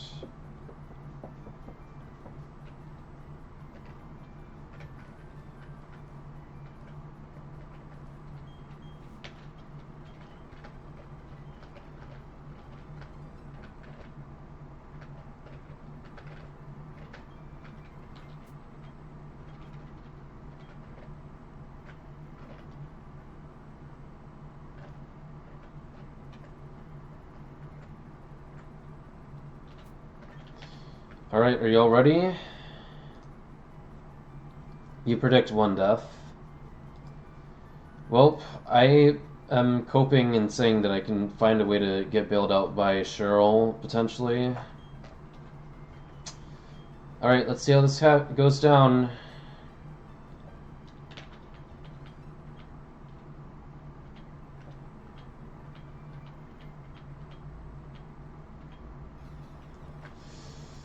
Oh great, Terra Luna's here. Alright. We need Lisa to clutch up for us. Also, tracing Cute Charm is awkward. Alright, knowledge check. We are the same gender as a Smeargle. Can we get Cute Charmed by the Smeargle if we fake it out?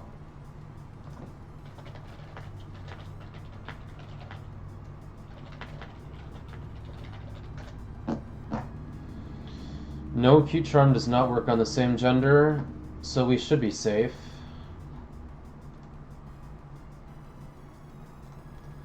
Okay, so basically what we're looking for this turn is to fake out the Smeargle and hope that Chansey gets put to sleep by the Drowsy.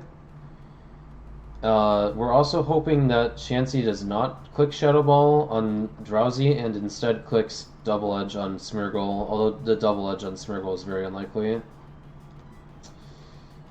Okay, fake out Smeargle. Please don't Hypnosis Lisa this turn. That would be bad. Okay, yeah, that's pretty normal. Spadef drop, okay. You bitch.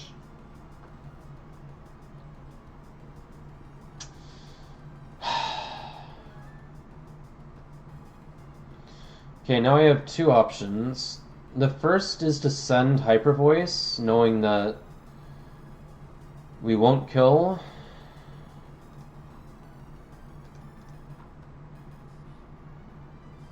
Yeah, we wouldn't kill either of these guys. You kind of want to leave the Drowsy up if you can.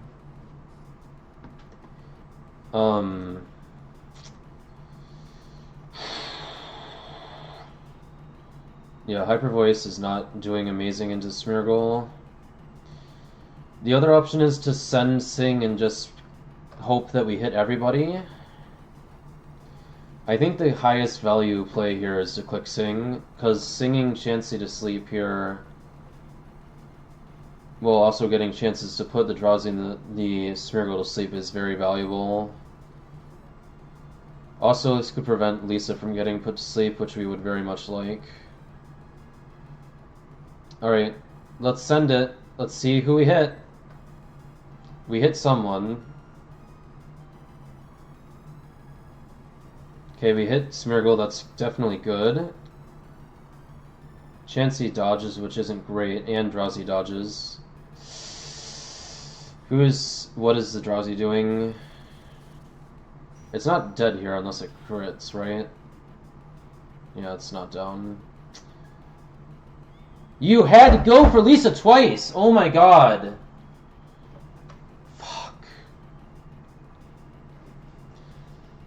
Okay, how do I deal with this?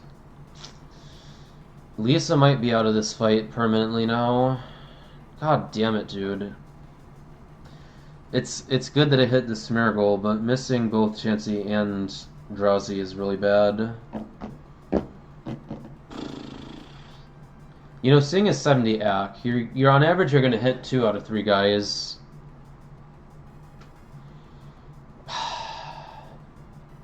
Chansey's always gonna kill the Drowsy before it does anything. Smeargle could wake up. Lisa's woken up 4 times in a row now. Bad dreams. Okay, the Chansey is, unless the Smeargle wakes up immediately and gets off Dark Void on Chansey, then the Chansey is always killing the Drowsy. Also, Dream Eater is not killing Lisa this turn. I would really like to try and burn a sleep turn here while I have a good chance of getting a free turn. That is either going to bait the Yanma or the Vibrava, neither of which are great, but I would rather have those guys be out when Chansey is out. Dude, this Smeargle is going to cause so many problems for me now.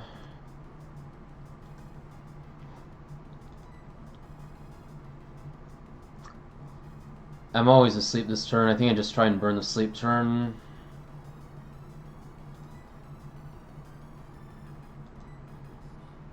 Okay, Smeargle's asleep, that's good. Smeargle went for debond. Oh wait, no, it went for sleep talk. Okay, click debond.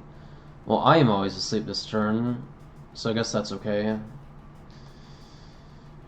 Smeargle's gonna lose a turn when it wakes up, which is at least decent, because that's gonna be decent for tempo. If it finds Dark Void with Sleep Talk, that's gonna be really bad though. Okay, that's 28 on Lisa. That's not great for XP management. Lisa might not be able to do much of anything in the Gym Gauntlet now. I don't know. We'll have to see. Okay, we baited Vibrava. Okay, Vibrava sees a lot of damage into me with D-Rage. It sees a lot of damage into Chansey with Sand Tomb, but I don't know. Okay, the real problem here is that if I get hit with 2 D-Rages this turn, then Lisa dies and the run wipes. That's like the lose con on this turn. Smeargle also has Destiny Bond active. What is the Vibrava most likely to do here? I think he's most likely to Supersonic. Harassment and risky AI plus first turn setup. First turn setup doesn't matter. Because it's not the first turn of the battle, right? But there's a very high chance that this thing is getting priority on Supersonic. I know that from experience. Like, neither of these guys see a kill with D-Rage or any of their moves. I think staying in with Lisa this turn and clicking Sing if I wake up is the optimal play this turn. I'd have to be very unlucky to get hit with 2 Dragon Rages or Dragon Rage into like a Sand Tomb or Dragon Breath. It's not that unlikely, but it's like... For Smeargle to pick Dragon Rage is a 1 in 3. For it to hit Lisa is a 1 in 6. I have to play to my outs here, I think, with this. Lisa being able to wake up is very big for this fight, honestly. Alright, I'm gonna see if I can wake up and click Sing. Okay, good. Smeargle lost its turn. Lisa's asleep. That's not good. If I get Sand Tombed, I'm... Okay, it's Supersonic.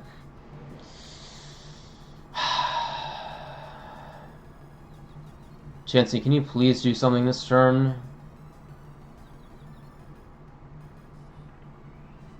Okay, thank you. That helps. Nice crit. That is incentivizing debond. The problem is that the debond threshold, well, okay, it is getting the +1 from being under half now. That matters. Risky AI is also active for debond. Dragon Rage is not getting prioritized unless it sees kill, right? Right. Dark Void is like super likely this turn. So the question here is, now that we're both supersonic, Vibrava is probably either gonna Sand Tomb, Dragon Breath, or D-Rage, none of which are good.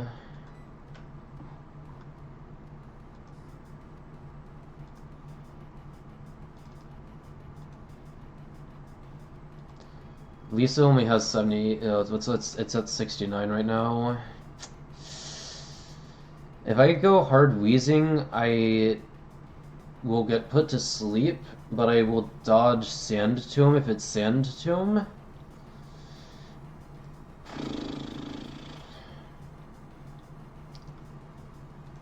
Sending aces here into a Sand Tomb doesn't sound great.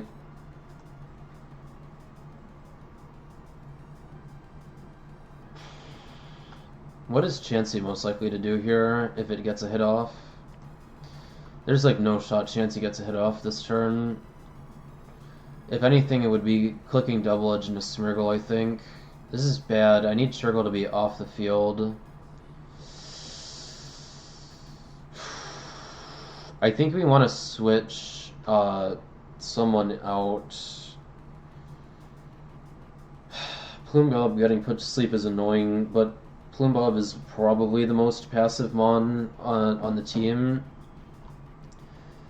If there was anyone else I'd want to have like just stuck asleep, it would probably be Plume here, and I'm suspecting the possibility of Sand Tomb into Delcatty potentially, even though it's probably more likely to be on Chansey.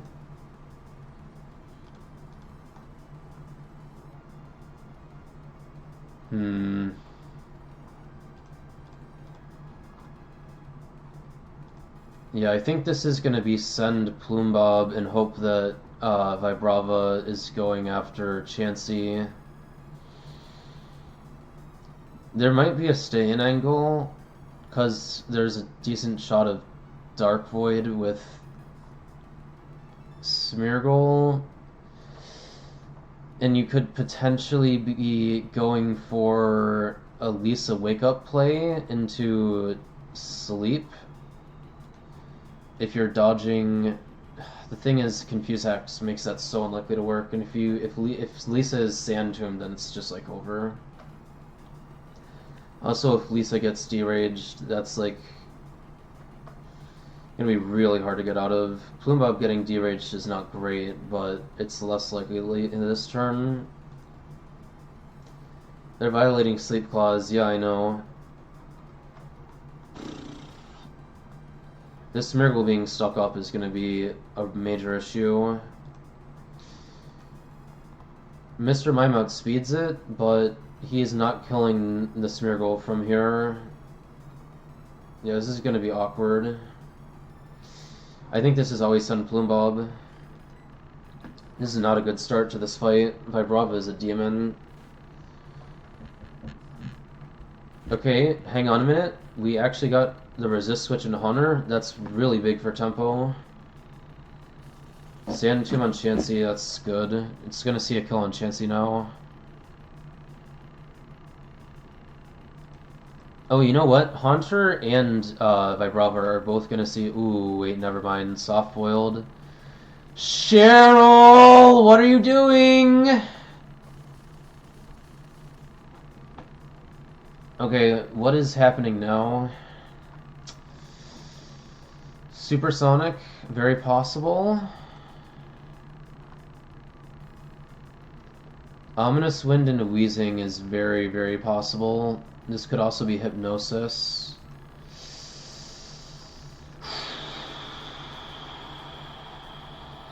Hypnosis is very likely.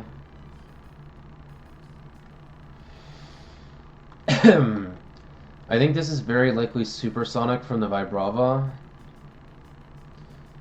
It definitely doesn't see a kill on Chansey here. Chansey is probably going Shadow Ball on the Haunter.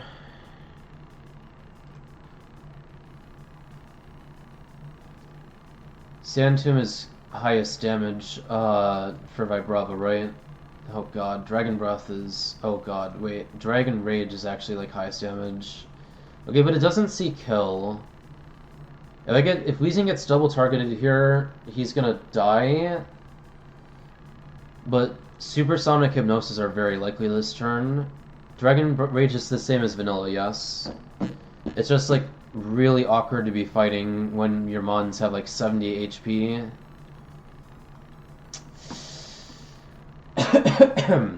And Chansey is not getting kills, or is not seeing kills.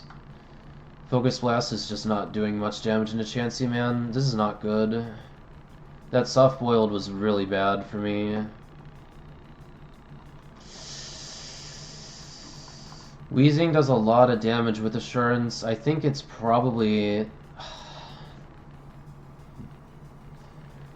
See, the one thing that could kind of help me a lot here is if I get Toxic on the Vibrava gets put on a timer.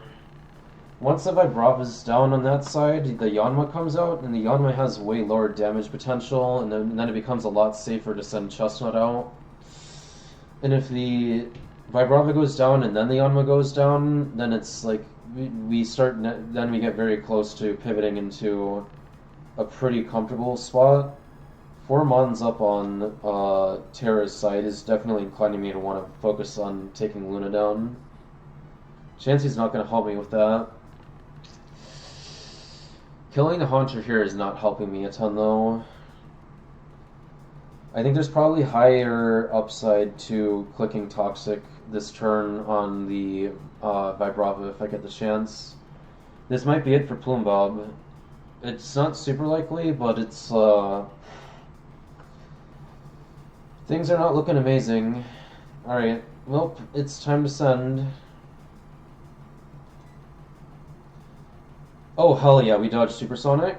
Oh, we both dodged. Huge. Focus Blast, miss? Holy shit! Yo, that was the best turn ever. Holy fuck. Wait, that's actually giant. And Chansey snaps out. Wait. Shadow Ball on Haunter? Vibrava is toxic now. Vibrava is on a permanent timer. Yo, this turn was huge. We're probably getting Hypnosis and Supersonic again now. Okay, now the question is, would I rather put more damage in on Haunter? Or would I rather try and kill Vibrava faster? How does Weezing do here? Okay. Weezing could click Psybeam on the Vibrava and probably speed up the Toxic killing by a turn, plus it has Confuse Hex prod potential. I think we stay in here. I think we're very likely to get hit with Supersonic and Hypnosis. I think this is Psybeam on Vibrava. There's gonna be like a time... Okay, yeah, Haunter going for Focus... By the way, Focus Blast is 85 AC in this game, so it's still kind of a meme, but it's a lot more accurate than in Vanilla. Yeah...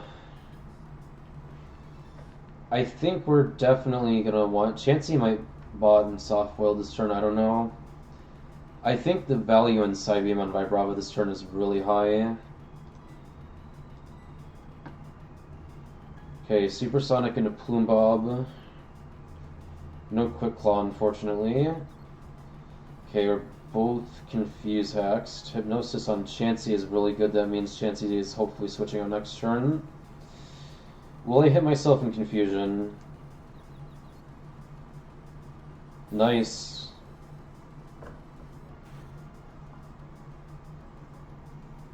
Okay, Chansey is gonna be going out now.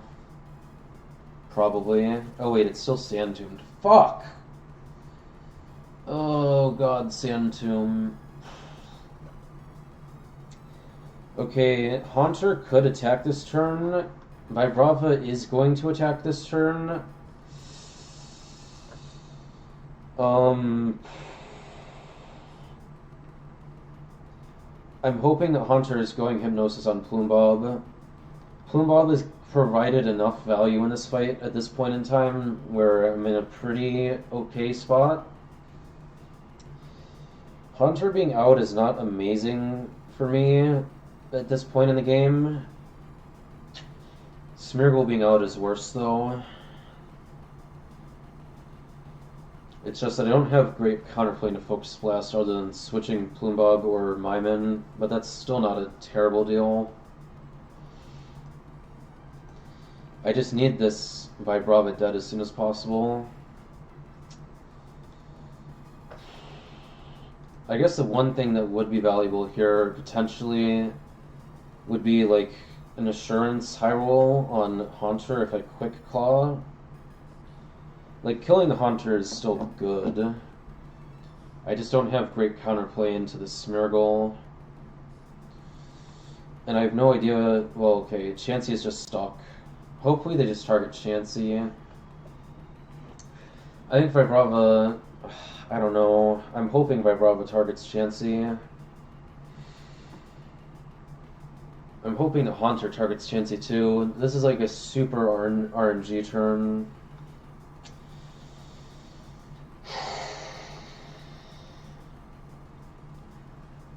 The thing is, I have a decent shot of baiting more hacked moves if I switch Plumbbob out here.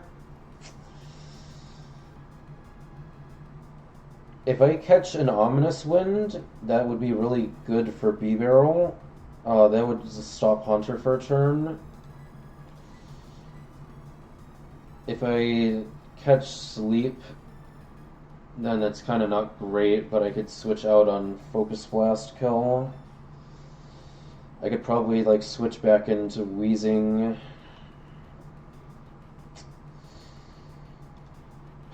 I'm concerned about D-Rage here, because D-Rage could be highest damage potentially.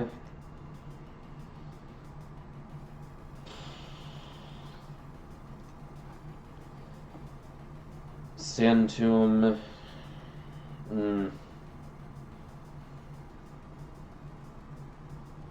It's really hard to say for this turn. This is probably... It's probably like Psybeam on Vibrava or switch to B-Barrel. Vibrava clicking Supersonic or Sand Tomb is like really valuable while it's like dying. Keeping Plumbbob awake might also be decent here if we're being serious. Also kind of like stalling out time-wise for Chansey to no longer be Sand Tombed or wake up is also helpful.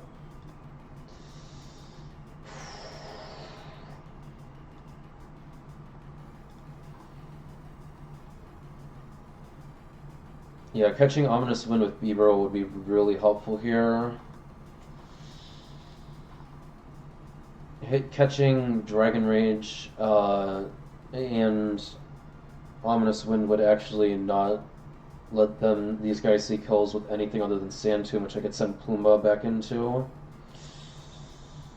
I don't know. I think it's probably optimal to send B-Barrel this turn.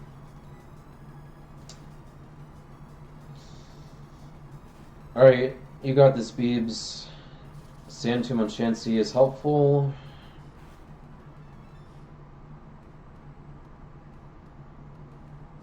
Hypnosis Miss is really good.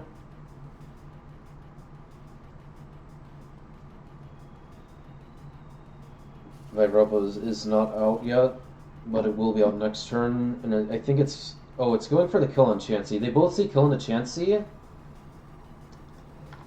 The only thing is that the Haunter also sees a Focus Blast kill into B-Barrel, but that means no It means no sleep.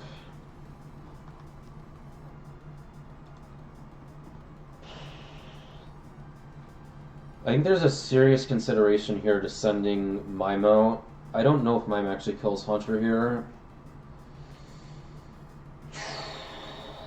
No, it might be decent to play into, except for the part where Yanma's going to be coming out after this next turn. And Mime would be baiting Bug Buzz, probably, potentially. It's a real concern. What is the downside to Plume Bob getting put to sleep here? Focus Blast is not doing a ton of damage unless it crits. And one of these guys is going for the kill on Chansey. Who's faster? Okay, Vibrava is faster. So if it's going for the kill, it's either Sludge Bomb. Yeah, okay, I think this is just always send Plume Bob here. Chansey's gonna die this turn unless it... No, Chansey's gonna die this turn, but so is Vibrava, and that's helpful. Okay, D-Rage into Chansey. I'm glad that the Vibrava is faster. Is this Focus Blast or Sludge Bomb? It's Focus Blast. Okay, can you just not crit or Spit F Drop, please? Okay. Alright, Vibrava's down. So it's gonna be Yanma now.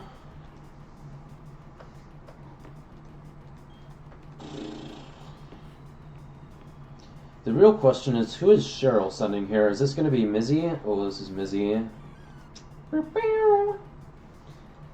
Okay, the thing to know about this interaction is that the Haunter is indeed faster than the Mizzy, and it always kills with Ominous Wind. Because of that, I'm now very afraid of the Haunter Omni boosting, so that heavily inclines me to want to have Plume Bob clicking Assurance on the Haunter.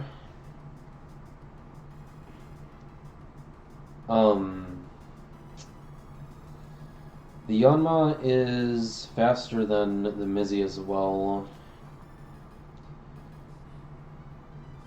It sees a little bit of damage with AP. It's almost definitely going for Hacks moves this turn. It doesn't do a ton of damage to Weezing. Okay, I'm gonna keep it 100 with you guys. This would be an astronomical turn to be quick clawing with Plume Bob.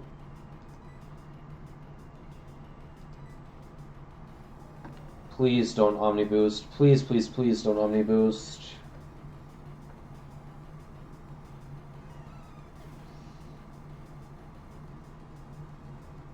Okay, alright, I get hit with Supersonic.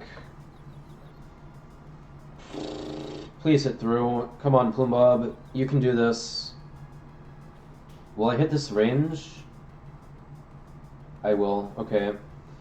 Alright, the threat of Haunter is gone. Yanma is, like, not the worst thing to be out, but it's still not great. Okay, Milo's out. That's really good. Metatite is out. This is awkward, because the Metatite one-taps the Milo. Okay, Milo is slower than the Yanma. I think Icy Wind is very likely here. Does this see a kill on me?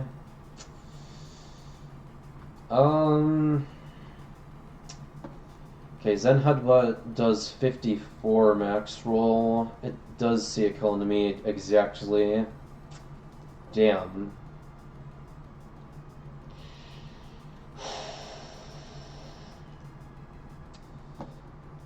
Okay, I'm thinking this is probably send Mr. Mime O'Clock.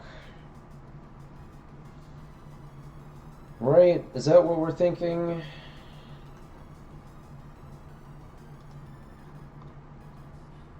Zenny, is not doing a whole lot to Sand Slash, actually. Sand Slash outspeeds and kills if it doesn't get supersonicked, which it probably will, but we have a Person Berry. It gives us some out for that, possibly. Hey, Aces, do you think you can shine on this? Yes, the Meditite one taps the Milo. Where is Aces? I feel like this is like Ace's time to shine. Am I crazy for thinking that? I feel like this is Ace's time to shine.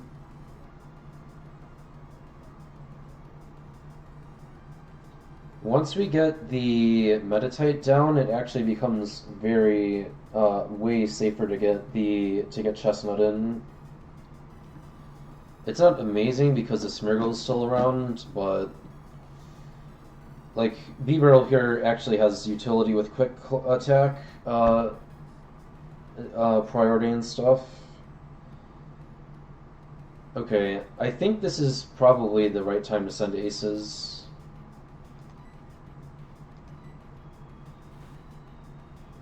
Okay, Milo, if you can please Icy Wind here. Shit. Well, there's -1 person. At least that means that Supersonic again is possible. Okay, can you lock in, Cheryl? Oh my god. Please tell me you went high jump kick. Yep. Okay. Well, it's annoying, but it's not the end of the universe. Oh my god, it found Happini. Are we serious right now? Okay, the Meditite always sees high jump kick into Happini. It actually sees like a bunch of moves into Happini, so it's probably Zen Headbutt. This is probably Supersonic from Vibrava again. Should I actually consider trying to hit Rock Throw on the on the Yanma? It will always kill. Getting the Yanma off the field would be really nice. Follow Me is going to be awkward to deal with. And Metronome is always so scary, but I feel like this is probably preferred. I think we gain a ton of tempo if we click Rock Throw and get it off.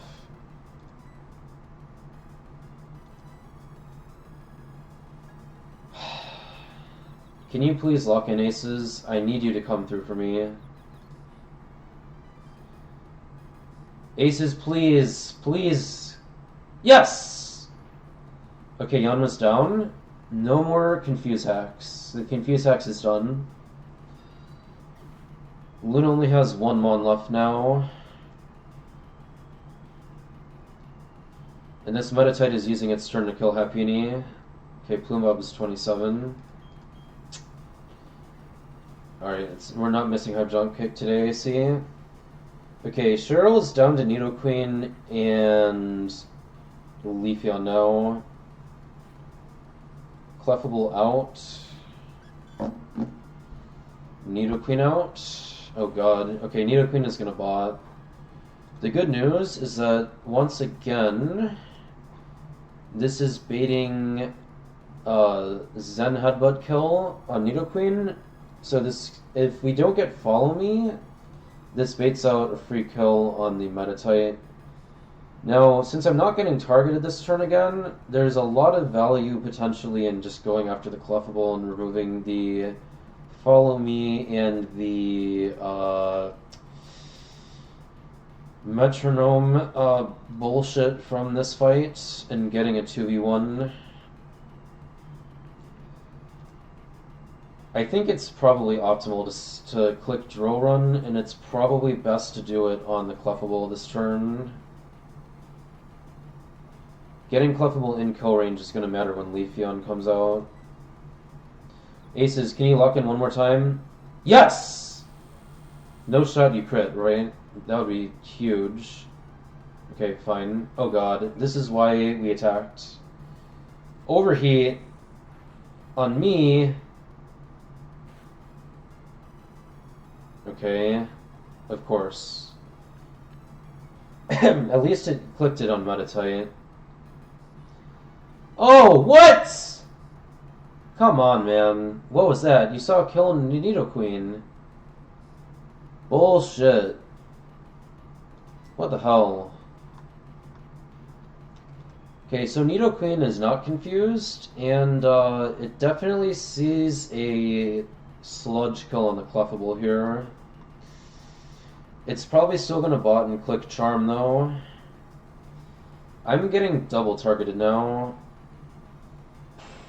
I think Mr. Mime is the safest pivot here. Yeah, I think Mr. Mime is the safest pivot.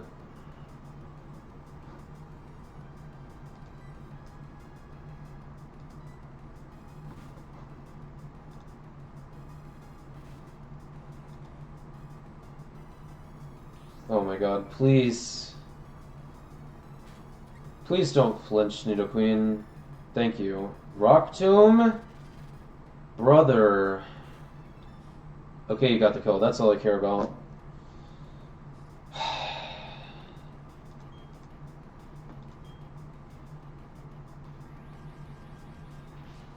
Okay, thank you for hitting the Nidoqueen. Okay, it didn't crit, so it's not dead. So we can now just kill the Metatite. Confusion is killing this always. This is gonna bait out the Scyther and bait out Pursuit though. So we low-key can't stay in with Mime. Where are we sending? Is this a Beebs play? I think this is a Beebs play.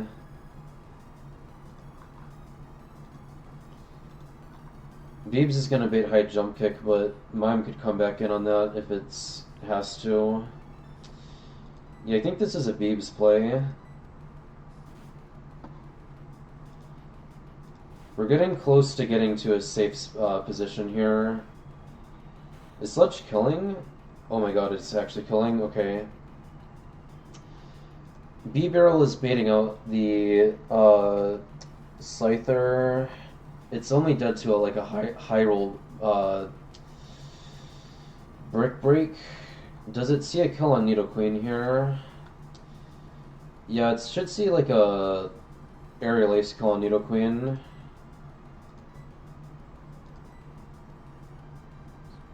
Yup, okay. Alright, I get to do Hyper Fang damage, that's high value.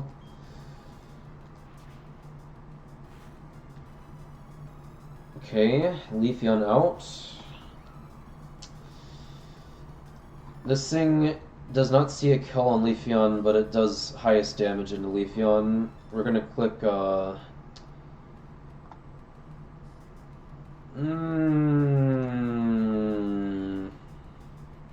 think this is always Hyper Fang. Oh, come on. Please dodge a crit, B-Barrel. Okay, thank you. Alright, the Scyther is just dead now.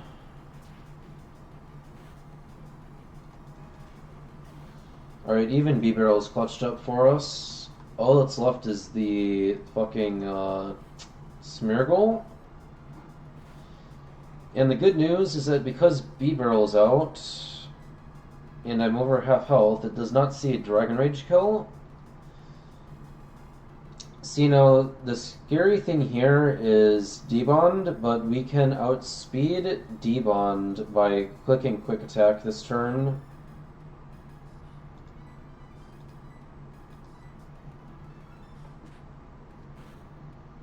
Yeah, I didn't think we were quitting. Okay, Dark Void Hex is back.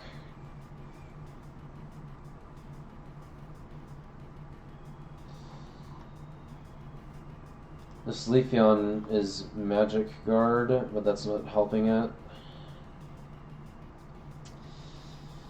Okay, this is either going to Debond or Dragon Rage, neither of which are particularly helpful. I'm going to have to do some pivot switching here.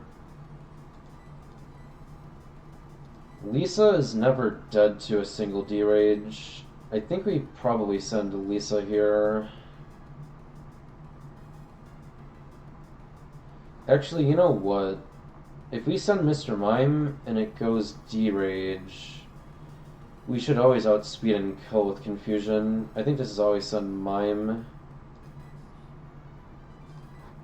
We're so close to being out, man.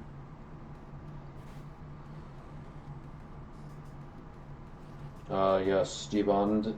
That's why we're switching. We need to wake up for Leafeon to kill. Alright, I'll send Lisa here. This is probably Dark Void.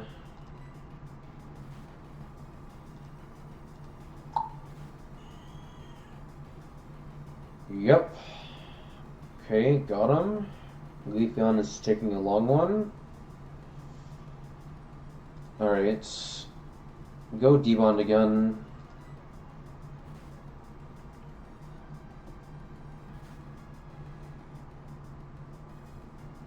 Okay.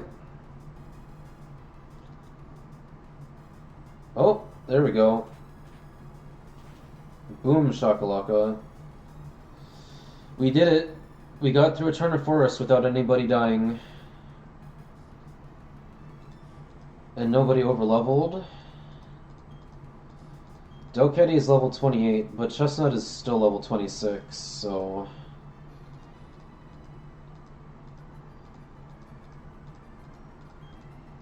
This is really good. Ah, crap baskets! What just happened? Okay. Thank you for the shell bell, Cheryl. Would have been nice if you had, healed me up one more time, but whatever. Shell bell is better. Okay, here's what we're doing now.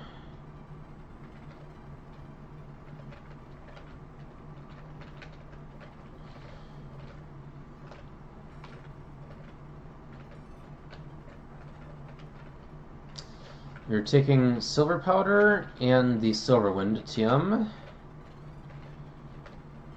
We do have access to the Honey Tree here, but I don't think that's worth it. I think what we need to do... Hang on. Okay, so what items did we save? We saved a person. We saved it. Okay, Quick Claw.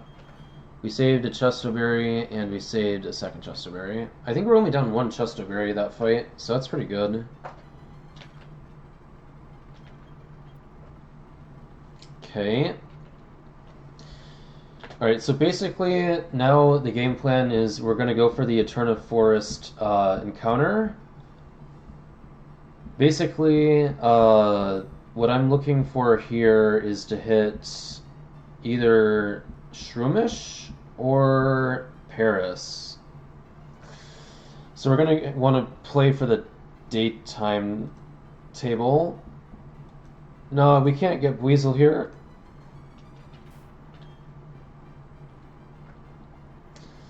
I think these guys are, yeah, okay. I think we just immediately send. Wait, yeah, we have Plumbob. Okay, EXP is not, like, great overall.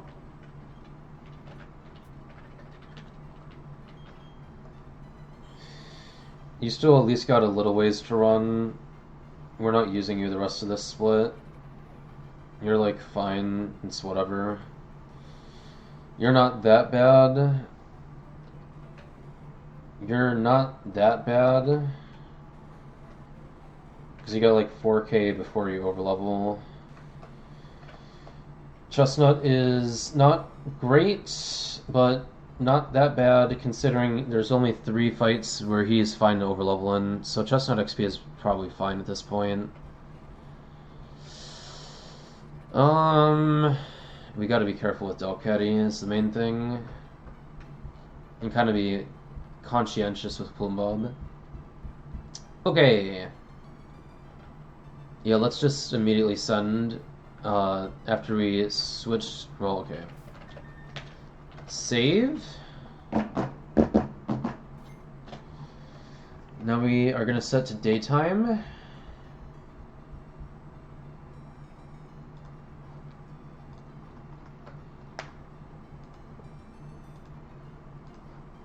Alright, bets on what we're gonna hit.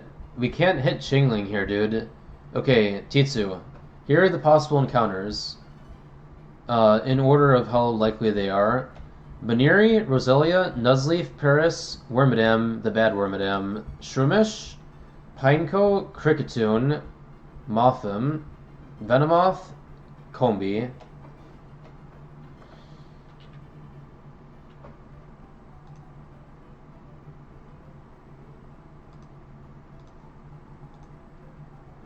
Yeah, Baneri is actually very possible, and it would be a really Baneri would be a total bomb encounter, at least for this split.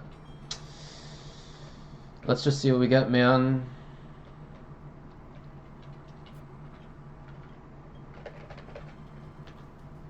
Oh my god. Ugh, I hit the wrong Brawn, guys. Not like this. Okay, this thing still has Protect, though, right? Doesn't that mean it's, like, quasi, somewhat, possibly, maybe, not horrendous on a Slaking in a certain situation? Okay, let's focus. This thing is going to have Bug Bite, Powder Snow, Camouflage, and Protect.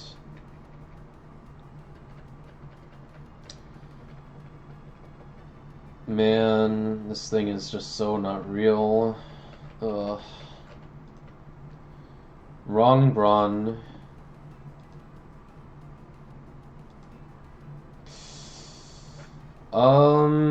Let's see here. How likely is a 28 Delcatty to kill a Wormadam?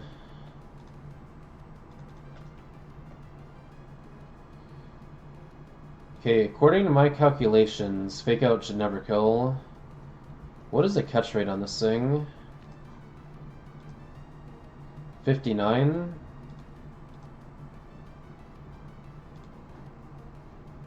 Okay, Fake Out first. Sing. Okay, we can netball this thing. Alright, well we caught it. Alright, should I just call this fake Brawn?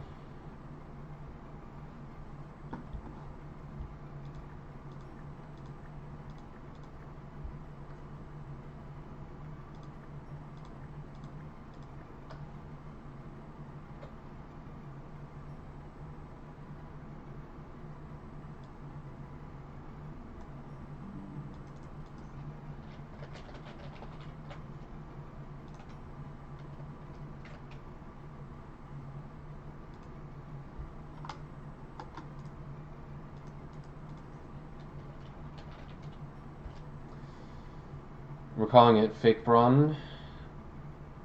Okay. I guess it's time to check the Guy V's on Fake Brawn now.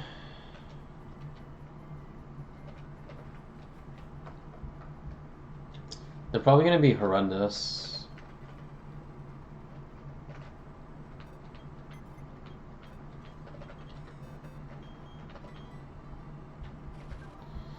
Okay, Gentle Nature. Plus Spadef minus Defense. It's a little awkward. Wait, okay, this thing actually has really good IVs though.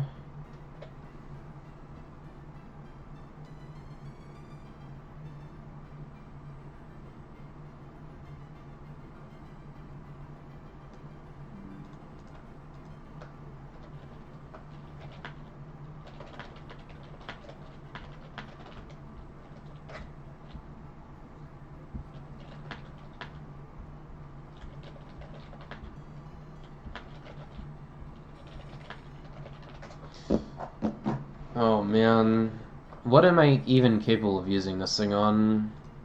Does this thing actually do decent into Milo? This thing has a lot of, has really good special defense. And it's like turbo resisting HP Grass and resists Water Pulse. It has Protect.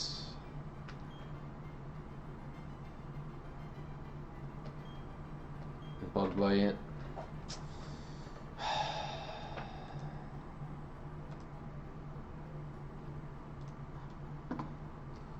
Okay, so Braun is getting Razor Leaf. Not Braun is getting Razor Leaf at 26. That's going over Powder Snow. I'm just gonna go for that immediately.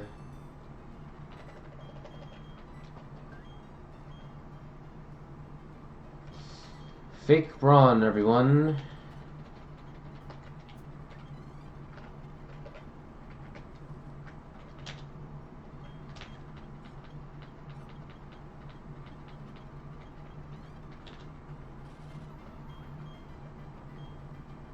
I feel like I would like to have Camouflage considering my typing. I guess if nothing else, this thing is going to be like extremely good at baiting hits and double battles. That's not a great consolation prize though. I'm like turbo dead to so many things with this typing, it's not even funny.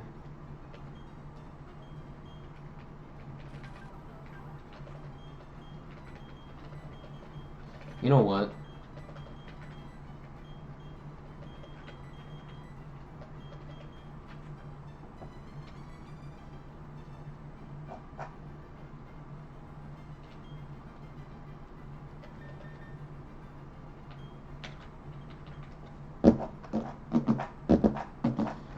Okay, in all seriousness, no. Is Fake Braun a legitimate counter for Milo or what? Like, I know this thing is like turbo cheeks for Torterra. The weather in Freedom Land is pretty regular. It's pretty normal.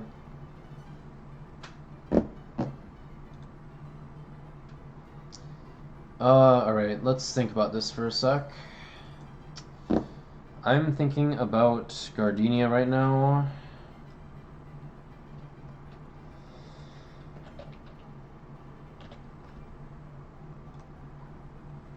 Okay, reload save. Okay, I guess I kind of have to,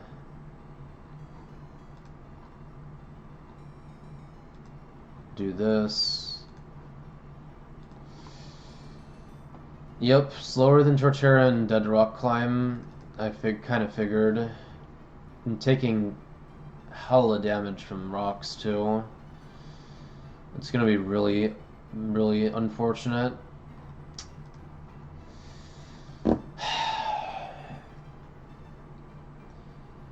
Razor Leaf does some damage, but Water Pulse is gonna hit pretty hard. I mean, basically Max Spadef Wormadam Plant Cloak is okay into the Milo. I think I'm definitely sending this over the Bayleaf. I think it might still be preferable to have a Ludicolo though. It's like gonna spam Water Pulse always, right? And if it hypnoses you, you're kind of cooked.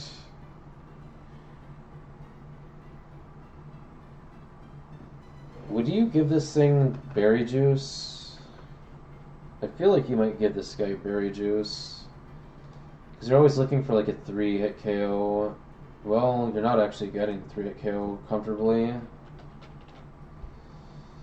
I mean, with Miracle Seed, it's always going to be a 3-shot, but like, holy crap.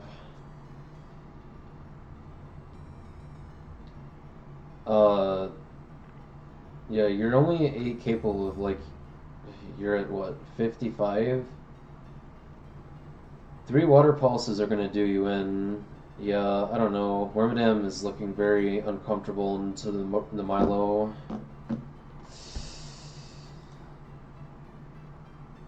Where is Summer? Summer's coming.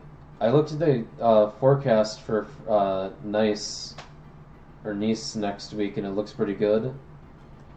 I think you just need to be patient a little longer. Okay, I'm not gonna sugarcoat it. I'm definitely fishing for Lotad in Eterno City. Okay, does not Braun do anything on this fight? Or on the Fisherman? Because there's no shot he's coming to the Gym Gauntlet.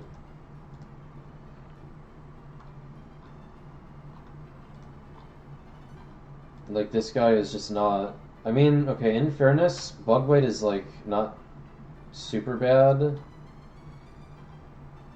But at the same time, you're getting packed the fuck up. And that's on the easiest trainer.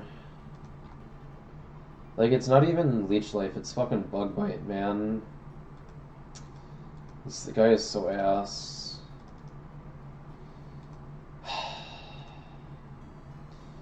It was a 1 in 10 to hit this thing. It's still better than hitting Nuzleaf. Or Combi, probably. It's arguably better than hitting Mothim. Although, that's dubious, I suppose. It's probably still better than hitting Kricketune. It's got to be better than hitting Pineco here. It's better than hitting Baneri for Gardenia. It's probably still better than hitting Roselia. I got a guy that has Protect. That's basically where we're at. Okay.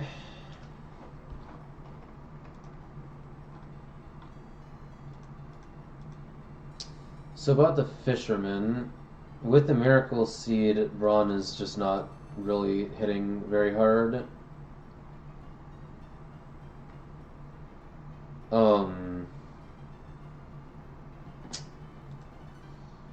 Do I have anyone that can just go on a killing spree here, or what?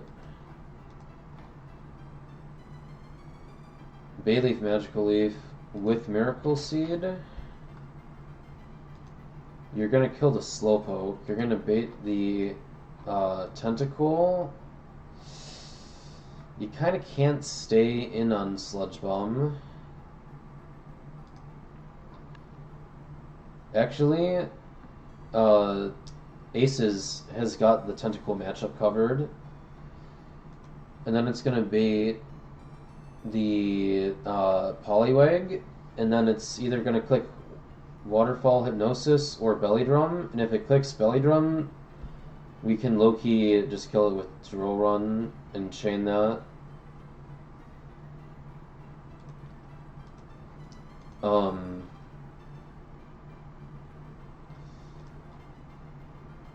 Braun is pretty decent to the Poliwag if it doesn't get Belly Drum up.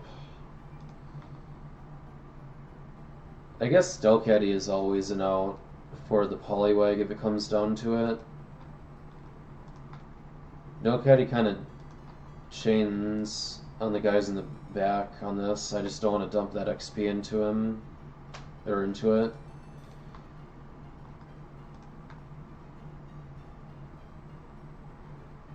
Technically, Mr. Mime with Miracle Seed could just switch into the Poliwag and kind of ball out on it.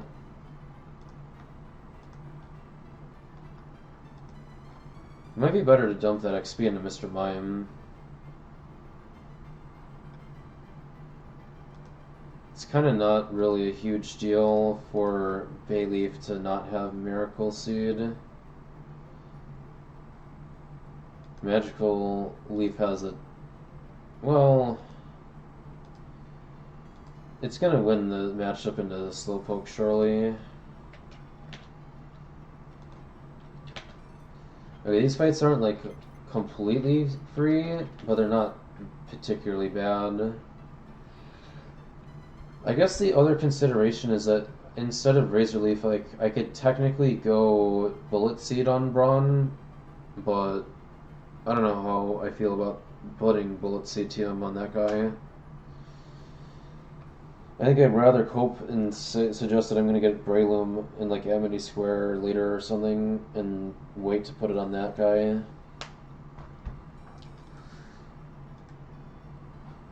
Okay.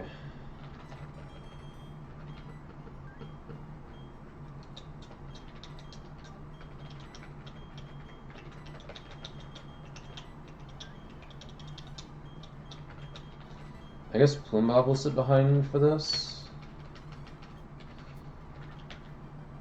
And then we want the Miracle Seed on Mr. Mime for this one.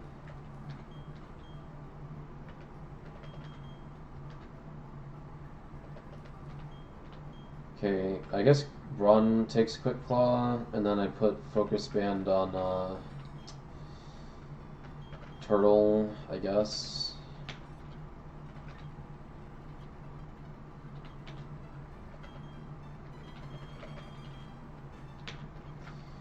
And then we're gonna pre-sleep. These fishermen should not be that bad, man.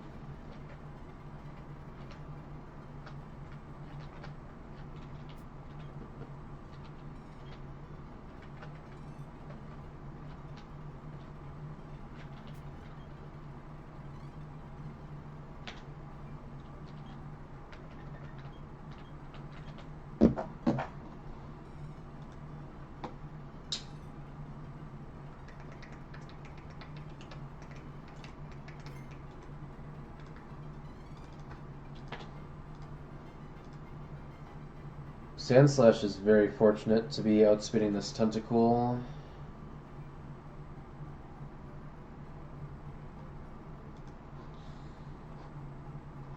Alright, anyways. It's Bayleaf time.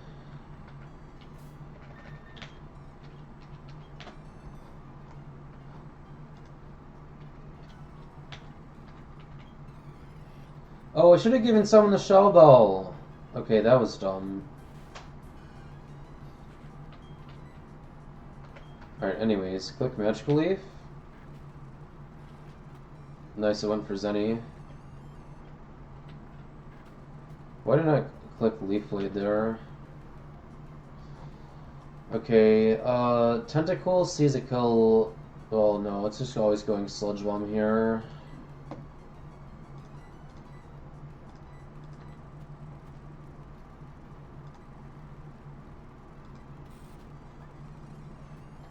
Lit.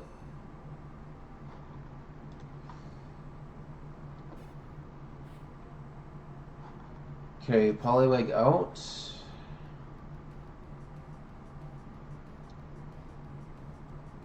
Okay, if this thing belly drums, which is what I'm afraid of, then I can just kill it with Drill Run. If it's gonna waterfall this turn, then I'm fine as long as I...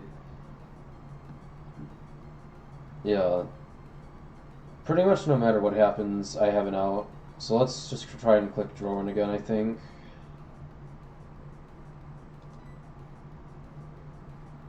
Alright, am I gonna get flinched or what?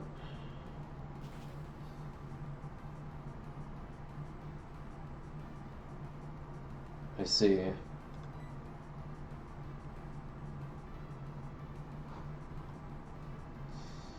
Okay, I think I prefer this XP on Mr. Mime.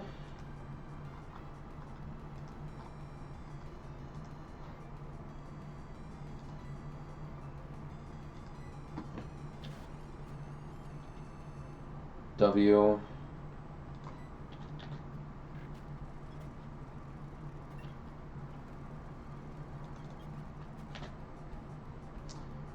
Carvana out. Is there any world in which we get... No.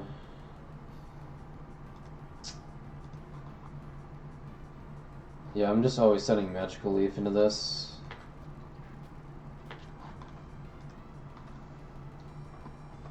Okay, now in the Wooper, this guy is almost always clicking. It's always like safe to send someone else in here. Yeah, it's like perfectly safe to send not Braun into this. It's totally fine. Okay.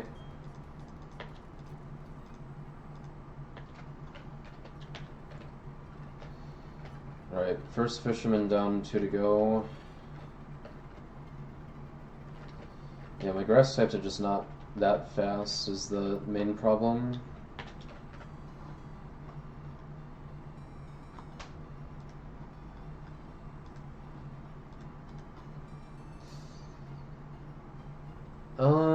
What are you doing this time around?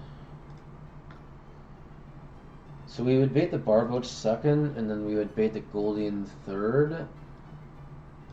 Yeah, being slower than Goldien is cringe. we're maybe gonna get hit by weather. It's not the first turn of the battle. Okay, I think what we're doing here is going Miracle Seed on Bayleaf, clicking Leaf Blade twice, and then on Megahorn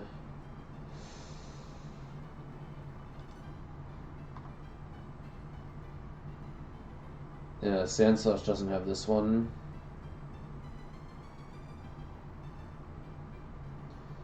I mean, it's kind of okay, but it could get Rain Up, and that's not good. Who do I pivot in?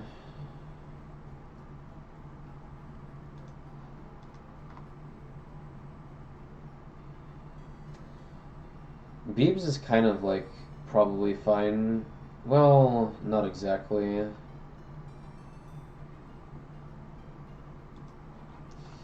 I guess I could just send Seeking. Seeking is not completely safe, but would it take advantage of rain going up?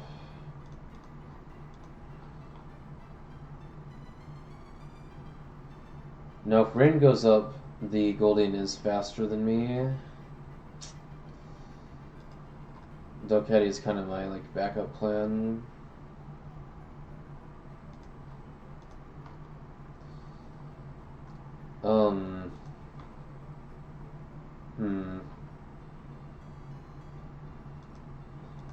Who's dealing with the Dratini?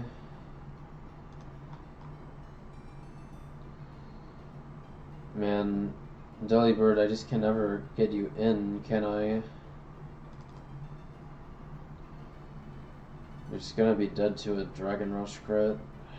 It's not gonna work, man.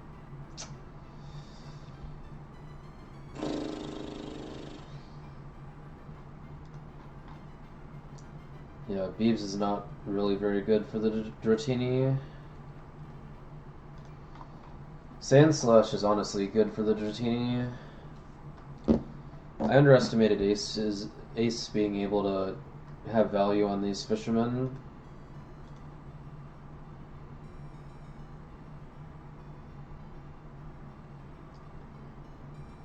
So are we actually changing the party comp or what? Like, I'm fairly comfortable just sending Goldeen for the, or Delcatty for the Goldeen. If it rain dances, then we're just gonna have to eat a double edge or whatever, and it's gonna be fine, hopefully.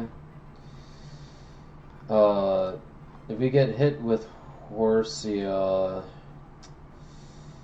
it's a little uncomfortable because Groddle is gonna get killed by double Dragon Rage.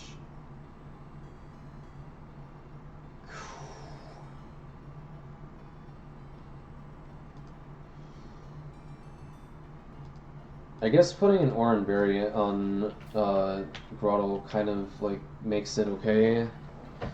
Sort of. This is a decent value for the Oran Berry.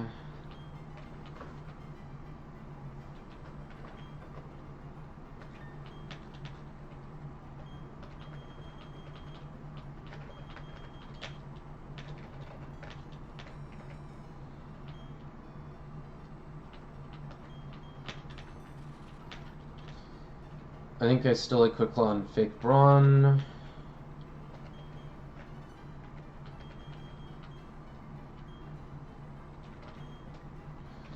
I mean, if anything, this is maybe like...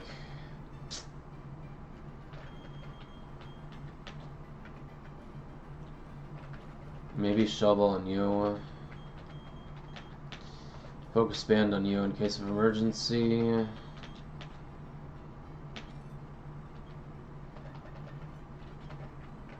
And then pre-sleep.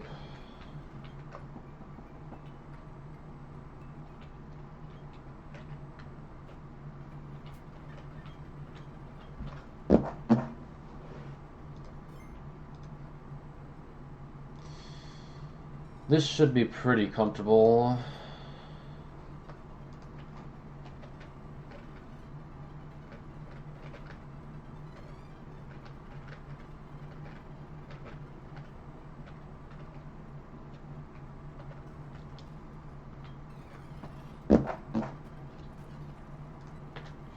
Okay, Leaf Blade.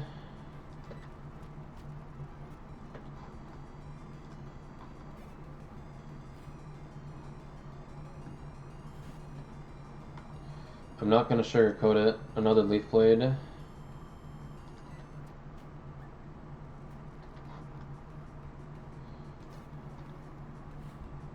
If only we weren't dead to Megahorn crit.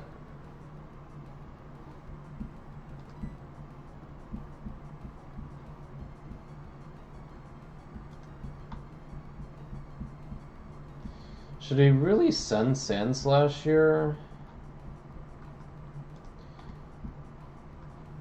I thought Lisa was like the backup for Dratini.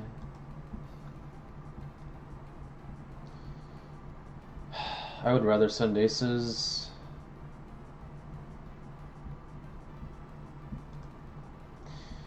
Like, realistically speaking, Grottle is not doing too bad if in the Dratini matchup.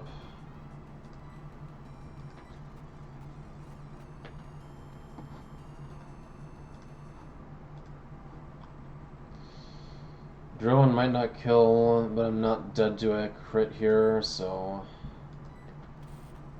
Okay, drone killed. Aces is really close to overleveling now. Does this see a kill with Octazooka? Yes, it does. This is always Octazooka.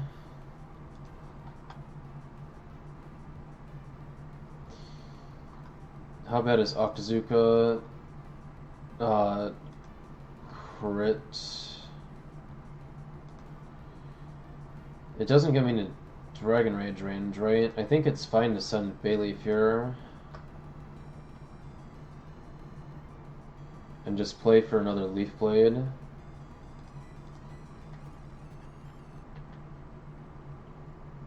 Yeah, I'm never dead this turn. Magical Leaf won't miss. Oh shit, Rain Dance.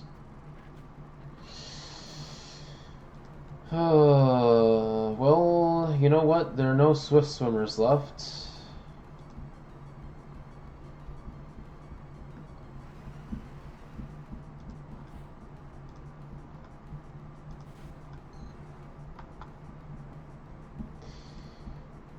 I'm never dead at Dragon Rush max roll crit. Do I send Leaf Blade, knowing that I'm going to be baiting E-Speed? Potentially. I think it's worth playing for Leaf Blade here.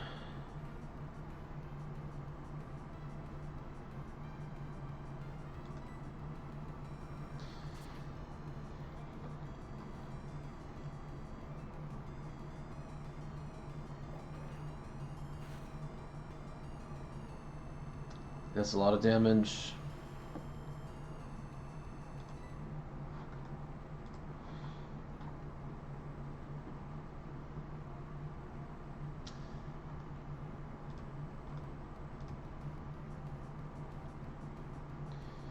Okay, Grottle is pretty sort of okay here.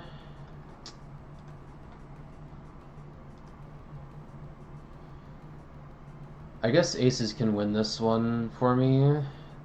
It's just like he's gonna be over leveling.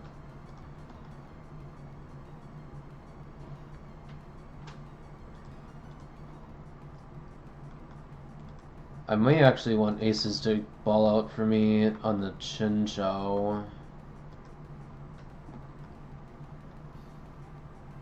And or the Mantike.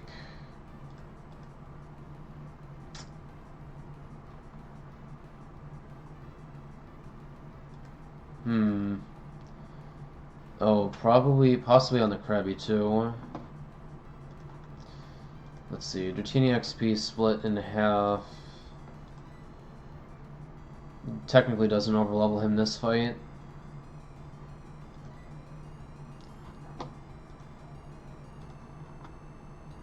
Fuck it, let's just send aces, at least for this turn.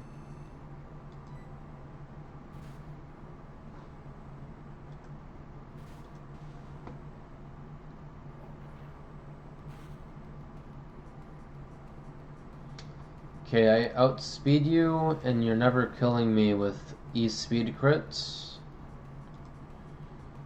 You're never killing me with Aquajet crit. I'm actually still never dead to crit, so we're just roll running and winning. Boom. Just barely didn't overlevel. Also, Oranberry preserved.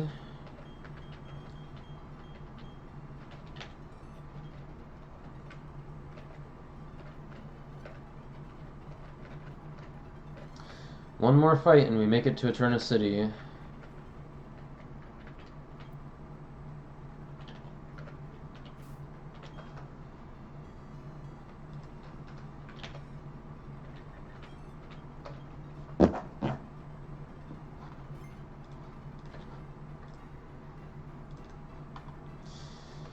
Okay, how does routing look on this fight? Okay, Bayleaf is slower than the Finion. That's a little cringe.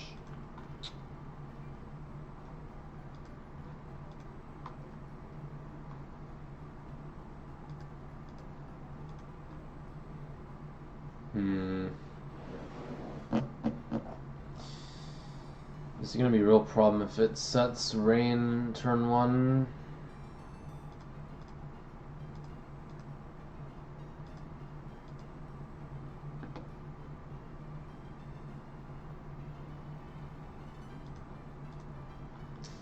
I mean, I could just have Delcatty bail me out on this first guy.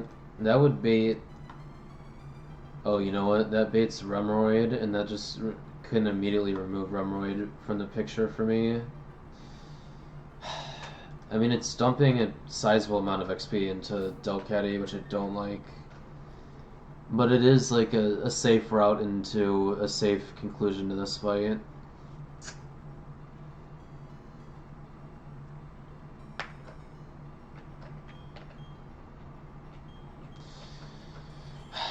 I don't know, man. It's gonna be really hard to use Lisa.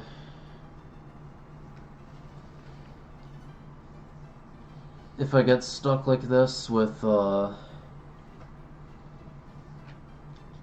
no XP for the gauntlet, right at this current level, there's like enough where I can actually feel like I'm using Lisa a little bit without overleveling because of EXP share. Are we sure there isn't another way to do this?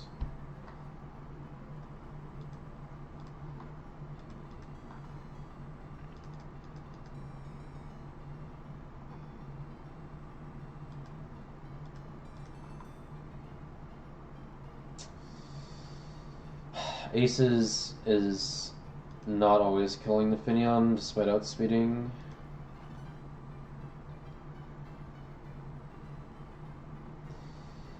Finion U-turning would be really awkward. I guess I could go like Miracle Seed Grottle. That would always kill the Finion unless it immediately U-turns. It would U-turn into Mantike, and Razor Leaf would do a lot of damage into it. If it just sets Rain immediately, it's kind of cringe, but I can probably play around with that.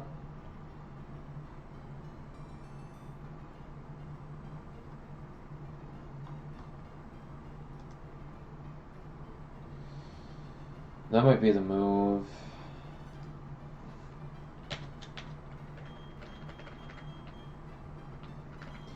Is there any reason not to go 28 Grottle this fight?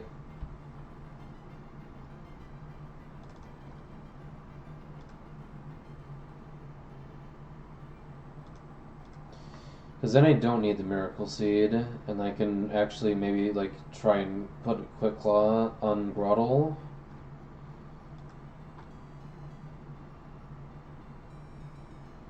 Or actually I could put Shell Bell on Grottle. That would have real utility.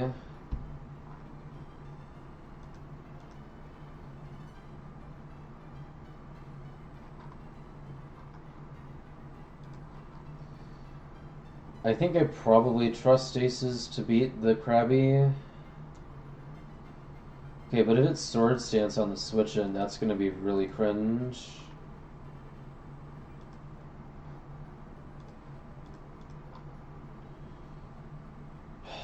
I think I'm gonna have to like trust Bailey for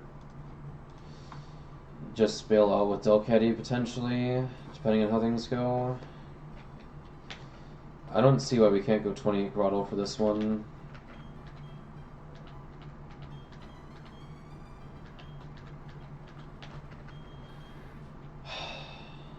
Who are you ever clicking Mudshot on, dude?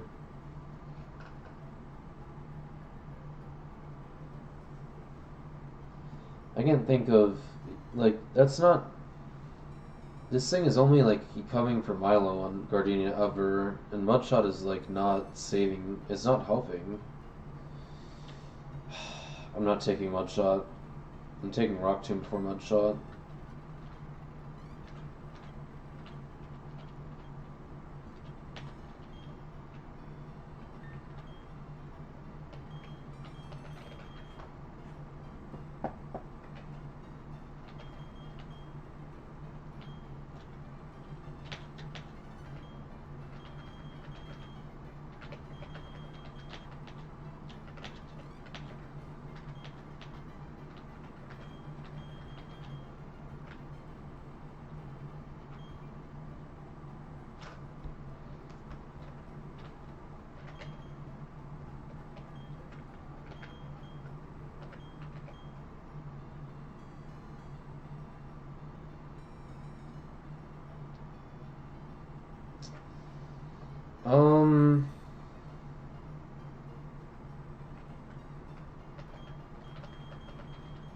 I guess you get the most value in the Quick Claw. No, not Braun does.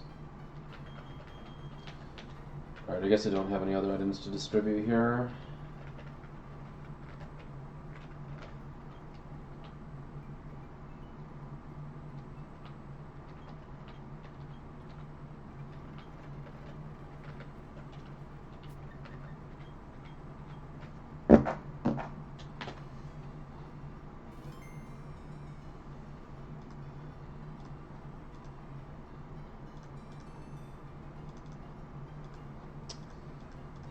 Okay, we're sending this.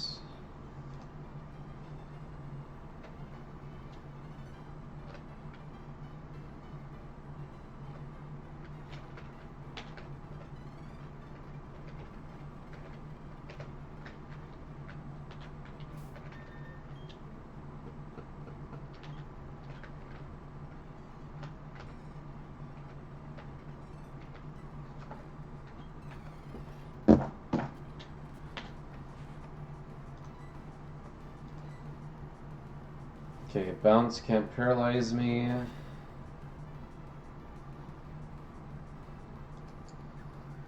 This is gonna heal 8 HP.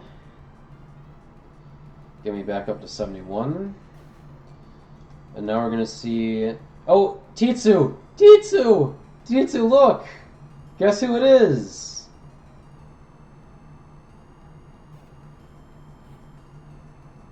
Any man-tikers in chat?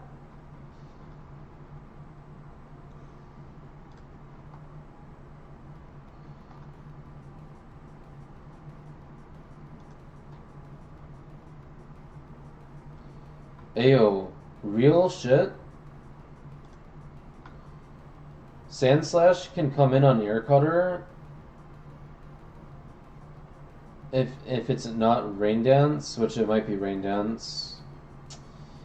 If it's not Rain Dance, he could come out on the Mantike and then Shane too.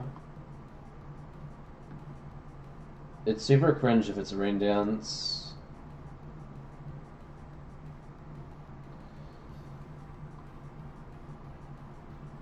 Okay, this thing is holding a Damp Rock. He must have left for Italy. Man.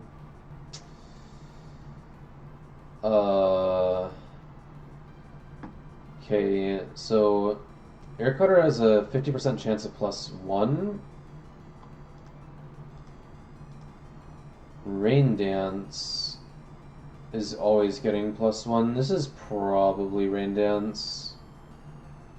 Okay, I think I just stay in here, unfortunately, and just click Razor Leaf.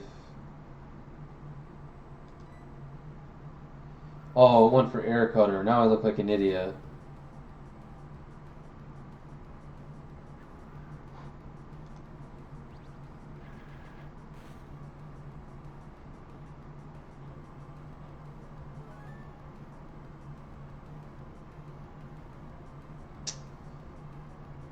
Yeah, Mega Drain is not killing, I'm afraid. I've never dead Air Cutter. This might Rain Dance this turn. We kind of just have to send Razor Leaf.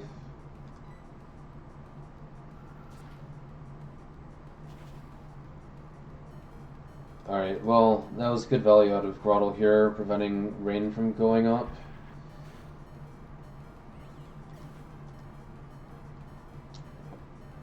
The problem now... I'm actually not dead to Octazooka here. This is probably clicking Roar Beam.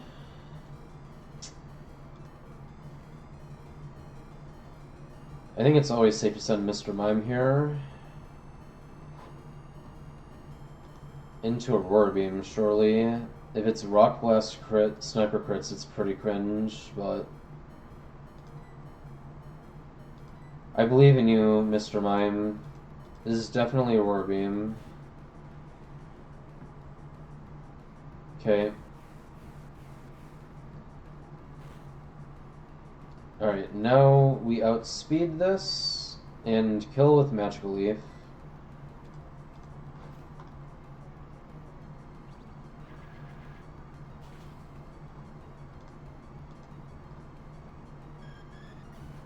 Okay, this is actually going to bait the Chin Chow, believe it or not. Will it click Confuse Ray, Rain Dance, or Brine? Or Thunder. I have no clue. This guy also has a Damp Rock.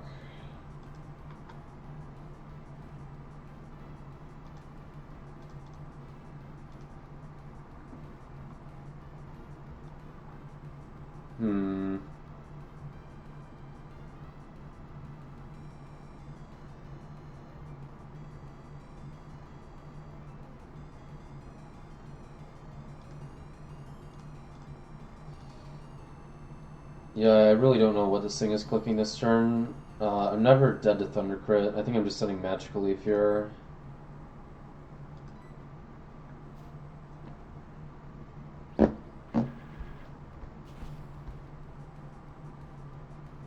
That's crit.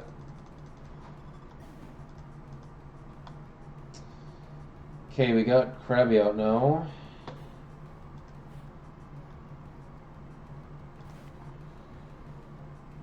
So, Mr. Mime is very much not dead to X Scissor Crit.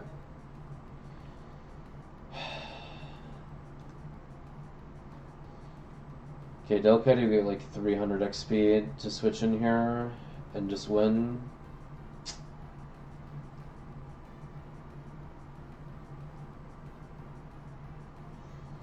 Yeah, I think it's probably worth just taking the safe kill with Delcatty here.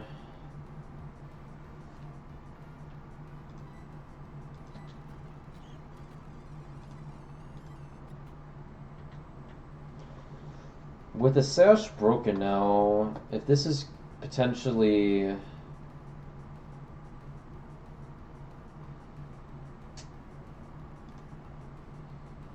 Body Slam, is there anything we could send in comfortably? I mean, we haven't overleveled aces yet, right? I guess we can probably do that.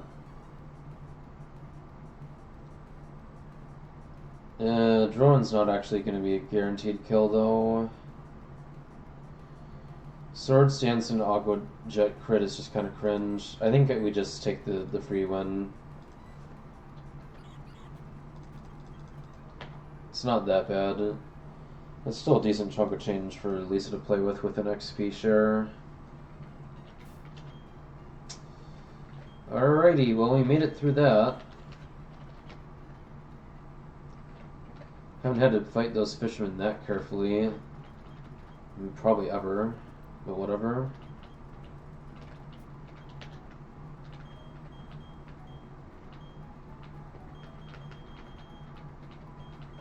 Look, the important thing is that we made it to Eternity.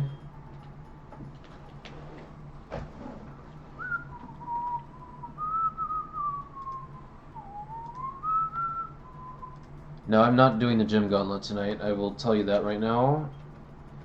But, here's what I can do.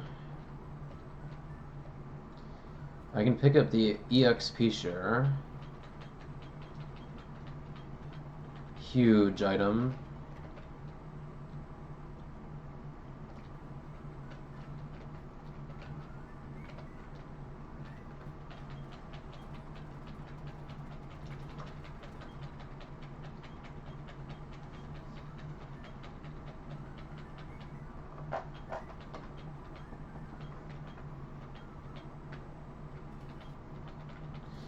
Alright, second Moonstone acquired. Nido Reno is now Nido King, effectively speaking, and is a very real guy. We also got that Dragon Scale.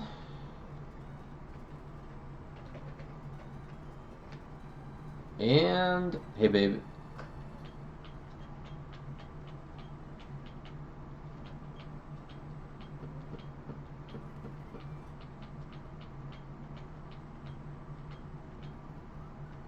Boom, shakalaka. Okay.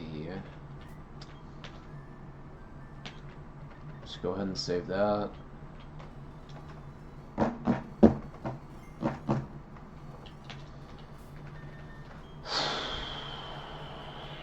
Alright, I want to evolve Nido Reno now.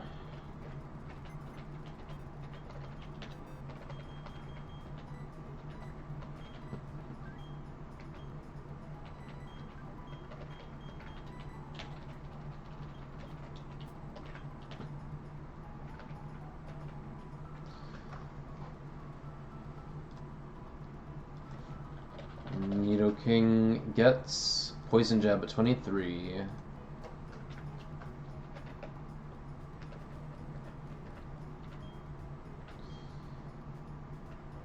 Yes, I'm taking this over evolving Jigglypuff into Wigglytuff. OVs.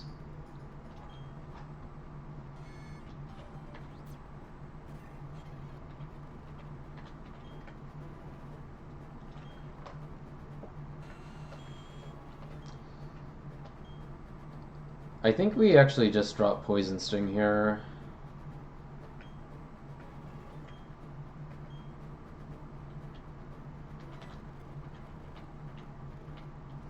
Huge. Alright, do we just drop the Rock Tomb TM now? Honestly, I think the answer to that is yes.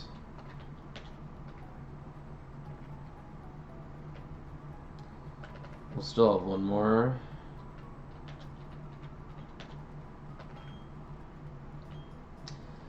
Yeah, Nido King is like really good to have Rock Tomb. Okay, Peck is not real.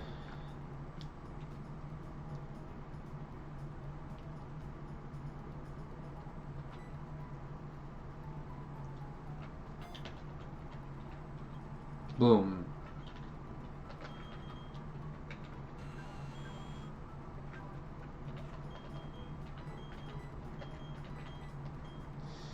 What are we gonna be dropping for Double Kick 4 next? This thing doesn't learn anything else until Mega Horn at 43 and then EQ at 58. I don't know if we TM this guy with anything else. I think right now we're doing okay.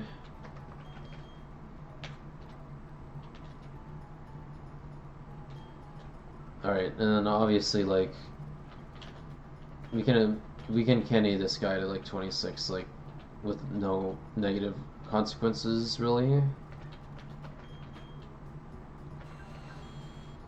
13k.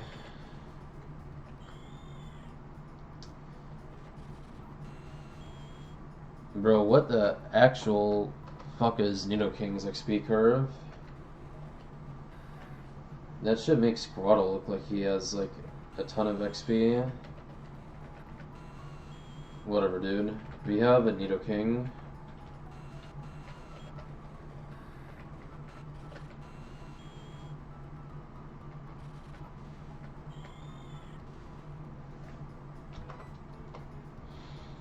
Alright, that's cool. Okay, I'm not gonna sugarcoat it. I'm gonna go for Lotad for my Eternicity encounter, and I'm gonna go 211 Grass for my final encounter before Karen and Jupiter and Gardenia. So yeah, let's lock in with Delcatty here. Actually, hang on a sec.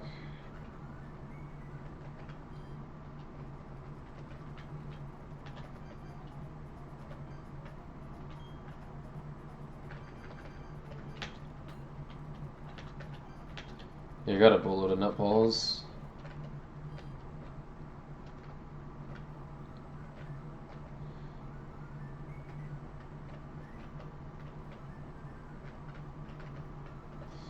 Alright, it's time to find me a Lotad.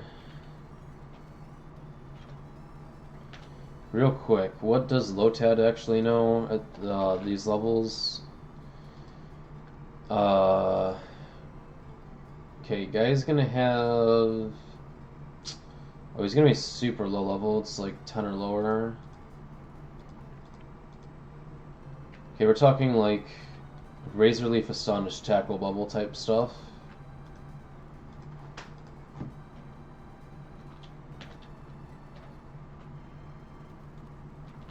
Okay, found one right away.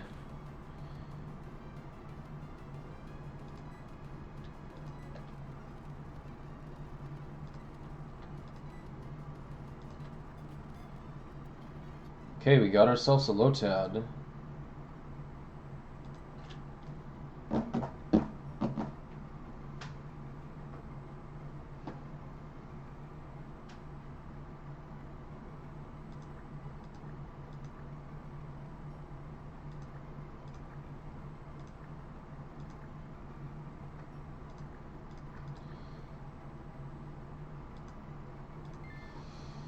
Dark Samba in. I am very interested to see the guy V is on this guy. I'm also pretty happy I did not hit Barboach there.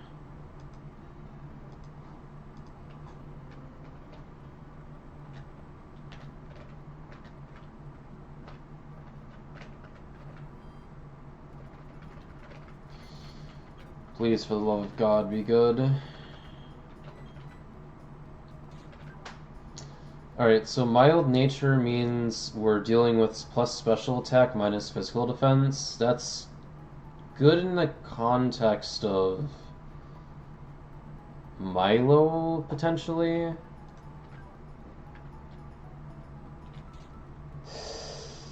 Jesus Christ. The special defense is not that bad because of the HP IV. Rain Dish guy. Okay, this guy is very much like a glass cannon kind of Ludicolo. Interesting. Would have loved to see higher defense and SPDF IVs, but like this is definitely not that bad. The speed is pretty good, the attacking stats are good, and the HP is at least good. Okay, let's think about this for a sec. So our guy Lotad over here,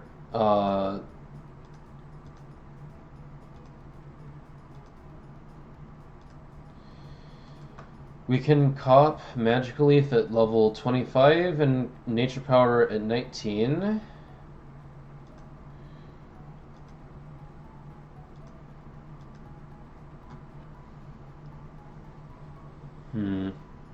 Yeah, the special bulk on this thing isn't that bad, but the physical bulk on this guy is going to be really crappy. Swift Swim Rain Dish. It looks like I'm just permanently stuck with a Rain Dish Ludicolo, which is not great, but is actually good in the context of dealing with Milo. Okay. I think we just evolved this guy, like, immediately, to be honest. I think we kind of want him to be a more real answer to the Milo than the Wormadam. The Wormadam is only really functional as like a protect bot, which, you know, has its uses, but it also might be used as a sack at some point. But I'm gonna probably trade the Butterfree before my guy with protect, so. Okay, I guess let me just like delay this thing into Lumbre. Let me evolve it to Lumbre at 25, and then I'll go get the Water Stone, and then I'll evolve it into Ludicolo.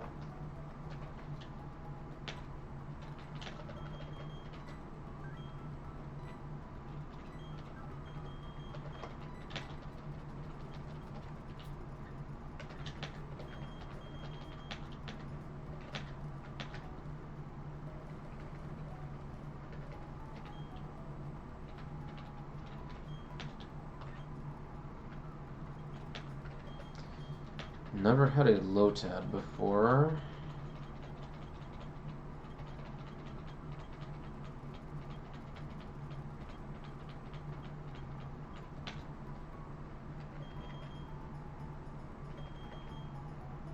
Man, Water Gun is the worst bubble.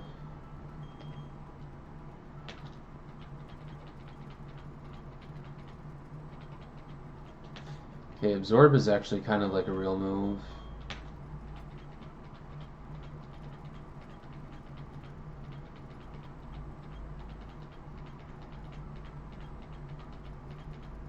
Alright, Nature Power is like super important here. We're gonna drop Astonish. Nature Power is gonna be Seed Bomb on Gardenia.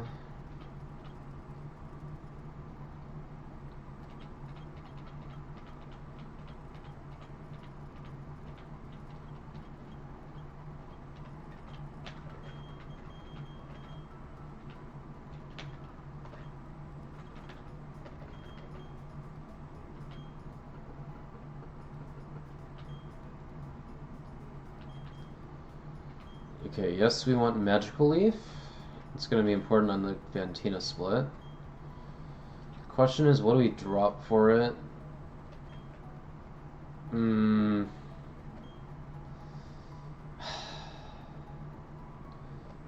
think we're probably dropping Razor Leaf. Bubble is kind of not super real. We just don't get other Water Stab until... well, we kind of just never get it once we evolve into Ludicolo. We'd have to use a Water Pulse TM.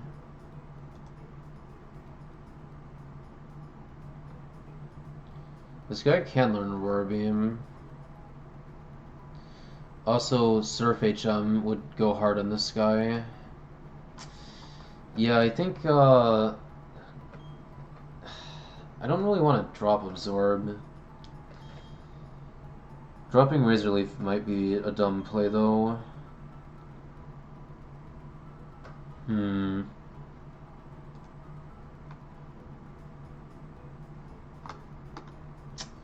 Let's think here.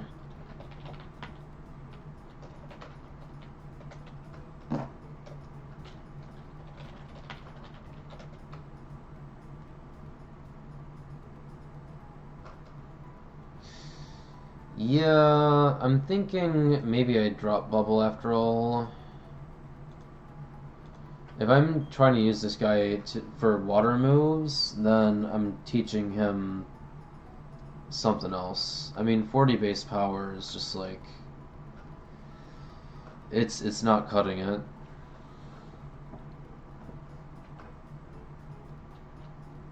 As much as I want more water guys with water stab, bubble is not the answer. No way. Razor Leaf for double battles, I think, is probably better to keep.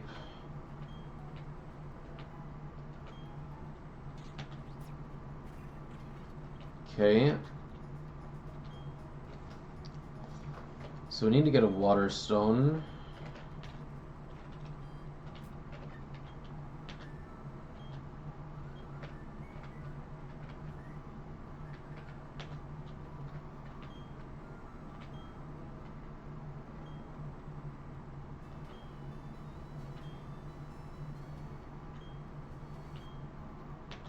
Thank you. And yeah, I think I have no choice but to just send this for my best chance to beat Milo. I mean, I'm Rain Dish. I should be favored to beat it, right?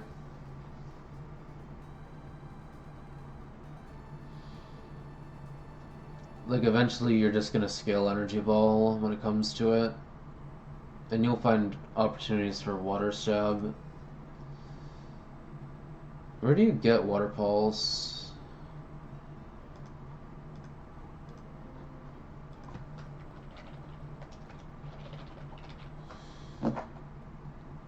Oh, we have the Water Pulse team already, and there is a second one after Surf. It really comes down to it. We can Water Pulse TM Ludicolo. Yeah, we basically set all of this up so that we can Water Stone into Ludicolo here. Alright, well, we got this guy.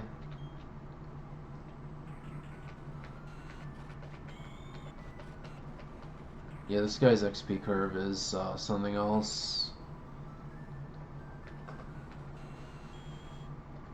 It's like Nidoking.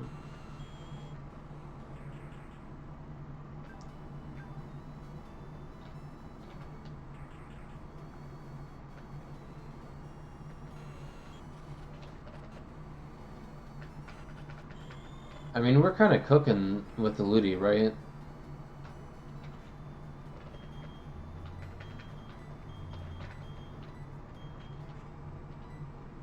Surely. People are gonna look at my box now and think like, oh my god, Tristan, why do you have so many grass types?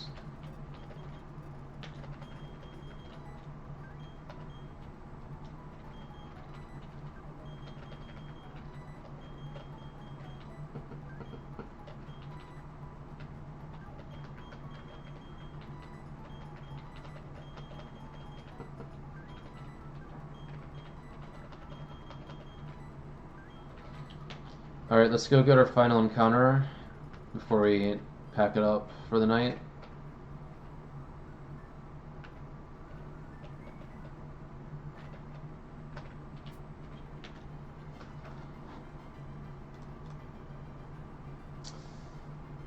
Yeah, we're simply just hoping that we hit, like, probably Ralts. I don't know what I would prefer over Ralts. If I get Vulpix, it's not good because I already stoned up. If I get Vulpix, I'm gonna really be second-guessing going Ludicolo, to be honest. So hopefully it's just like Ralts or something. If this is Spoink, it might actually be like kind of usable for Gardenia, maybe. Hitting the 1% Torchic stun is pretty lit. Let's hope it's like Ralts or that.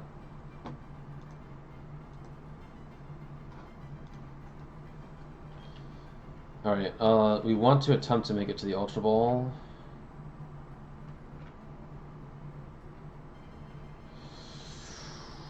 Alright, the encounter is Spoink. Okay. It's not the best, but it's possibly helpful for Gardenia.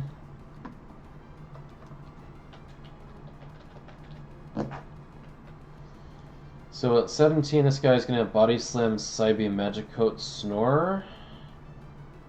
It's gonna be real awkward if he Magic... oh, he's got Snore and Magic Coat. I think I'd probably just throw balls at it, right? What about, What about this guy's catch rate? It's 255.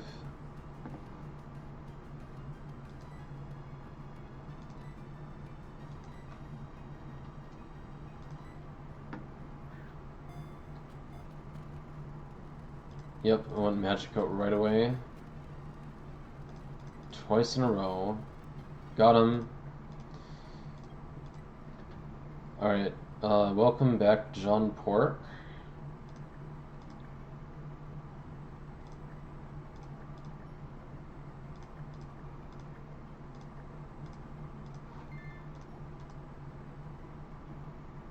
This is better than hitting Machop at this point.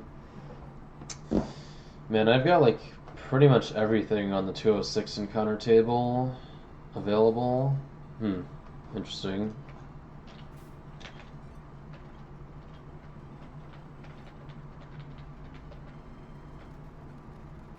It's probably for the best that I didn't hit the Quilava. If I had hit Quilava, it would have been useless. This split and next split. If I'd hit Ralts, it wouldn't really be doing a whole lot anytime soon. It's kind of a shame I didn't hit Ralts, to be honest, but whatever. I do not have Geodude with me. I'm so glad I didn't hit this guy. I'm probably glad that I didn't hit that guy. I think John Pork is more real than him.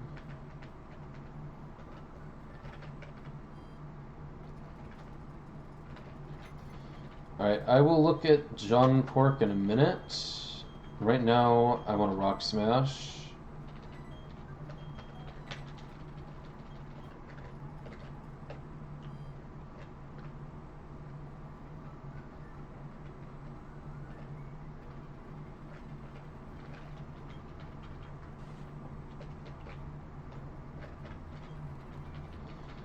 There's the Aerialistium. There's a Chimecho.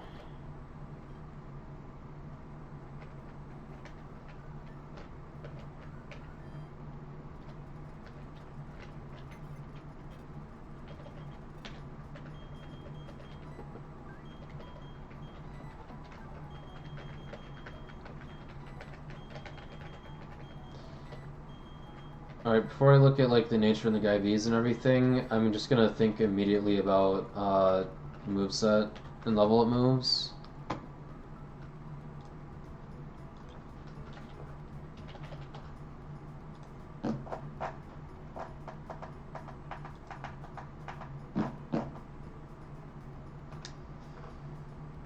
Okay, Signal Beam 29, Extra Sensory 29.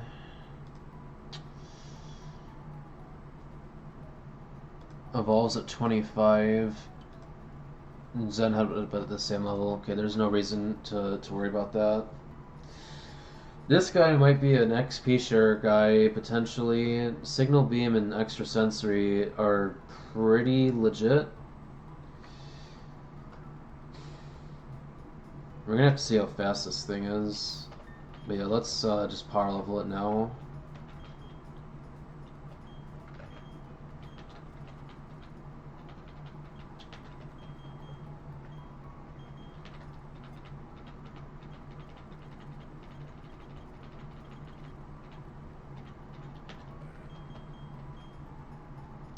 I say bounce over Body Slam.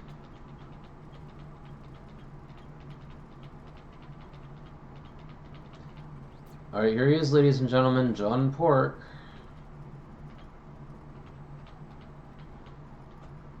I think you always want Zen Headbutt here. Not over Psybeam.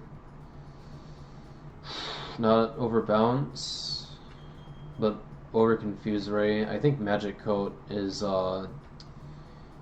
worth holding on to, at least for now. Okay, we got John Pork over here, a guy that could potentially be very valuable on the Gardenia fight.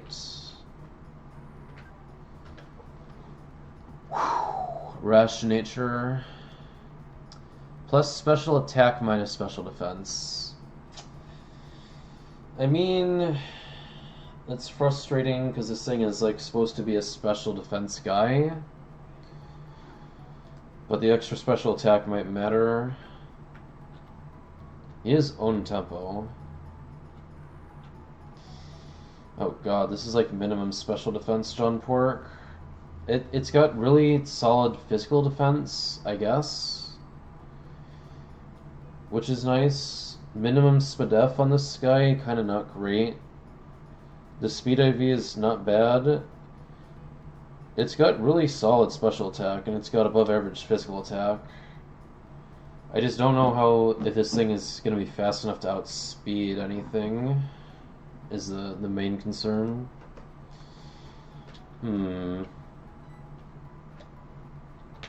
It's interesting.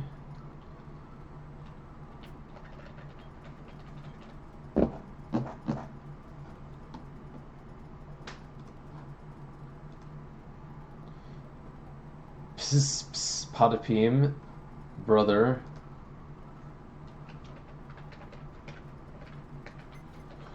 Okay, let me arrange my box now. I want to kind of like get my guys organized a little bit.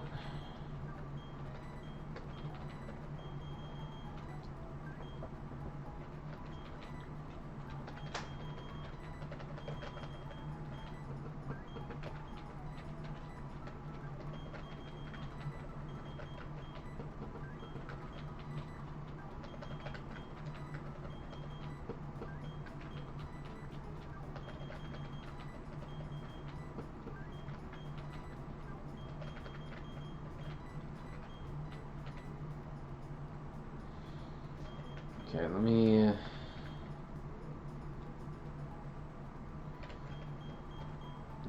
kind of do this.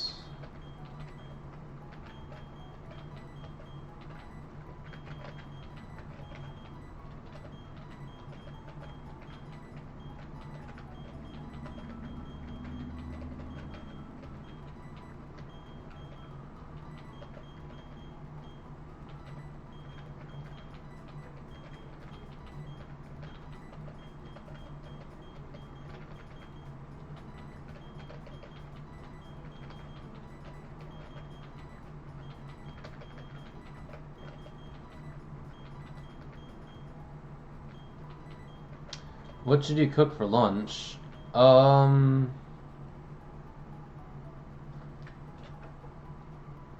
Slovaki.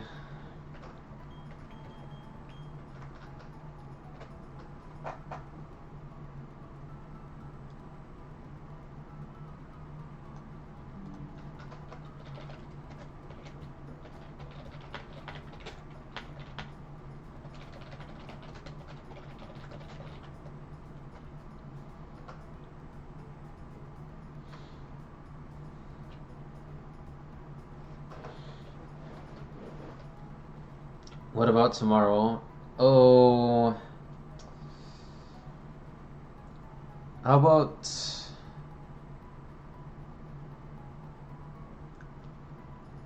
a Greek salad and a Euro sandwich?